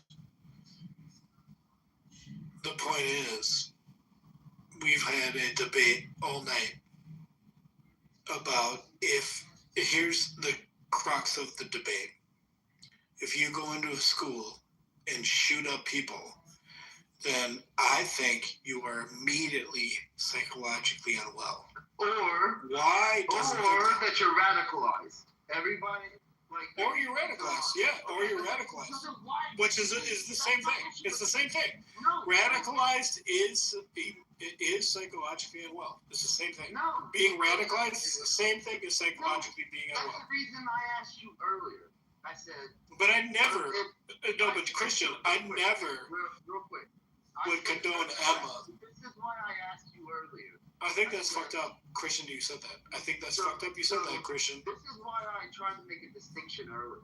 When I said radicalized. When I asked you radicalized. I would never say that. Wait until I finish. When you were radicalized, I said, okay, let's just start with most people use radicalized with Islam or Muslims. I asked you. Or Christianity. You said we can do that too, but oh my gosh, dude, you're infuriating. So when I asked you, if you're saying somebody is radicalized, does that mean that the ideology, the theology, the belief system has that trait inside of it? That's the whole reason I was doing that. Because if a person, right, they are radicalized and they do believe in, let's say, martyrdom, right? And then that wouldn't necessarily mean unwell. It would just mean that they believe mentally unwell or ill. It means that they have a belief system that supports what they do and their actions of. So there was one reason why you just wanted to present it to Christian, where you were like, oh no, I was just saying everybody who does X is unwell. No, what about the radicalizing that you spoke about earlier? Well, yeah, that's true, and that's mentally illness. That's not necessarily true. People who are quote unquote radicalized, that doesn't mean that they are mentally ill. It does. Oh my God. Okay, whatever. Anybody who shoots up a school, whether they're radicalized or not, is mentally unwell. If you take a gun, this is wild to me. If you take a gun into a school and you shoot a bunch of people, you are automatically psychologically unwell. That is primary, and secondary may be a religious situation. I don't care about the secondary. You know what's funny is that you are unwell. You are psychologically unwell. Funny? Would you go? Actually, Joe, you know what's funny is that we have people who were mentally well, signed up for armed forces, ended up having to do these situations, go into mosques, and children died by fire or whatever, and then they became mentally unwell, PTSD and stuff. But beforehand, they were not mentally unwell, right? But they did what the job took. They went in To there. kill children in a school is They went in there. Wait, why? I don't want to cut you off, and I apologize that I am, but first of all, PTSD doesn't make you unwell. PTSD, apologies. Second, you mentioned how, and this is your claim, correct me if I'm wrong, that if you bring a gun into a school and shoot everybody in it or attempt to, that automatically makes you psychologically unwell. And do I have that correct? Yes, sir. Okay, spectacular. Now, here's my second question, or my third at this point. You know what? I don't even give a fuck anymore. So Joe, with that being known, with that claim being known, would you argue, or would you acknowledge that intent and circumstance matters, or do you think that does not apply? No, I think intent and circumstance matters, but I think the individual driving the intent is unwell. Okay, the circumstance matter. What circumstance? Give me an example. Well, I'm saying that generally speaking, circumstance doesn't matter. No, give me an example of the circumstance. If I'm going to go shoot up a school, that's the circumstance, right? It can be a circumstance. It is the circumstance in this conversation, right? Correct. So if I feel that I need to go shoot up a school as myself, a 41-year-old male, white male, and I just feel like I need to do it, does the circumstance matter? I mean, not really. So is it my psychological health that tells me that I need to go kill a bunch of kids as a 41-year-old going into a school with a gun? Am I psychologically well? That's my only contention. Am I psychologically well, or am I psychologically unwell? I mean, I would argue in the same position. I'm just trying to better understand your position because my position is any individual. No. You already said that. You already. No, wait. Why? Hold on. Wait. I'm about to get to you in a minute. Hold on. I'm trying to understand this because I came in here. Now I feel like more autistic than I actually am. So Joe, is there a sane situation where someone goes into a school and kills people? Is there a sane one? I never said there's a sane way, but now I'm gonna address why. There one, bro? If I can, if I can, Joe, I want to address why. Emma. I don't think there's anything else to address. There is no sane situation where someone goes and shoots up a school, right? So Christian, let me start right? This, right? So Christian, okay. I gave two examples. Jesus Christ! Wait, Joe, hold on. Wait, Joe, hold on. Let me listen to him for a second. So Christian, Joe's original position was about radicalization and mental illness. And then, so I bring up that I know a guy, I've worked with him, that his son got into a fight with the guy at school.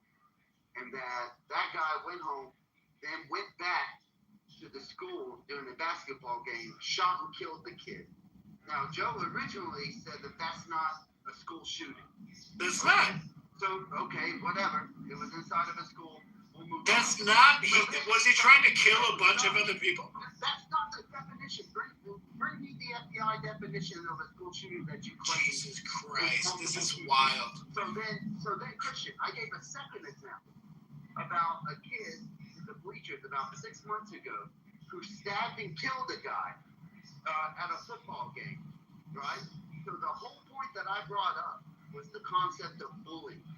That Joe doesn't have evidence that every person who kills somebody, right, at a school is necessarily mentally ill.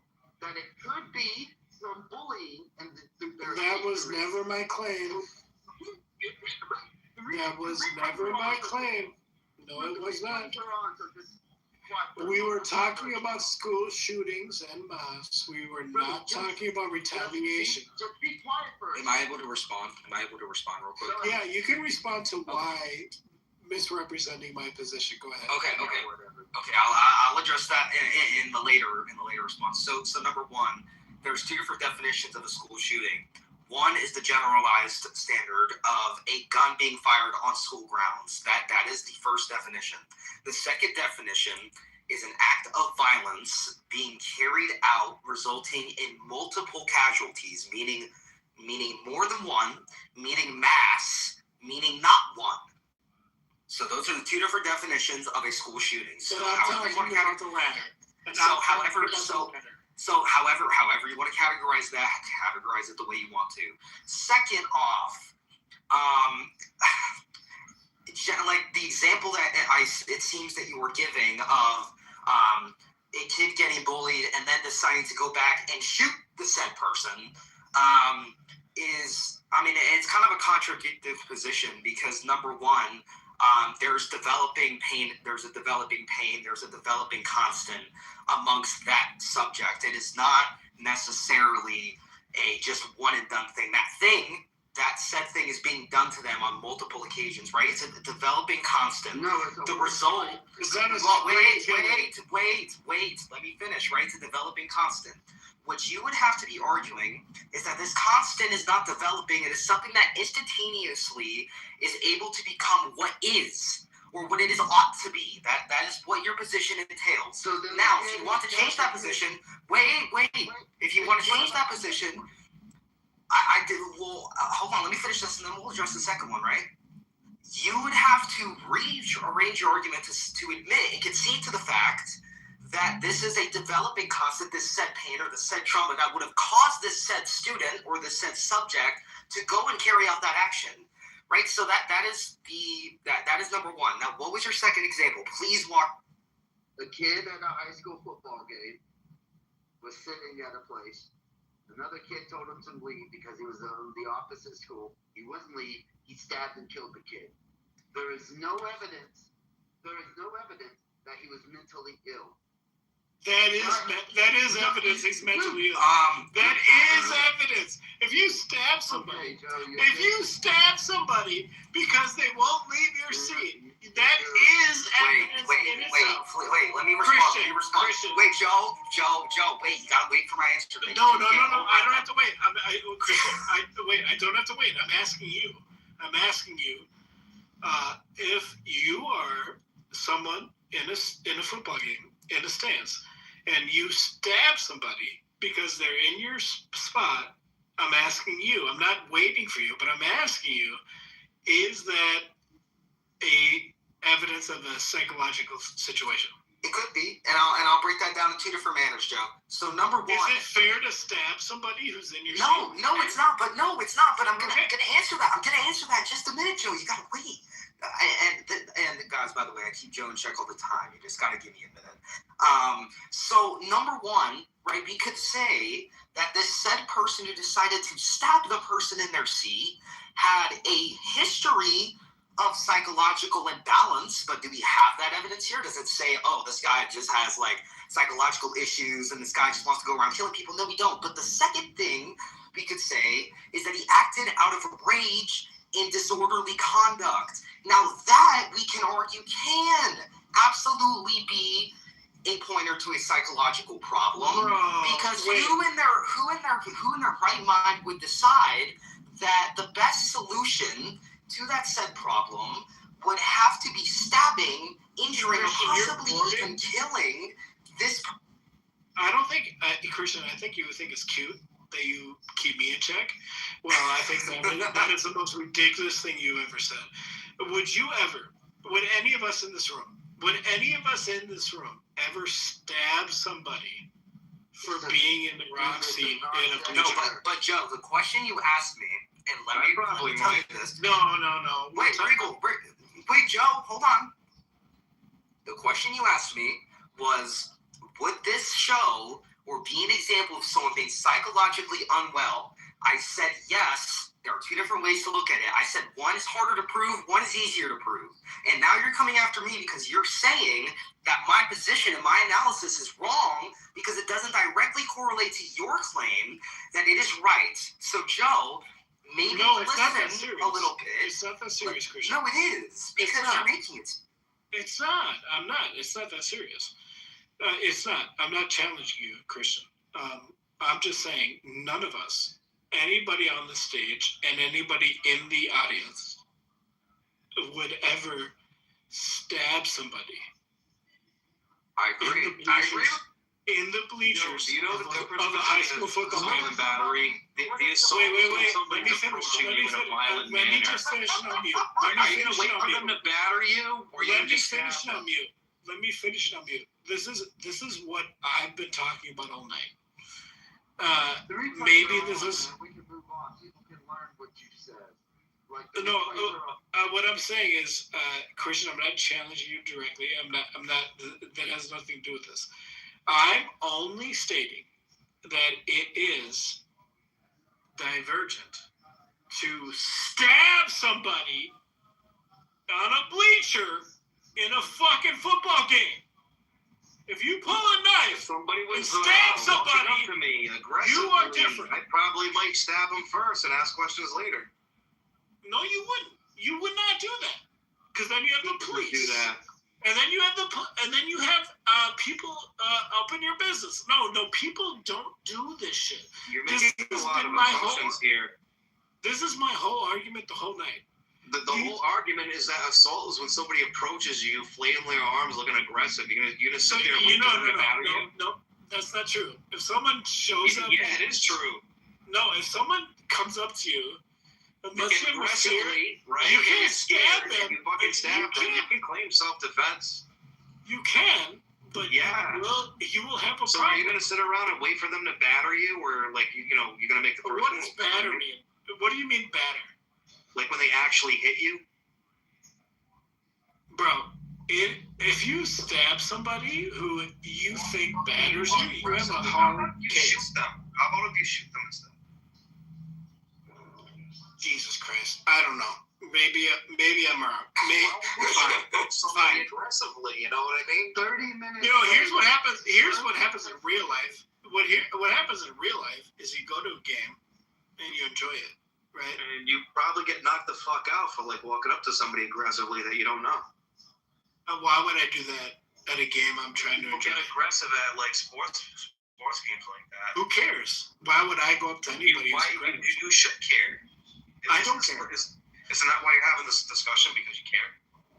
No, I'm talking about violations of personal privacy, personal space. Well, personal space, dude. Let's move on.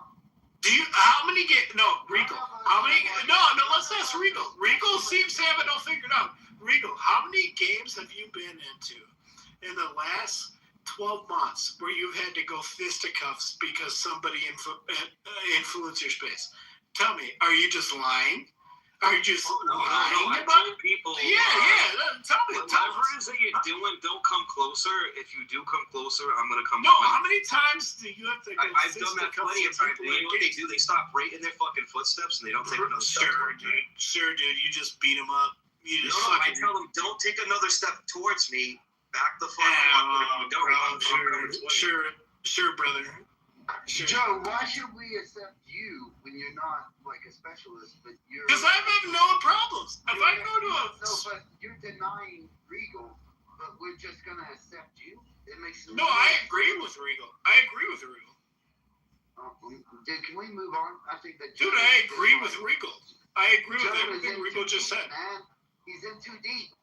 No, I agree with Regal is right. If I'm at a game and you encroach on me, fuck you, you're gonna get it. I agree with Regal. This is my space.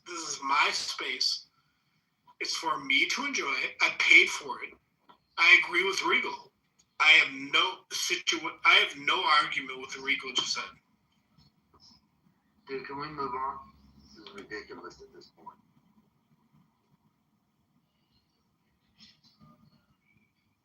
What is ridiculous? I don't understand. Joe, let it go. Joe, let it go. Tell me that one more freaking time. I swear to God. Listen, man, don't shoot me. I'm just the messenger.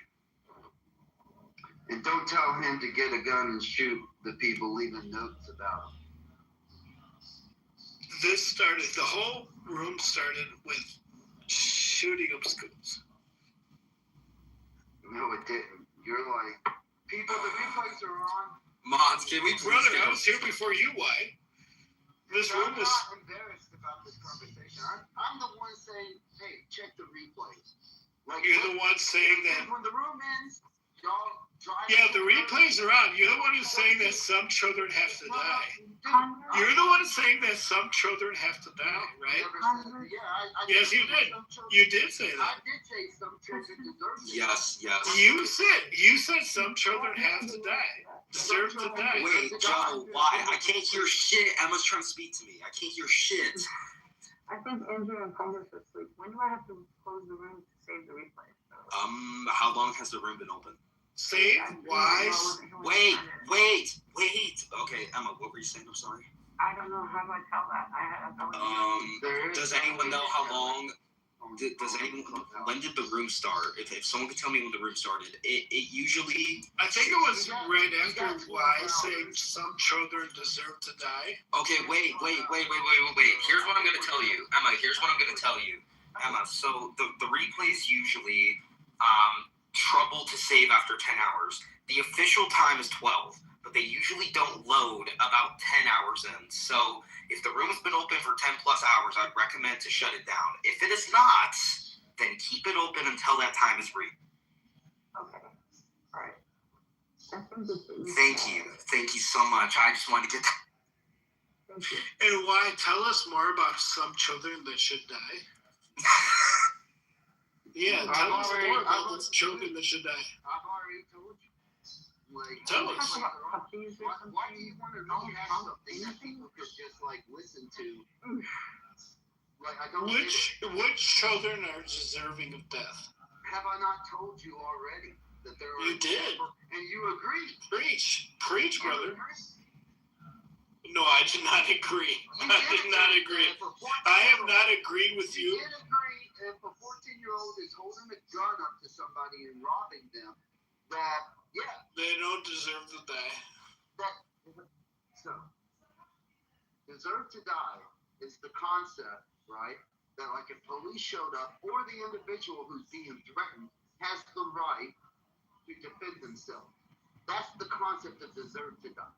That's not like contextually inside of the conversation. That's not saying that some 14-year-old who's walking down the street should get lit up.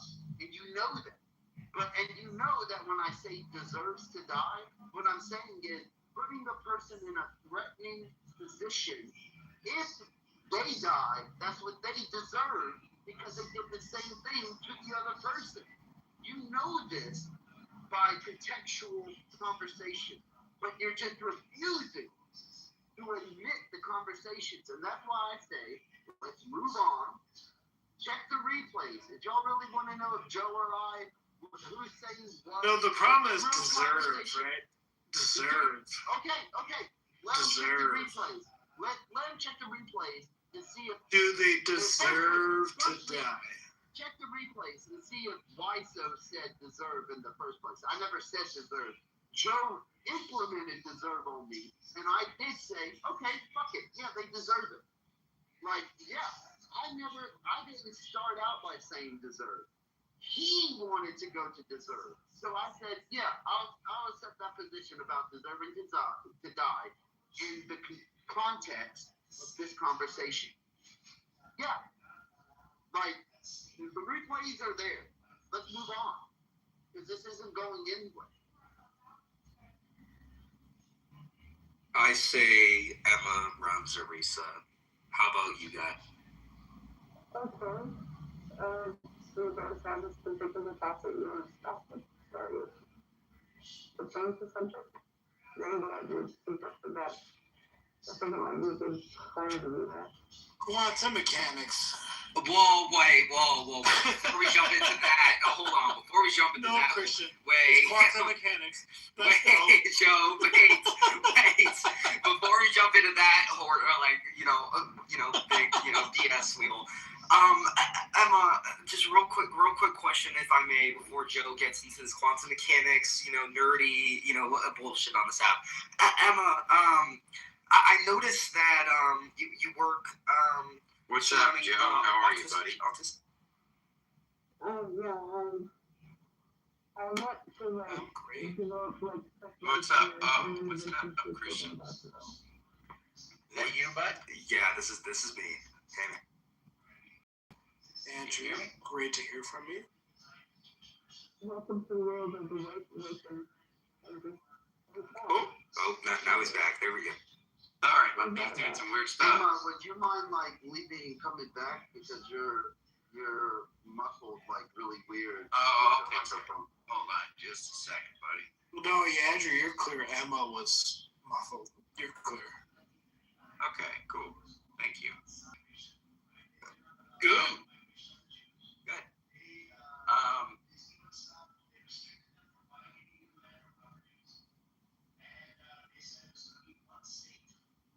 Honestly, Andrew, I'm going to be very, very, very honest with you. I don't know if you just got back or wherever you were, but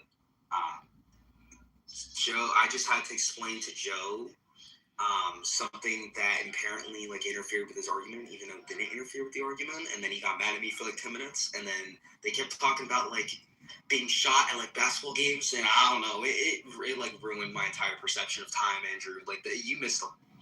Brother, you said I was mad at you for 10 minutes. It was 30 seconds. Same thing. You're such a... Why are you fucking with me? That's bullshit. Did you see? This is what I've been dealing with the past 30 minutes. 30 seconds. Holy shit. Man, I keep cutting in and out. Did you guys get to talk to David Ballman? We did not. Oh, okay. He's pretty cool. Right on. Sorry, you cut out. You guys were talking about time? Actually, we just abused your room to talk about a bunch of shit. Okay. Yeah. Yeah. Discussing the Christian, I just got into the room to find out that his voice. Stuff like that. His voice. I see. We moved from the earlier topic I took out. You can see I changed the title a little bit. Just Yeah. No, it made it a little more coherent. yeah. And Yeah, I appreciate that. so that started down a path. And we have some new people who came to the room, John and Nice. Yeah. I appreciate it. I'm right on. Good work. Appreciate that. Well, Christian, I remember. I mean, your profile says you love God. That's true, right? Okay, but I appreciate you, right? But Christian, your profile says you love God. Is that correct? Yeah. Who is God? God the Father, man. The Father, so not the Son. Oh, no, absolutely not. Unitarianism all the way. Oh, my goodness. Yes, Oh, mercy me. Oh, mercy me. I know, man. Yeah, Christian's the You into that heresy. Heresy. Oh, yeah. So Andrew, let me ask you. Let me just learn a little bit about your viewpoint here. What denomination of Christianity do you belong to? I mean, I kind of a mutt. So I kind of take several different Protestant strains, but probably pretty strong Pentecostal. Lord have mercy. And but that mixed with a little Baptist, mixed with I don't know, non-denom, maybe a little Christian nationalism in there too. Oh my goodness, we've added 4. Oh my goodness. Yeah. all together. Oh, thank you. Okay, it's spectacular, Andrew. So let me ask you a clarifying question, just real quick. So, would you say you're a pretty big believer in the church? Well, the spiritual church, meaning, people who are, people who are born again and they're saved. I swallowed the wrong pipe. people who are born again and saved, they're part of the spiritual church. So,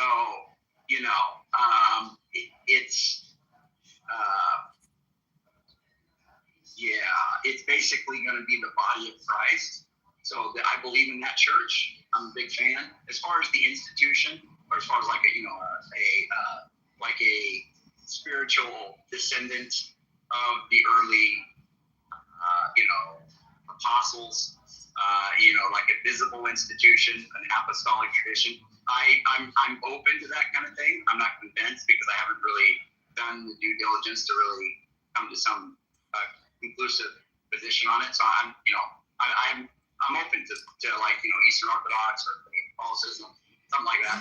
But by and large, I'm as of now I'm just a Protestant and I believe in invisible church, right? So just the generations of all the believers in Christendom, if that makes sense. Yeah. Okay. Yeah. I think I got it. Well, hold on there, girl. I think I got a little bit of what you're saying. So it leads me to believe that because you believe in the Son, it seems like you would be a Trinitarian. Would I be correct on that? Okay, spectacular. For sure. Okay. What makes you to believe that the Trinity is like the way to go?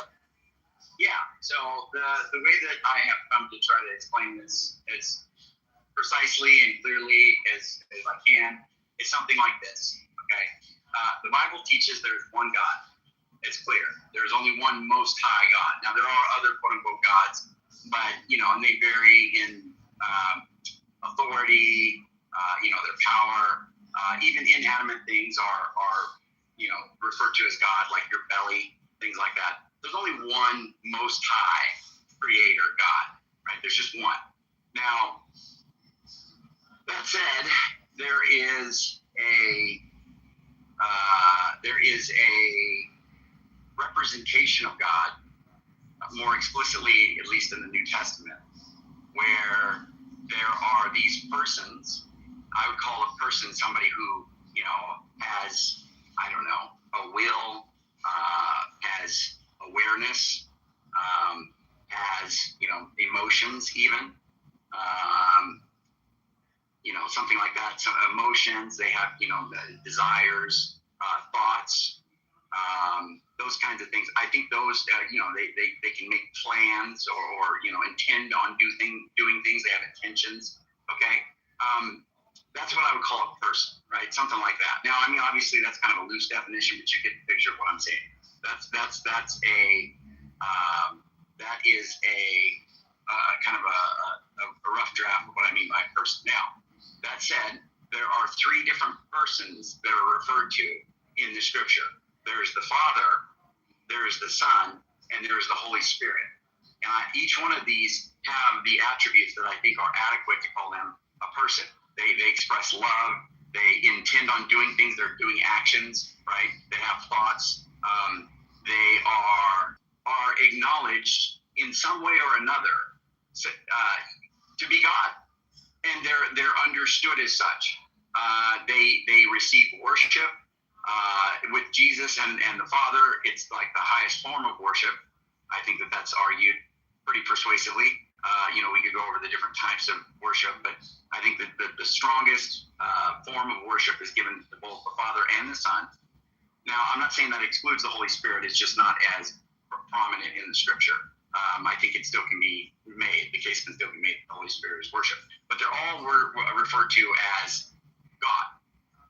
Okay? So you have three persons, each one being referred to as God, like Yahweh, God. Okay? And then, but then there's only one God. So you got to take all that information and you put it in you put it in kind of a systematic, worked out form, and it's going to be looking something like the Trinity. That's the idea. Okay. Now I'm going to ask one more question, and then I'm going to bring, actually something to the table here. So Sure. So when we mention God, yeah, and there's different types of Trinitarianistic, theology. So I just want to ask this to understand. Do you believe that this God contains all three of the said persons you just mentioned, or is it like a little bit different, where there's like a subordination type of thing? Yeah. Great question. Give me 1 second, bro. 1 second. All good, man. Yeah, I just want. man. Well, and while he takes that, Necro, how you doing, man? Not too bad. I can see why you think you're such a room killer with your voice going as deep as mine. I mean, listen, man, I wouldn't say all that, but man, we're getting there, man. Man. I'm so glad I can converse with Andrew. I love talking about, the Trinity. It's my... Hey, sorry about that, you guys. So just real quick. Yeah, let me just say this. So I take a view probably comparable to William Lane Craig. It's going to be that God is a triune substance. There are three centers of awareness or consciousness from each of the persons within the Godhead. So they each can say something like I, right? There is a self-awareness. There's a perspective. But that's kind of in the person of God, there's a representation of that, right? Of their awareness and their will and all of that stuff. But as far as the attributes, the essential attributes of each person, they're going to all share in the divine nature. So they all are grounded in that one divine nature of God with the essential properties. So they're all omniscient, they're all omnipresent or omnipotent, omnibenevolent, co-eternal, coexisting. They all have aseity. So I don't take this kind of the generation view of Jesus or spirating or flowing, being brought forth by the Father. I don't accept that language. I accept that they're all they're co-equal, co-eternal, and they all have identical aseity, or that they share in that aseity. So I don't want to make Jesus not ase. So that's kind of my breakdown on the Trinity, if that makes sense. I don't know. I think I got it. Well, I want you to address this. So the Bible, like, basically out of the thousands of times it mentions God, it usually references God in a singular pronoun. So whether that's he or him or I, things of that nature. And I understand that William Lane Craig, who you mentioned, you got this sort of like central belief from, says that the Father is God, the Son is God, the Spirit is God, but the Father is not the Son, the Son is not the Spirit, and the Spirit is not the Father. And vice versa.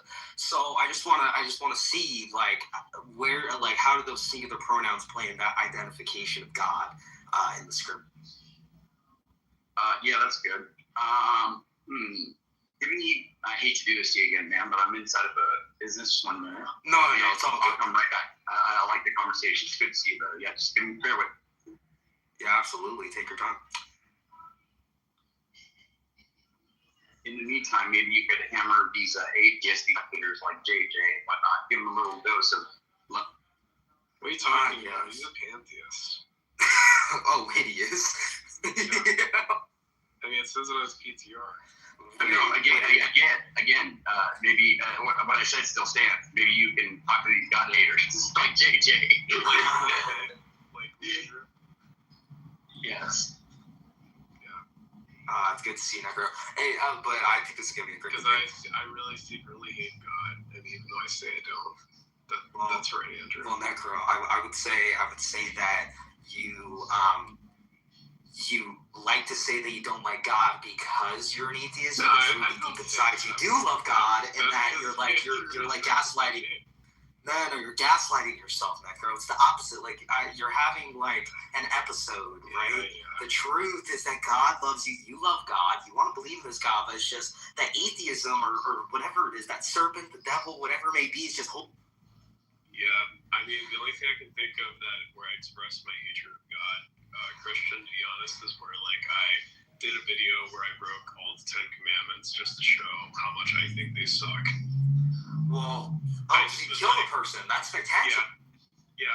Well, it's like, I did it the legal way through paying my taxes. Oh, I see. Yeah, I was just like, looks like I'll be using this. So it's like, no, I'm just kidding. I'm not going to go to jail to make a point. So I'm going to kill people the legal way by paying my taxes. I mean, but God in the Bible, didn't he kill like the Malachi children and all that? Like, can't you do the same? Yeah. No, Christian, like, No? you're going to hear this about the Sabbath, how I broke the Sabbath. I just was like, I have my little pug calendar. It was like, if you see it, hey, I was like, I'm just going to take this slip right here, and I'm going to toss it away. I can't remember anything unless it's written down, so I will do all un-Sabbath-like things on both Saturday and Sunday, the Christian and Jewish Sabbath. Don't that just piss you off, God? I hate you. Even though I don't believe in you, I still hate you. Well, you know what, Necro? I hope that you find God, and in the most Christian way possible.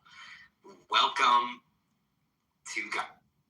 Hey, Cora, my clubhouse mom can tell you about the time where how I broke the commandment to honor your parents. So yeah, you know what? You know what, Necro? I feel like that is a conversation for you and your clubhouse mother to have. That is beyond me. And with that being stated, Necro, do you know what I said? I don't want to know what you said. As a matter of fact, I'm a little scared to hear it. I was like, hey, he's like, hey, Necro, how's it going? It's like, he's like, yeah, I'm just, he's like, you're a skank ass bitch. I never loved you, Dad. Oh, that's it's like shit sense, and I don't have a mother anymore. Well, you know what? On the bright side of things, you could always find the new father, which is God. I already have a father. Yeah, but that can be God.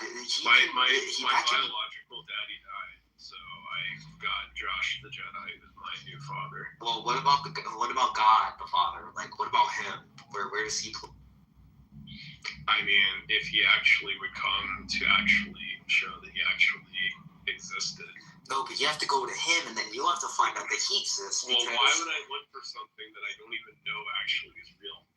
Well, that's the beautiful part of it, because you find out if it is. Yeah, well, I will just kind of wait for somebody like who has been ghosting people for 2,000 years. Well, you know what, Necro? I'll put it like this. When the day that you pass, which I hope that it's not soon, and you go up to the pearly white gates, if those truly exist, and God judges you, and he says, you know what, you didn't believe in me, you broke the 10 commandments somehow, like all 10, which is, kind of crazy, and I'm sending you to the depths of hell, or whatever it is. Like, how are you going to feel that you couldn't have just lived a godly life and just enjoyed the presence of God in your life and just gone to that great heaven? Or actually, let me rephrase myself, the new earth. Well, so the only thing I would like to know from him is exactly what I did that was wrong. Because you didn't follow the commands, Necro. That was what's. Yeah, I mean, like, I would have told him. So how would I have not known that he wouldn't have been Hades being at the River Styx saying, "How could you fail to believe in me?" Well, Necro, I guess that's something we will only find out when we get there. But you know it's what? It's like Necro? God is like literally disappointed that he gave people an opinion. Well, he's like my biggest mistake. He's everything, or he's still struggling there. Yeah, Christian, I just would like to ask you first is why do you think God desires the smell of burning animals? I mean, I understand he likes barbecue, but like, why does he need that? I think that for a lot of people, I think that they hold to the same opinion as God. So we could argue that the justification of us human subjects wanting it makes it justifiable for this said God to also desire and want to have this said thing. So I feel like that is just like, something that it's just like part of the nature. Yeah, I guess mainly I'm just trying to get down to really it's just though, why does God seem to have the same instincts and desires of a ancient Semitic culture that was, angry, jealous, foreskin hating? Like, why does it always seem like God acts the way that ancient people do? That he desired blood sacrifice to forgive people. I mean, I don't need people to be tortured for me to forgive others. It's way beyond me, man. Way beyond. Yeah. I mean, you see the puppy that I have in my picture, like everybody thinks absolutely barking mad that anybody would kill a innocent, puppy. And so imagine if I had said, for example, that, I love you, Christian, and I understand you did me wrong. So, but I decided to forgive you, and to prove it, I'm going to have my puppy tortured.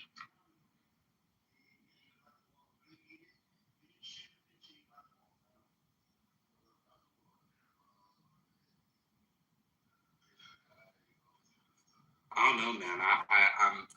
I'm kind of disappointed. I thought Andrew would be back sooner, and now I'm just slowly waiting until he arrives. Well, are you? Yeah, are you?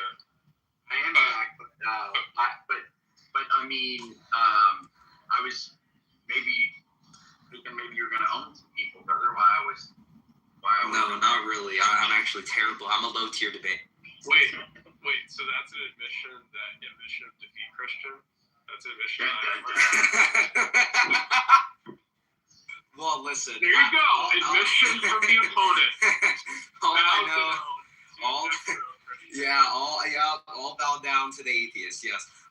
But you know what? On the bright side of things, your God created me to disprove his existence. Yeah, exactly. Yeah, and then you just admitted that there is a God that exists. So that's spectacular, Edgar. Congratulations. No, yeah, there you go. We're both even now. Yeah, Andrew, now that I know you're back,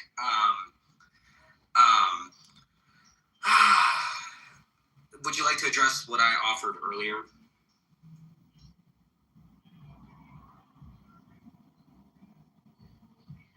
Or no?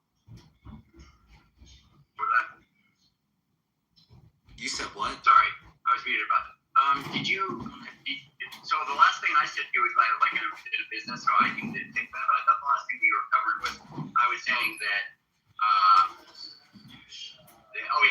so you were talking about like all of the different pronouns and whatnot that are used in scripture. So I do take it to be that it's kind of case dependent. You just look at where, there's going to be references where it's like, it's going to say he, and you might not know, obviously, if it's talking about just Yahweh, or if it's talking about a particular person. It's hard to know. You have to look at, in some cases it's hard to know. In some cases it's clear who it's talking about. So you're just going to have different references to the Father, the Son, and the Holy Spirit in different ways. And sometimes it's clear there's some like creative work or something that's going on where it references the Father and the Son in the same sentence, and you'll get the distinction. Sometimes it just refers to God and it's just generic. You don't know exactly. If you're not sure if it's referring to the Father or the Son or just Yahweh as the triune being.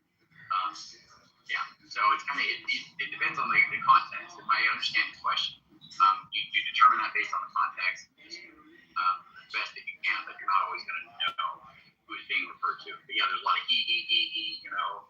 Yahweh. There's just all these different Adonai, all these different terms that are used, and so it just depends on what you're talking about. You might have to spell that a little more.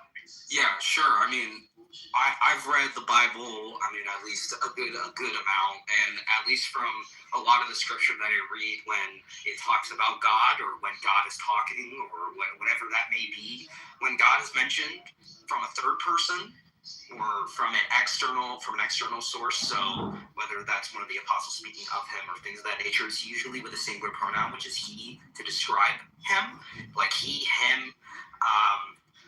Even that, like as a comparable word, and then if it's him speaking, then it's usually using the same language, which is I or I am or things of that nature, comparing as a singular terminology, right? And this is not to say that this would directly point to this Trinity being wrong. This is just to point to that, based off of the language within scripture and the Bible, it usually would point to this lack of like Trinitarian definition when it mentions God, because if we were to mention like in a Trinitarian sense, it would be like us, or like something of that nature. And the only times I can think of it saying us or we is like in Genesis 3 times, and that was like across like 3 different chapters, and even that doesn't even like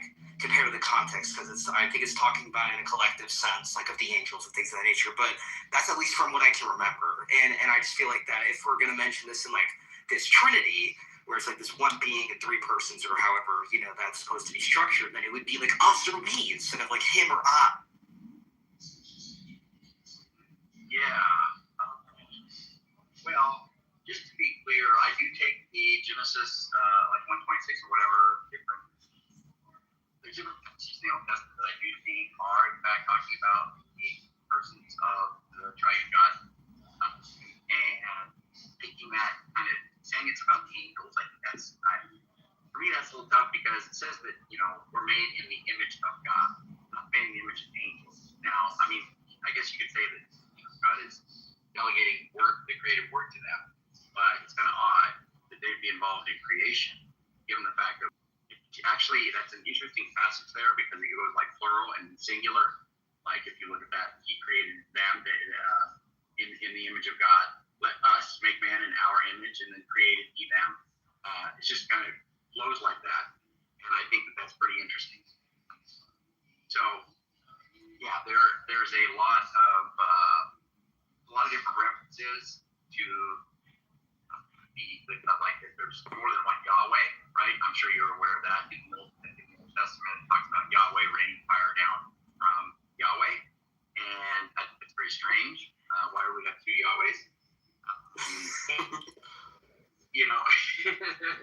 So things like that. So I would just say that the Trinity is just working out all of the data together. You have to make sense of everything, right? So you don't take just all of the. It doesn't matter that there's just how many or thousands of personal pronouns that are just like he, right? That doesn't falsify the plurality text, right? You still have to take all of the text. So you would take the text of the plurality, and that has to inform the way you understand all of these times where it says he, right? When it's referring to God. Now, I mean, it could be just referring to the Father. But, I take it to be, bear with me, I take it to be that it could just be, Yahweh, just referring to God. I mean, cut out. Okay, go ahead. Sorry. If you're trying to speak, Emma, you're very low.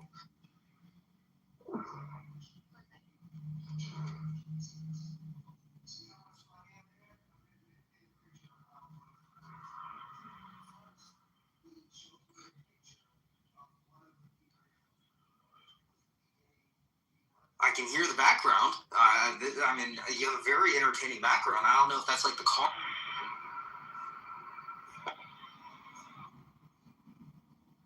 Okay. Well, Andrew, thank you for answering that. And now I'm gonna move on to something else. Let's talk about Deuteronomy 6:4. I'm sure you've heard this a lot. The Shema, as it's well known as. Or Shema, yes, apologies. I have terrible pronunciation, and please forgive. So I cannot read Hebrew. I cannot pronounce Hebrew, so this is going to be the worst attempt possible. But please, I'll try to recite the English version, then I'll talk about the Hebrew word that I'm about to mention. So, Hear, O Israel, Yahweh our God, Yahweh is one. There's a specific word used, and I think it's echad, and I could very well be wrong on the pronunciation. Please correct me if anyone knows. Now, at least to the definition of it in Hebrew, it usually means one, like a numerical one, like very overwhelmingly a numerical one, not like the 3 in 1. And when the Hebrew Bible, or the Hebrew Scripture, I'll put more accurately, wants to express a unity, or a complex unity, if we're going to mention the Trinity, it would not use language implying multiple persons in one being. And no ancient Jew or Jewish person reading this verse would understand it as a plural person within God. And if Moses intended plurality within God, which is the context of this would contradict the Jewish monotheism that we know of, in which it is given and received and correlated back to the Christian belief. And I very well could be wrong, but what would your response be in terms of that definition and its correlation to that verse?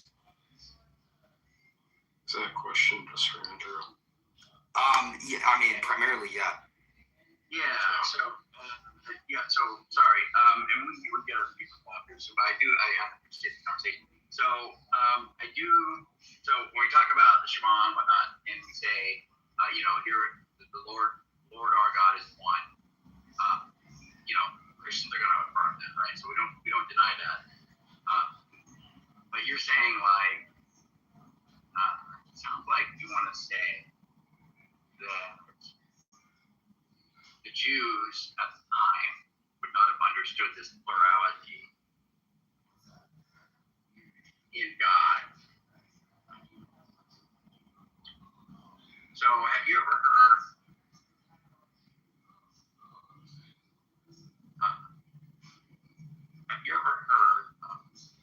the two powers of heaven? You'd have to elaborate more. I've heard some things regarding that, but it depends on what context.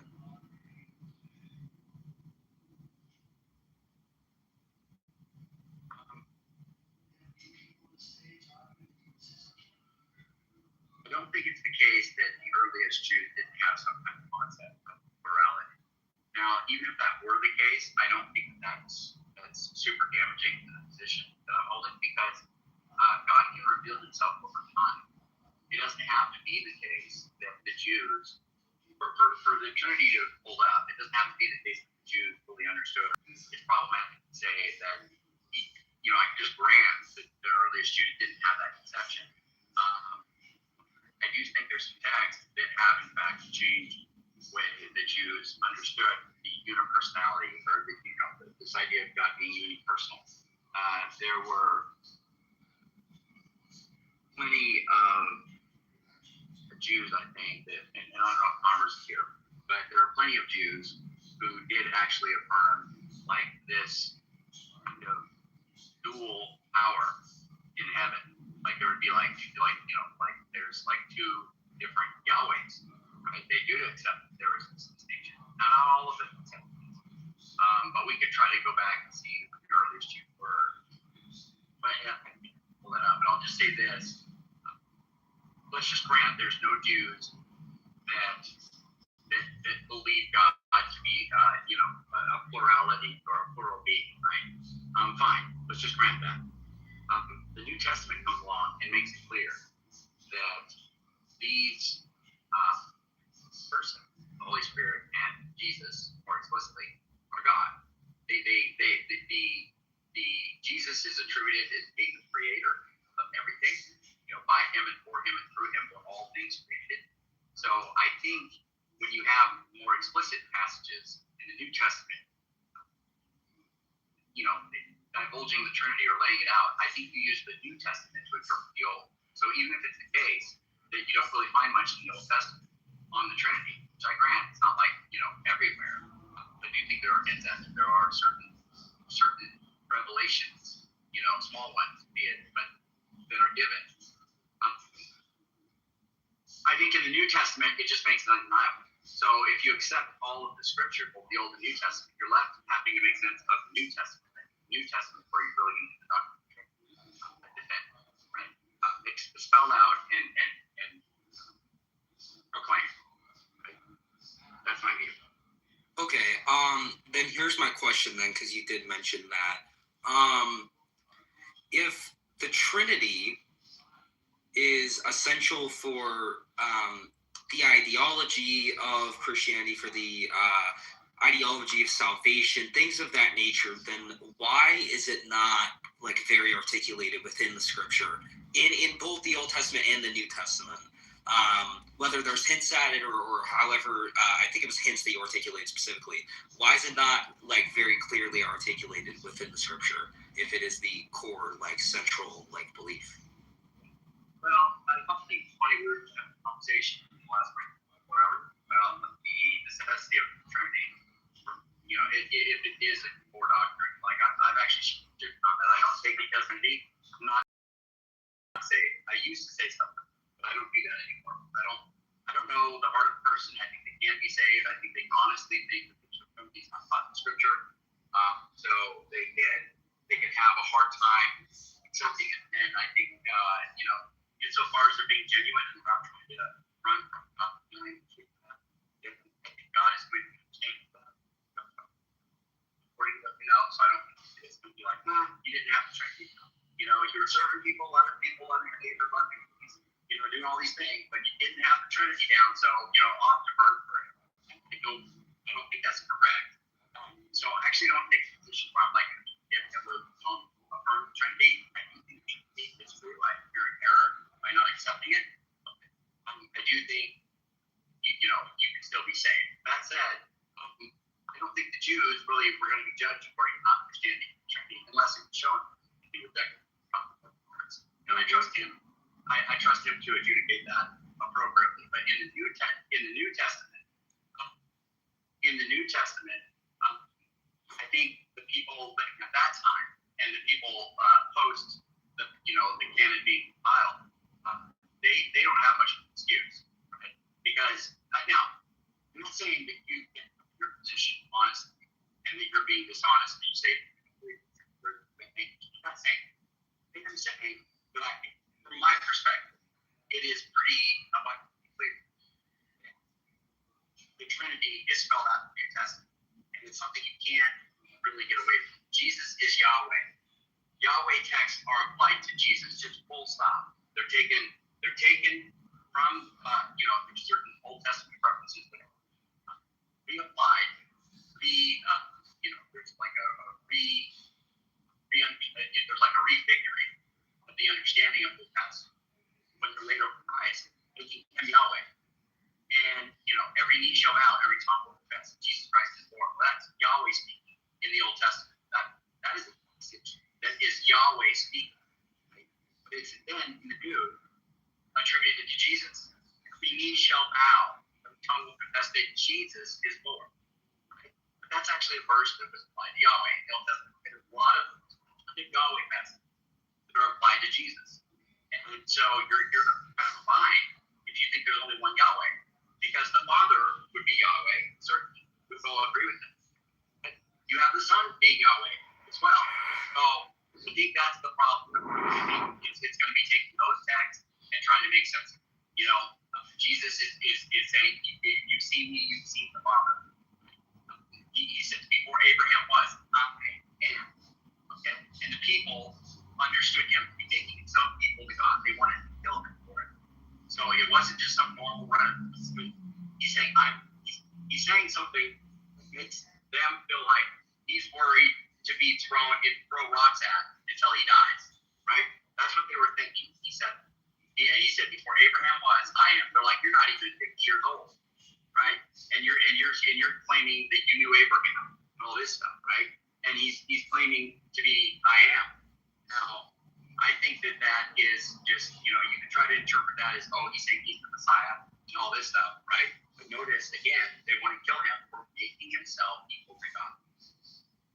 And that whole just general run-in with the Pharisees, where the Jews, they always interpret him as saying something very blasphemous when he says these things, like if you've seen me, you've seen the Father before Abraham was, I am.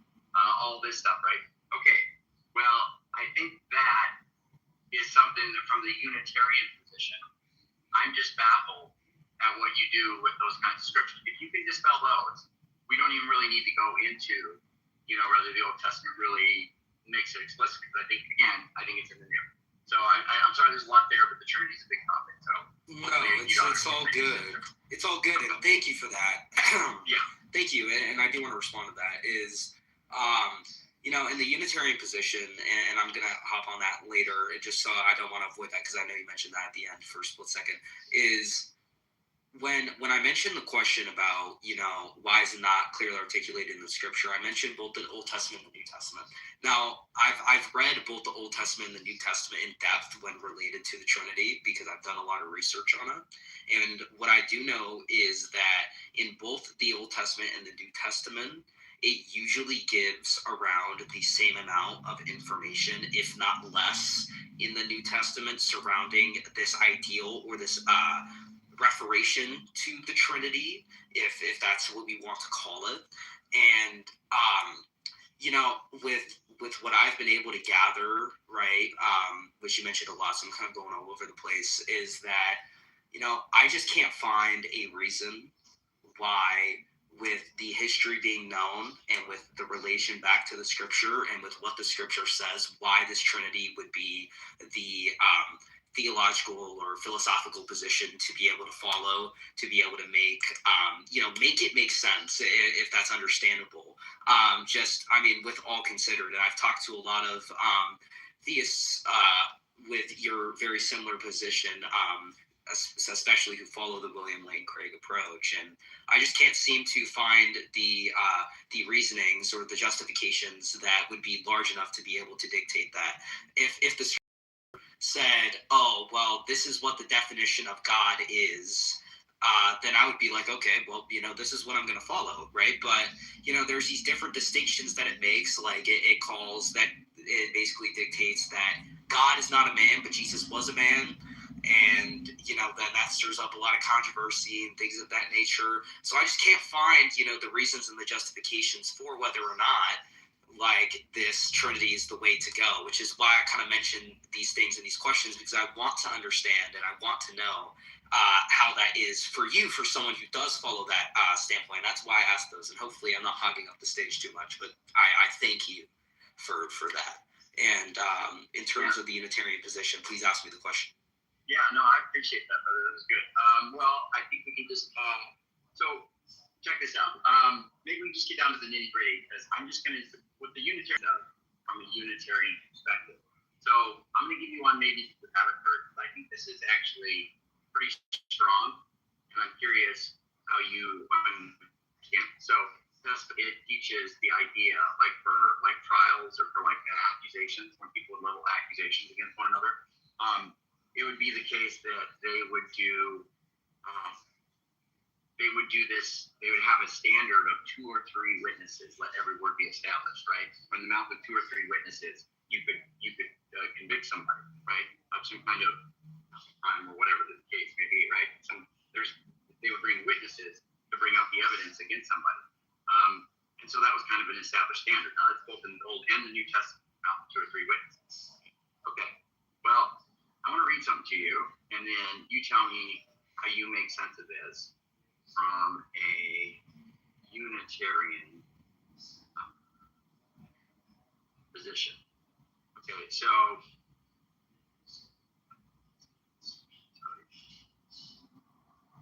by the way, is this a verse? Is this a verse, Andrew? Yeah, it's a verse. Okay. Okay. Yeah. Is that okay? Can I just? Are you good with that? Yeah. I just wanted to know. Okay. Just let me know what the verse is. Sure. It's in John chapter 5. Okay, so let's do this right now. Okay. Okay, here we go. So,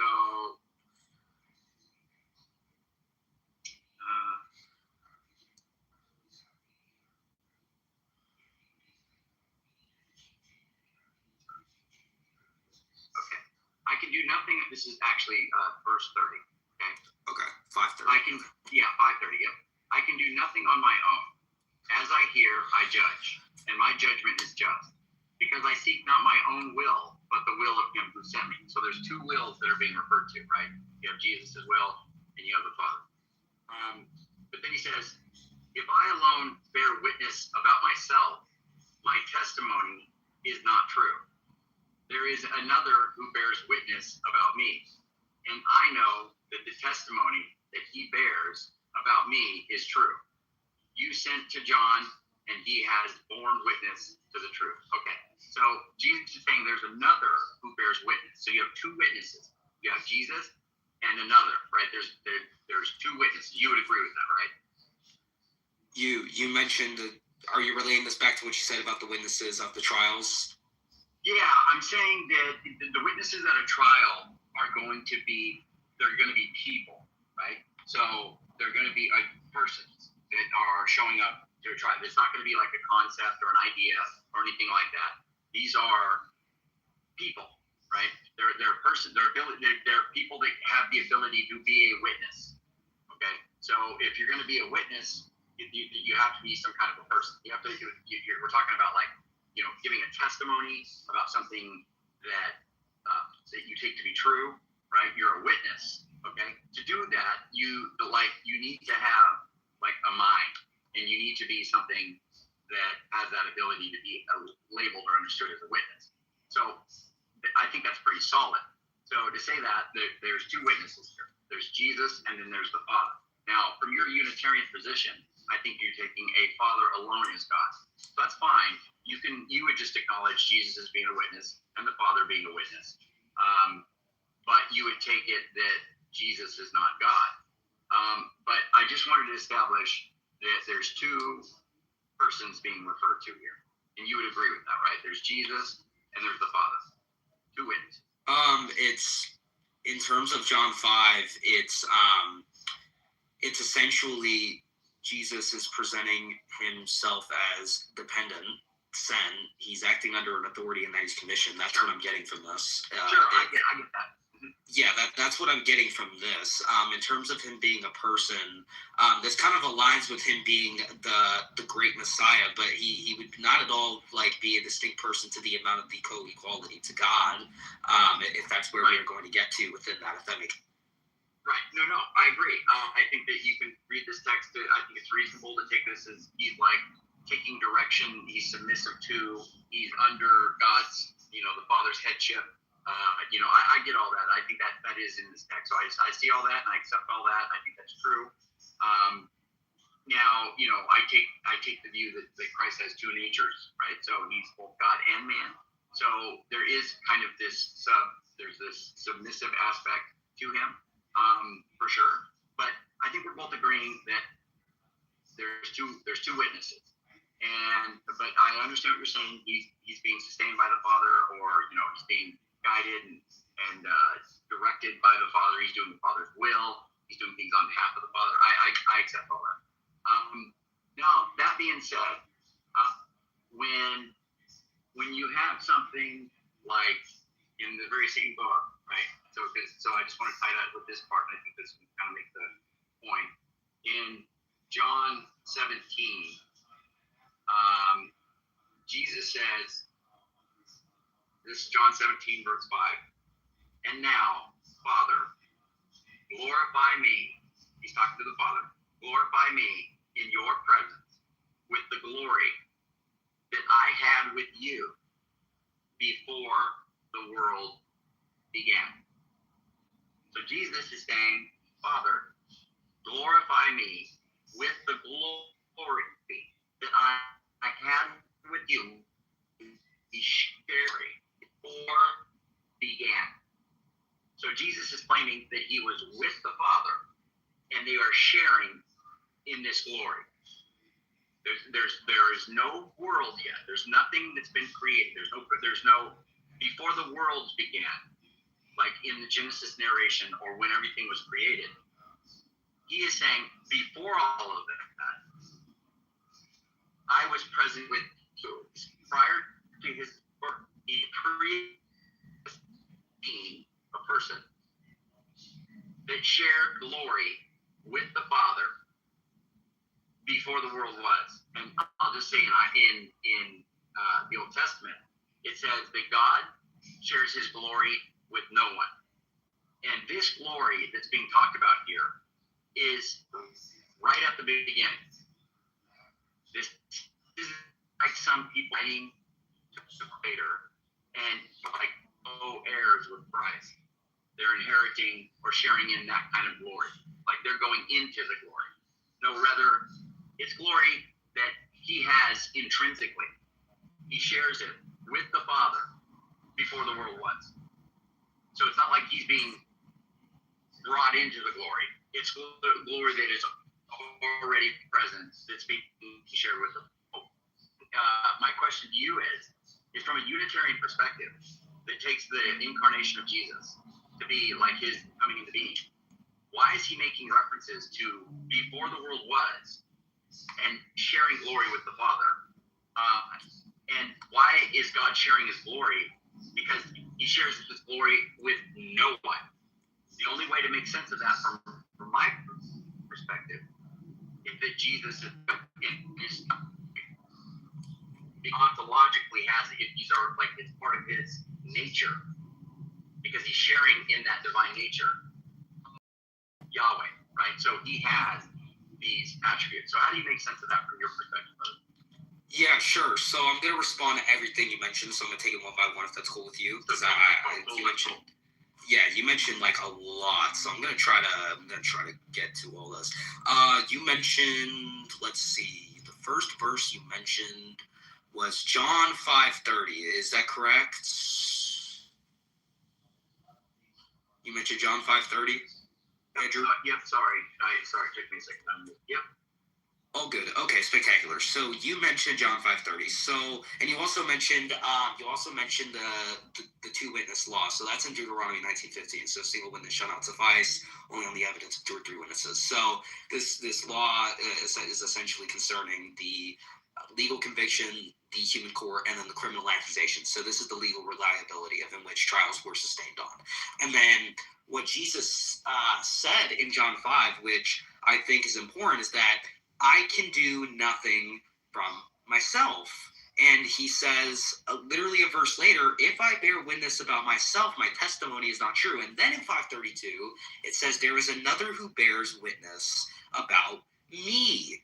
And I think that there's a couple of ways we need to respond, is that the distinction that it makes in John 5:30 does not, equal, this concept of in which you come to, right? So we agree that the Father and the Son are distinct. Unitarians agree with that just as Trinitarians do. But distinction does not equal co-equal divine persons. And even in the Unitarian position, right, the Father is God and Jesus is the Messiah sent. So 2 distinct individuals are able to testify without implying a shared divine essence. And then Jesus even subordinates himself, which I think you conceded to a little bit earlier. I could do nothing myself. So this shows dependency. This doesn't show equality.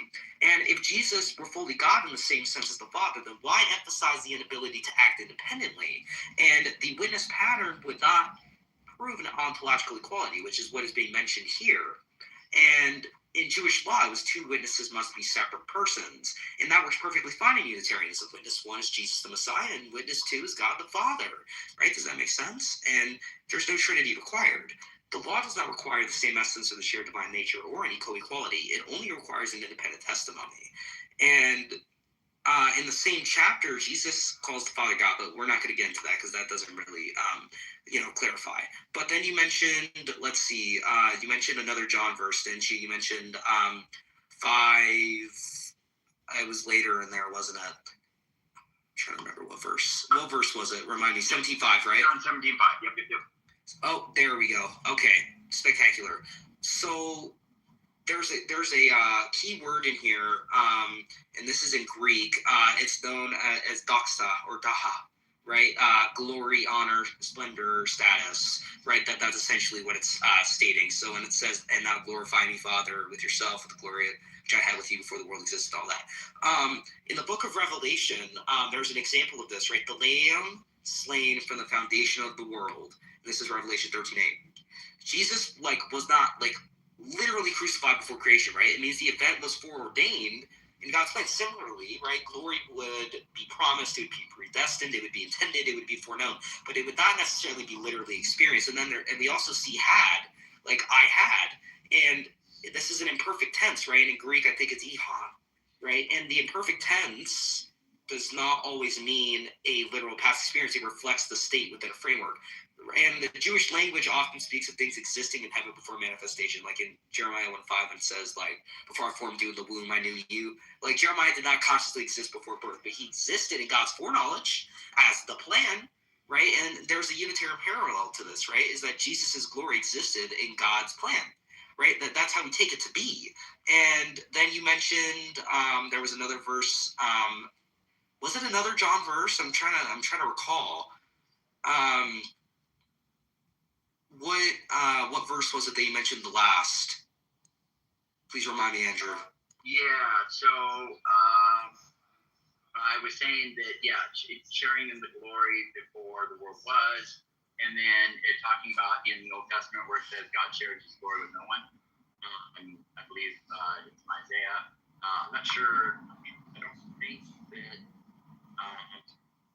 I thought you mentioned another verse. I did mention the creation of all things. I did say that Jesus is the creator of all things.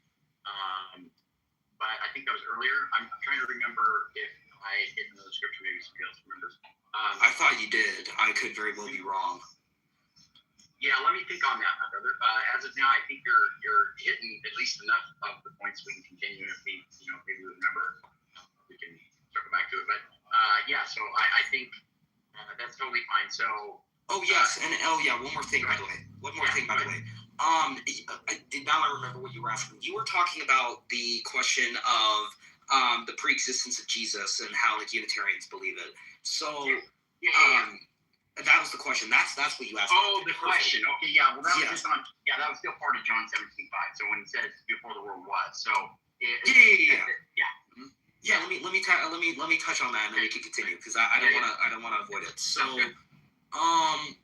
So at least in my position of Unitarianism, we deny the literal and personal preexistence.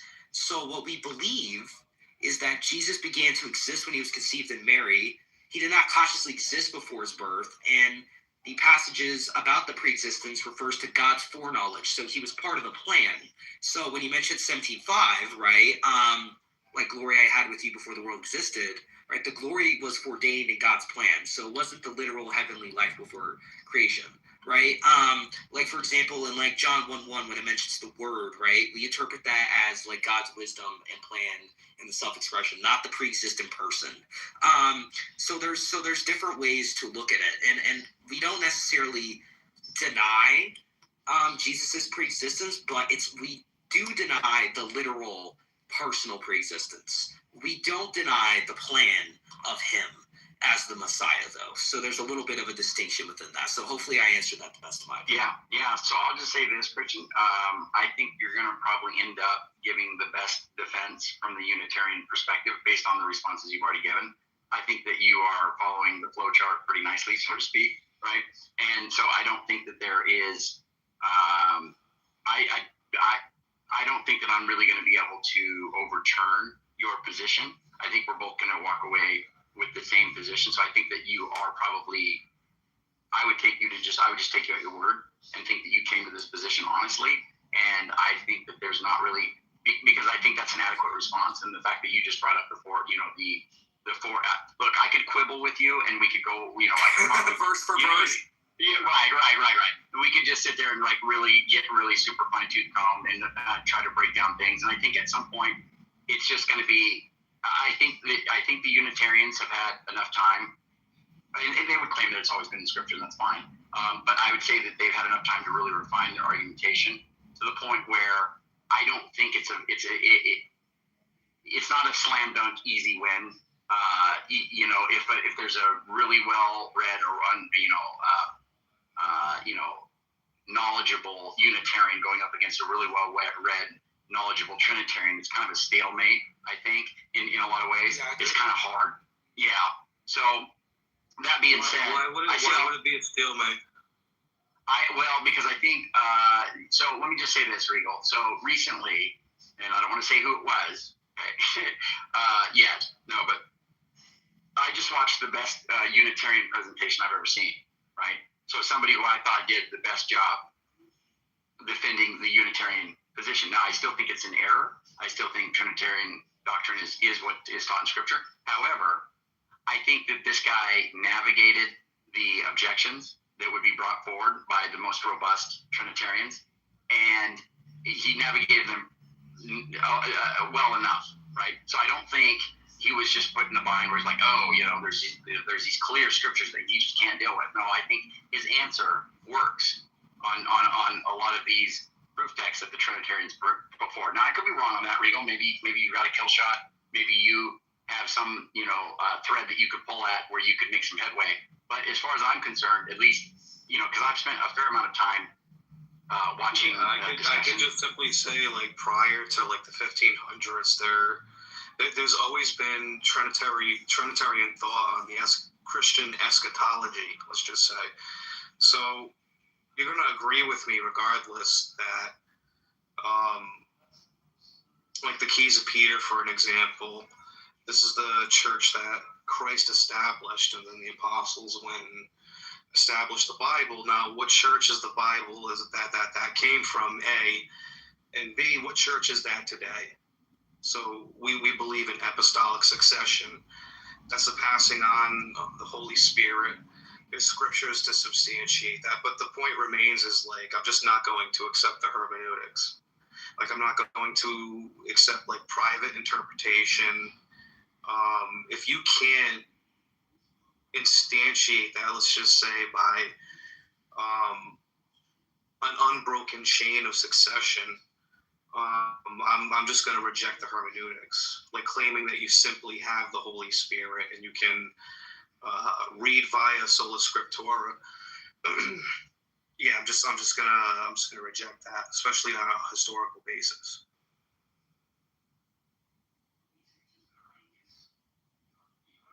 Well, I mean, that said, Christian, I don't mind passing the baton a little bit in your direction with Regal, with what he just said, and maybe your response to that. I know that everybody here, obviously, they're not all Christians. They don't all, necessarily super dig theological discussion. Some do here. I mean, some are fine with it, and it's fine, right? Whatever, not a huge deal. But what I was thinking is maybe you guys could go back and forth for a little bit, Regal, if you think that you have some kind of bill shot towards his position. I think he's from what I can tell, he understands the position pretty well, and he's dealt with a lot of the passages. So I'd be interested to hear how he engages with you. But then after that, maybe we could get back to more of a atheistic, theistic divide, and kind of or agnostic, theistic divide, and kind of speak about the merits of God belief versus non-belief. That'd be super cool. But are you good with that, Christian? Do you mind maybe kind of engaging with what Regal said there? Yeah, I'd be fine talking to Regal. That's cool. So tell me if you agree or disagree with this, Regal. I just want to get a gist of, because I'm not too knowledgeable in apostolic succession, but I have like an ideal. So essentially, your claim is that there's no continuous Unitarian apostolic succession, and that the bishops from the apostles onward were Trinitarian, and therefore the Unitarianistic position is a later innovation, and that it would be false. Is that essentially the position, or am I a little wrong on that? Yeah, that's essentially the position. Okay, spectacular. And now, if I may, I have a few things I want to mention, but I don't know, how long. I don't want to take up the stage the entire night, of course. So, if I may, I'll definitely take my shot. I'm going to argue that apostolic succession does not automatically equal doctrinal purity, and I'll explain what I mean by that. The concept of apostolic succession, which is the bishop-to-bishop continuity, developed in the 2nd century. That's when we saw it, and I think it was, my pronunciation sucks, it's Irenaeus, right, who was the early figure who argued that the church is preserved through the succession. So this would be my response. Succession does show an institutional continuity, but it does not guarantee theological accuracy. So in the Old Testament, right, Israel had a priestly succession, but yet the prophets repeatedly corrected the priestly leadership. So I would say that succession is not equal to infallibility. That'll be my first point. And if you want me to move on to my second point, I can. If you want to respond to that, you can.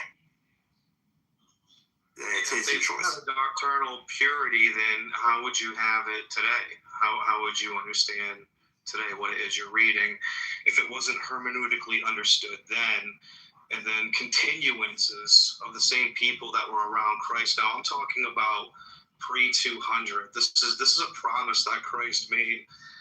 His promise is that the gates of hell or Gehenna or Sheol will not prevail against the church. And the question that I'm just narrowing this down to is, what church is that today? Well, you tell me. Well, what do you perceive it to be? Well, it would have to be apostolic in nature, right? It would have to be apostolic in nature, is what you said? Yeah.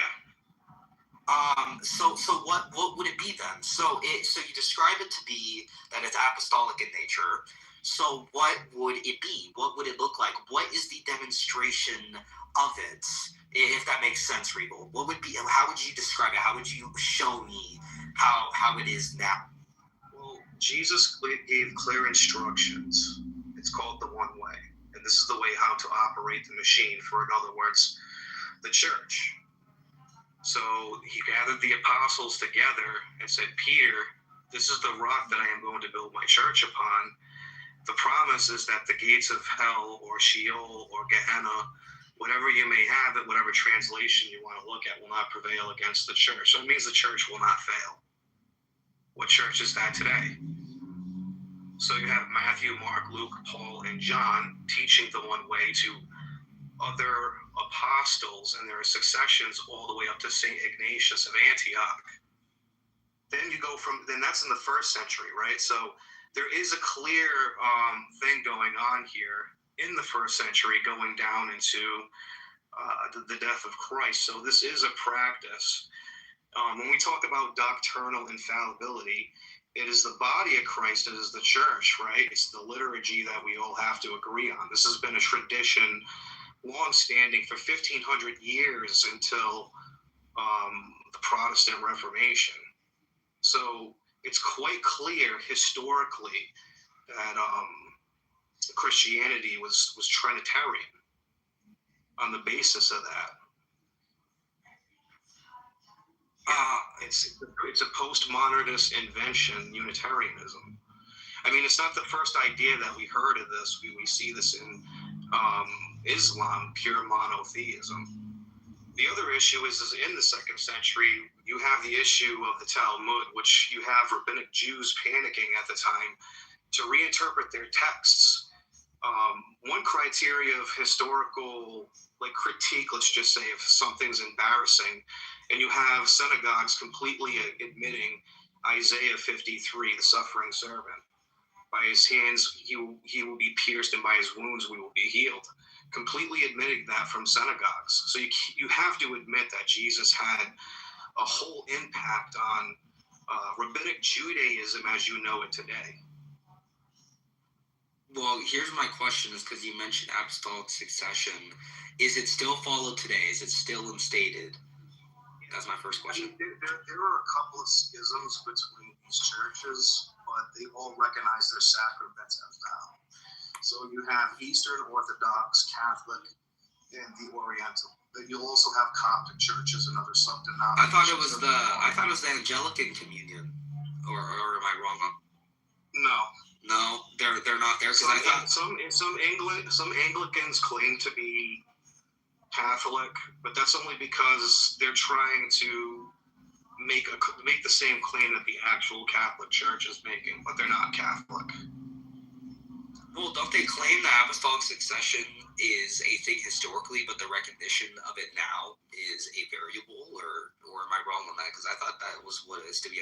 To be honest, I heard this from an Englishman on this app, and I was actually taken back by it because I actually thought he was Catholic, but it turned out that he was Anglican. He was part of the Anglican Church over there, and I guess they consider themselves Catholic now, but that's a new thing. Well, here's what I understand, and you can correct me if I'm wrong, is that from the 1st century and behind, the documentation of the successions is pretty limited. We don't really have a lot of it. Some of it's missing, or some of it's not given, things of that nature. And the claim of the unbroken succession of the bishop to bishop relies on tradition, like you mentioned a little bit earlier. So my question would be, is that, number one, is that was it still maintained before this, of in which we don't know, of course, because we do not have that documentation?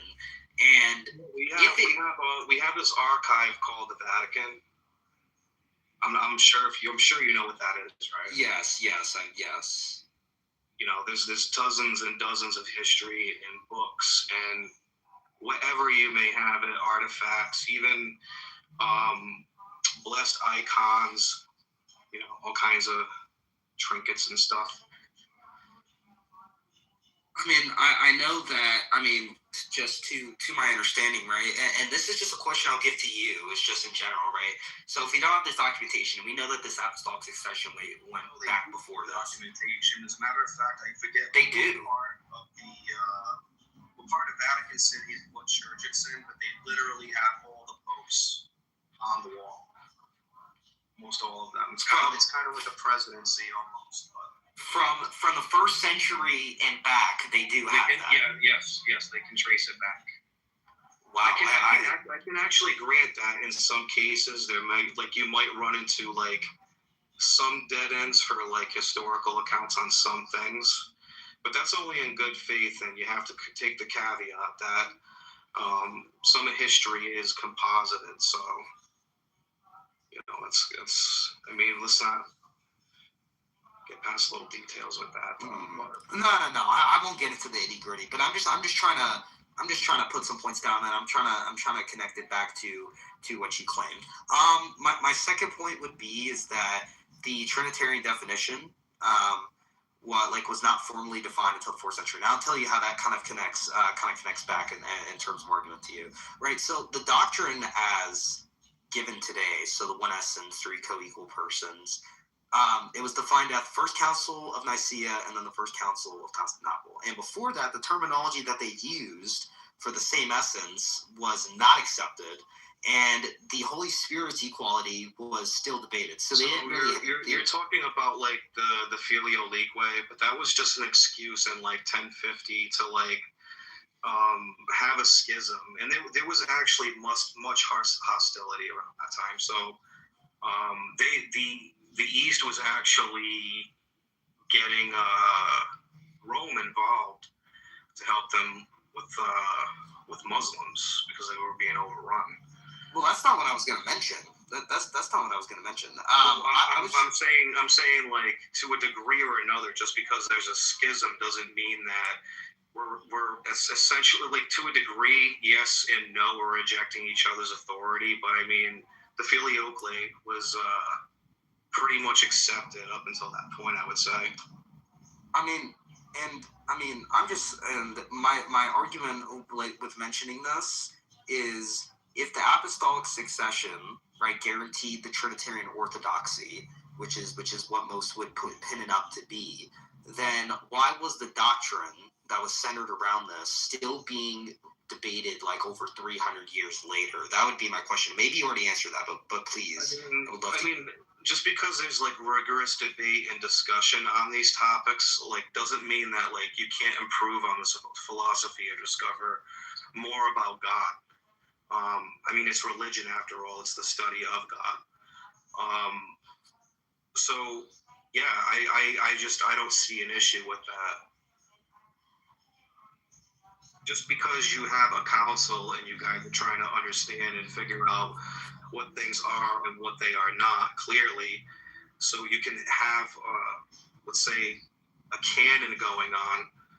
I just don't see an issue with that. On top of that, they were throwing out heresies. So I'm not sure if you're familiar with Christian Arianism, for an example. I'm pretty sure. I'm familiar with Arianism. Right. So this whole God is a pure monotheistic thing is not a new idea. It's actually heavily speculated that Christian Arianism actually went on to influence Islam along with Christian Gnosticism. So this would be considered another heresy, Christian Gnosticism. Yeah, I know about the history of Arianism, but there was also I think another thing to mention is that there's a lot of theological diversity. So for example, in the 1st and 3rd centuries, right, there were different Christologies that we had. So there was adoptionism, subordinarianism. I can't speak. Sorry, it's getting late. Arianism, the Logos theology, right, and some early Jewish Christian groups at the time. I can furthermore argue that you have people that are closer to the time of the death of Christ. This is literally me and you talking about Abraham Lincoln and George Washington right now. and they have a better understanding of it, and they're actually compiling this out and throwing out heresies and deciding and articulating, what this is and what this is not, using philosophy and logic and like rigorous debate. So you think these people would have this put together and down packed for us, especially when it's a good time to need to do that. Now, it is understood even after that point, as I said earlier, maybe I can back my claim up a little bit. I'll be charitable enough to do that. But I would still say that it still doesn't negate what I'm saying, that this Trinitarian idea has been long-lived up until the Protestant Reformation. These ideas of Unitarianism is not, it's not a new thing. No, I understand that, right?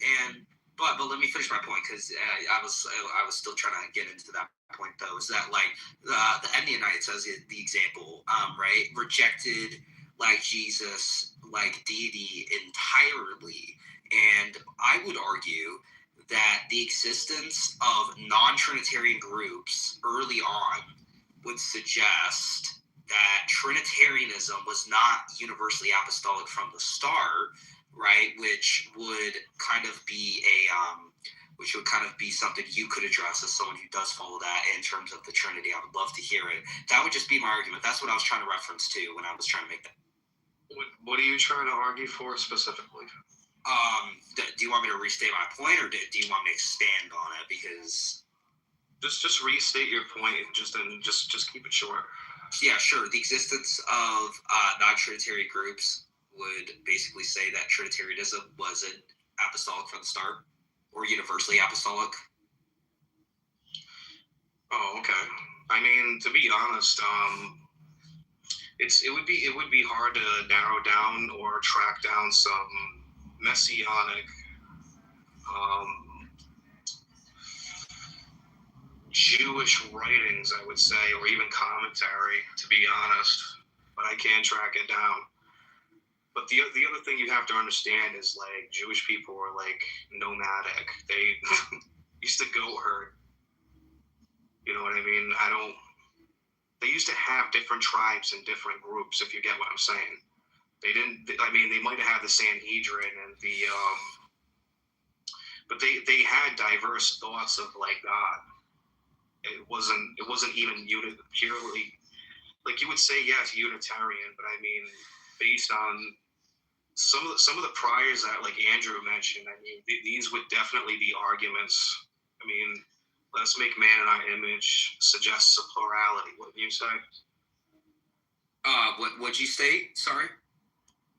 Let us make man in our image. The Word was with God, and the Word is God.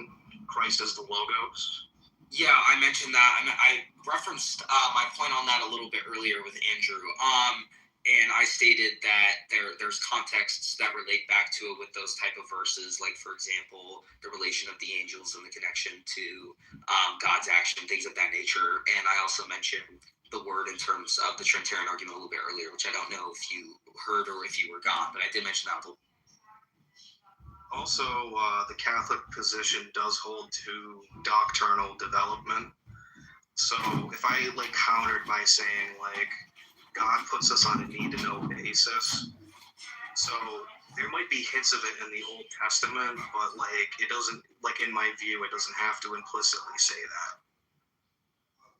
It doesn't have to sit there and specifically, implicitly make that rule, because then I'm just going to have to ask you, where does it implicitly make the rule that God is, like, singular and, like, completely pure monotheistic, and in the sense that you're putting it in? I don't think you're putting this in, like, a Muslim or a Jewish sense. Obviously, you're a Christian, right? Yeah, Unitarian Christian, yeah. Do you think Jesus is God? No, we believe that he's the Messiah, which, when we connect it to the Christian theology and the context, it makes sense, because that's what he was referred. So Jesus was just, like, a very important person. He was the plan created by God. He was the Messiah, the one who spread the great. So he wasn't the Word? Is that what you're saying? Wait, was that Regal who said that, or was that Tone? That's somebody else adding in the commentary. Yeah, is Jesus the Word, or is he not? Well, I can repeat.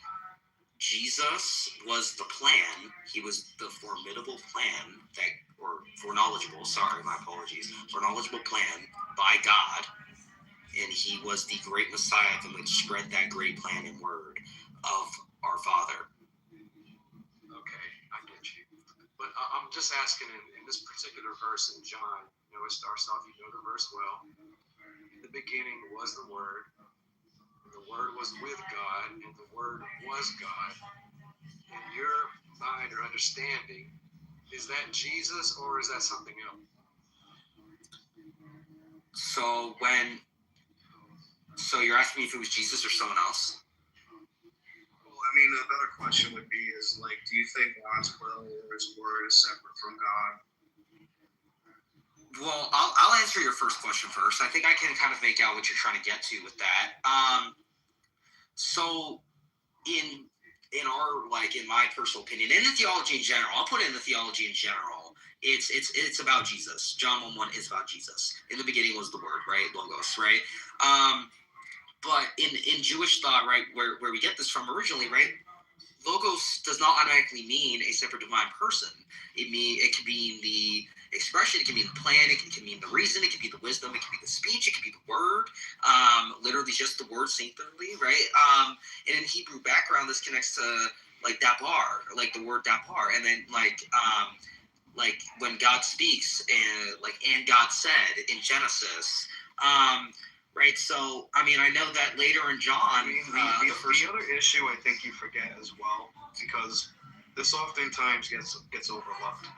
So you have all the apostles were Jewish, so they had an understanding of their religion, and then you also have Paul, and I'm pretty sure. I'll kind of draw on a blank, but I'm pretty sure he was connected with the Sadducees or the Pharisees. And I'm just saying, out of everybody that wrote most of the books in the Bible,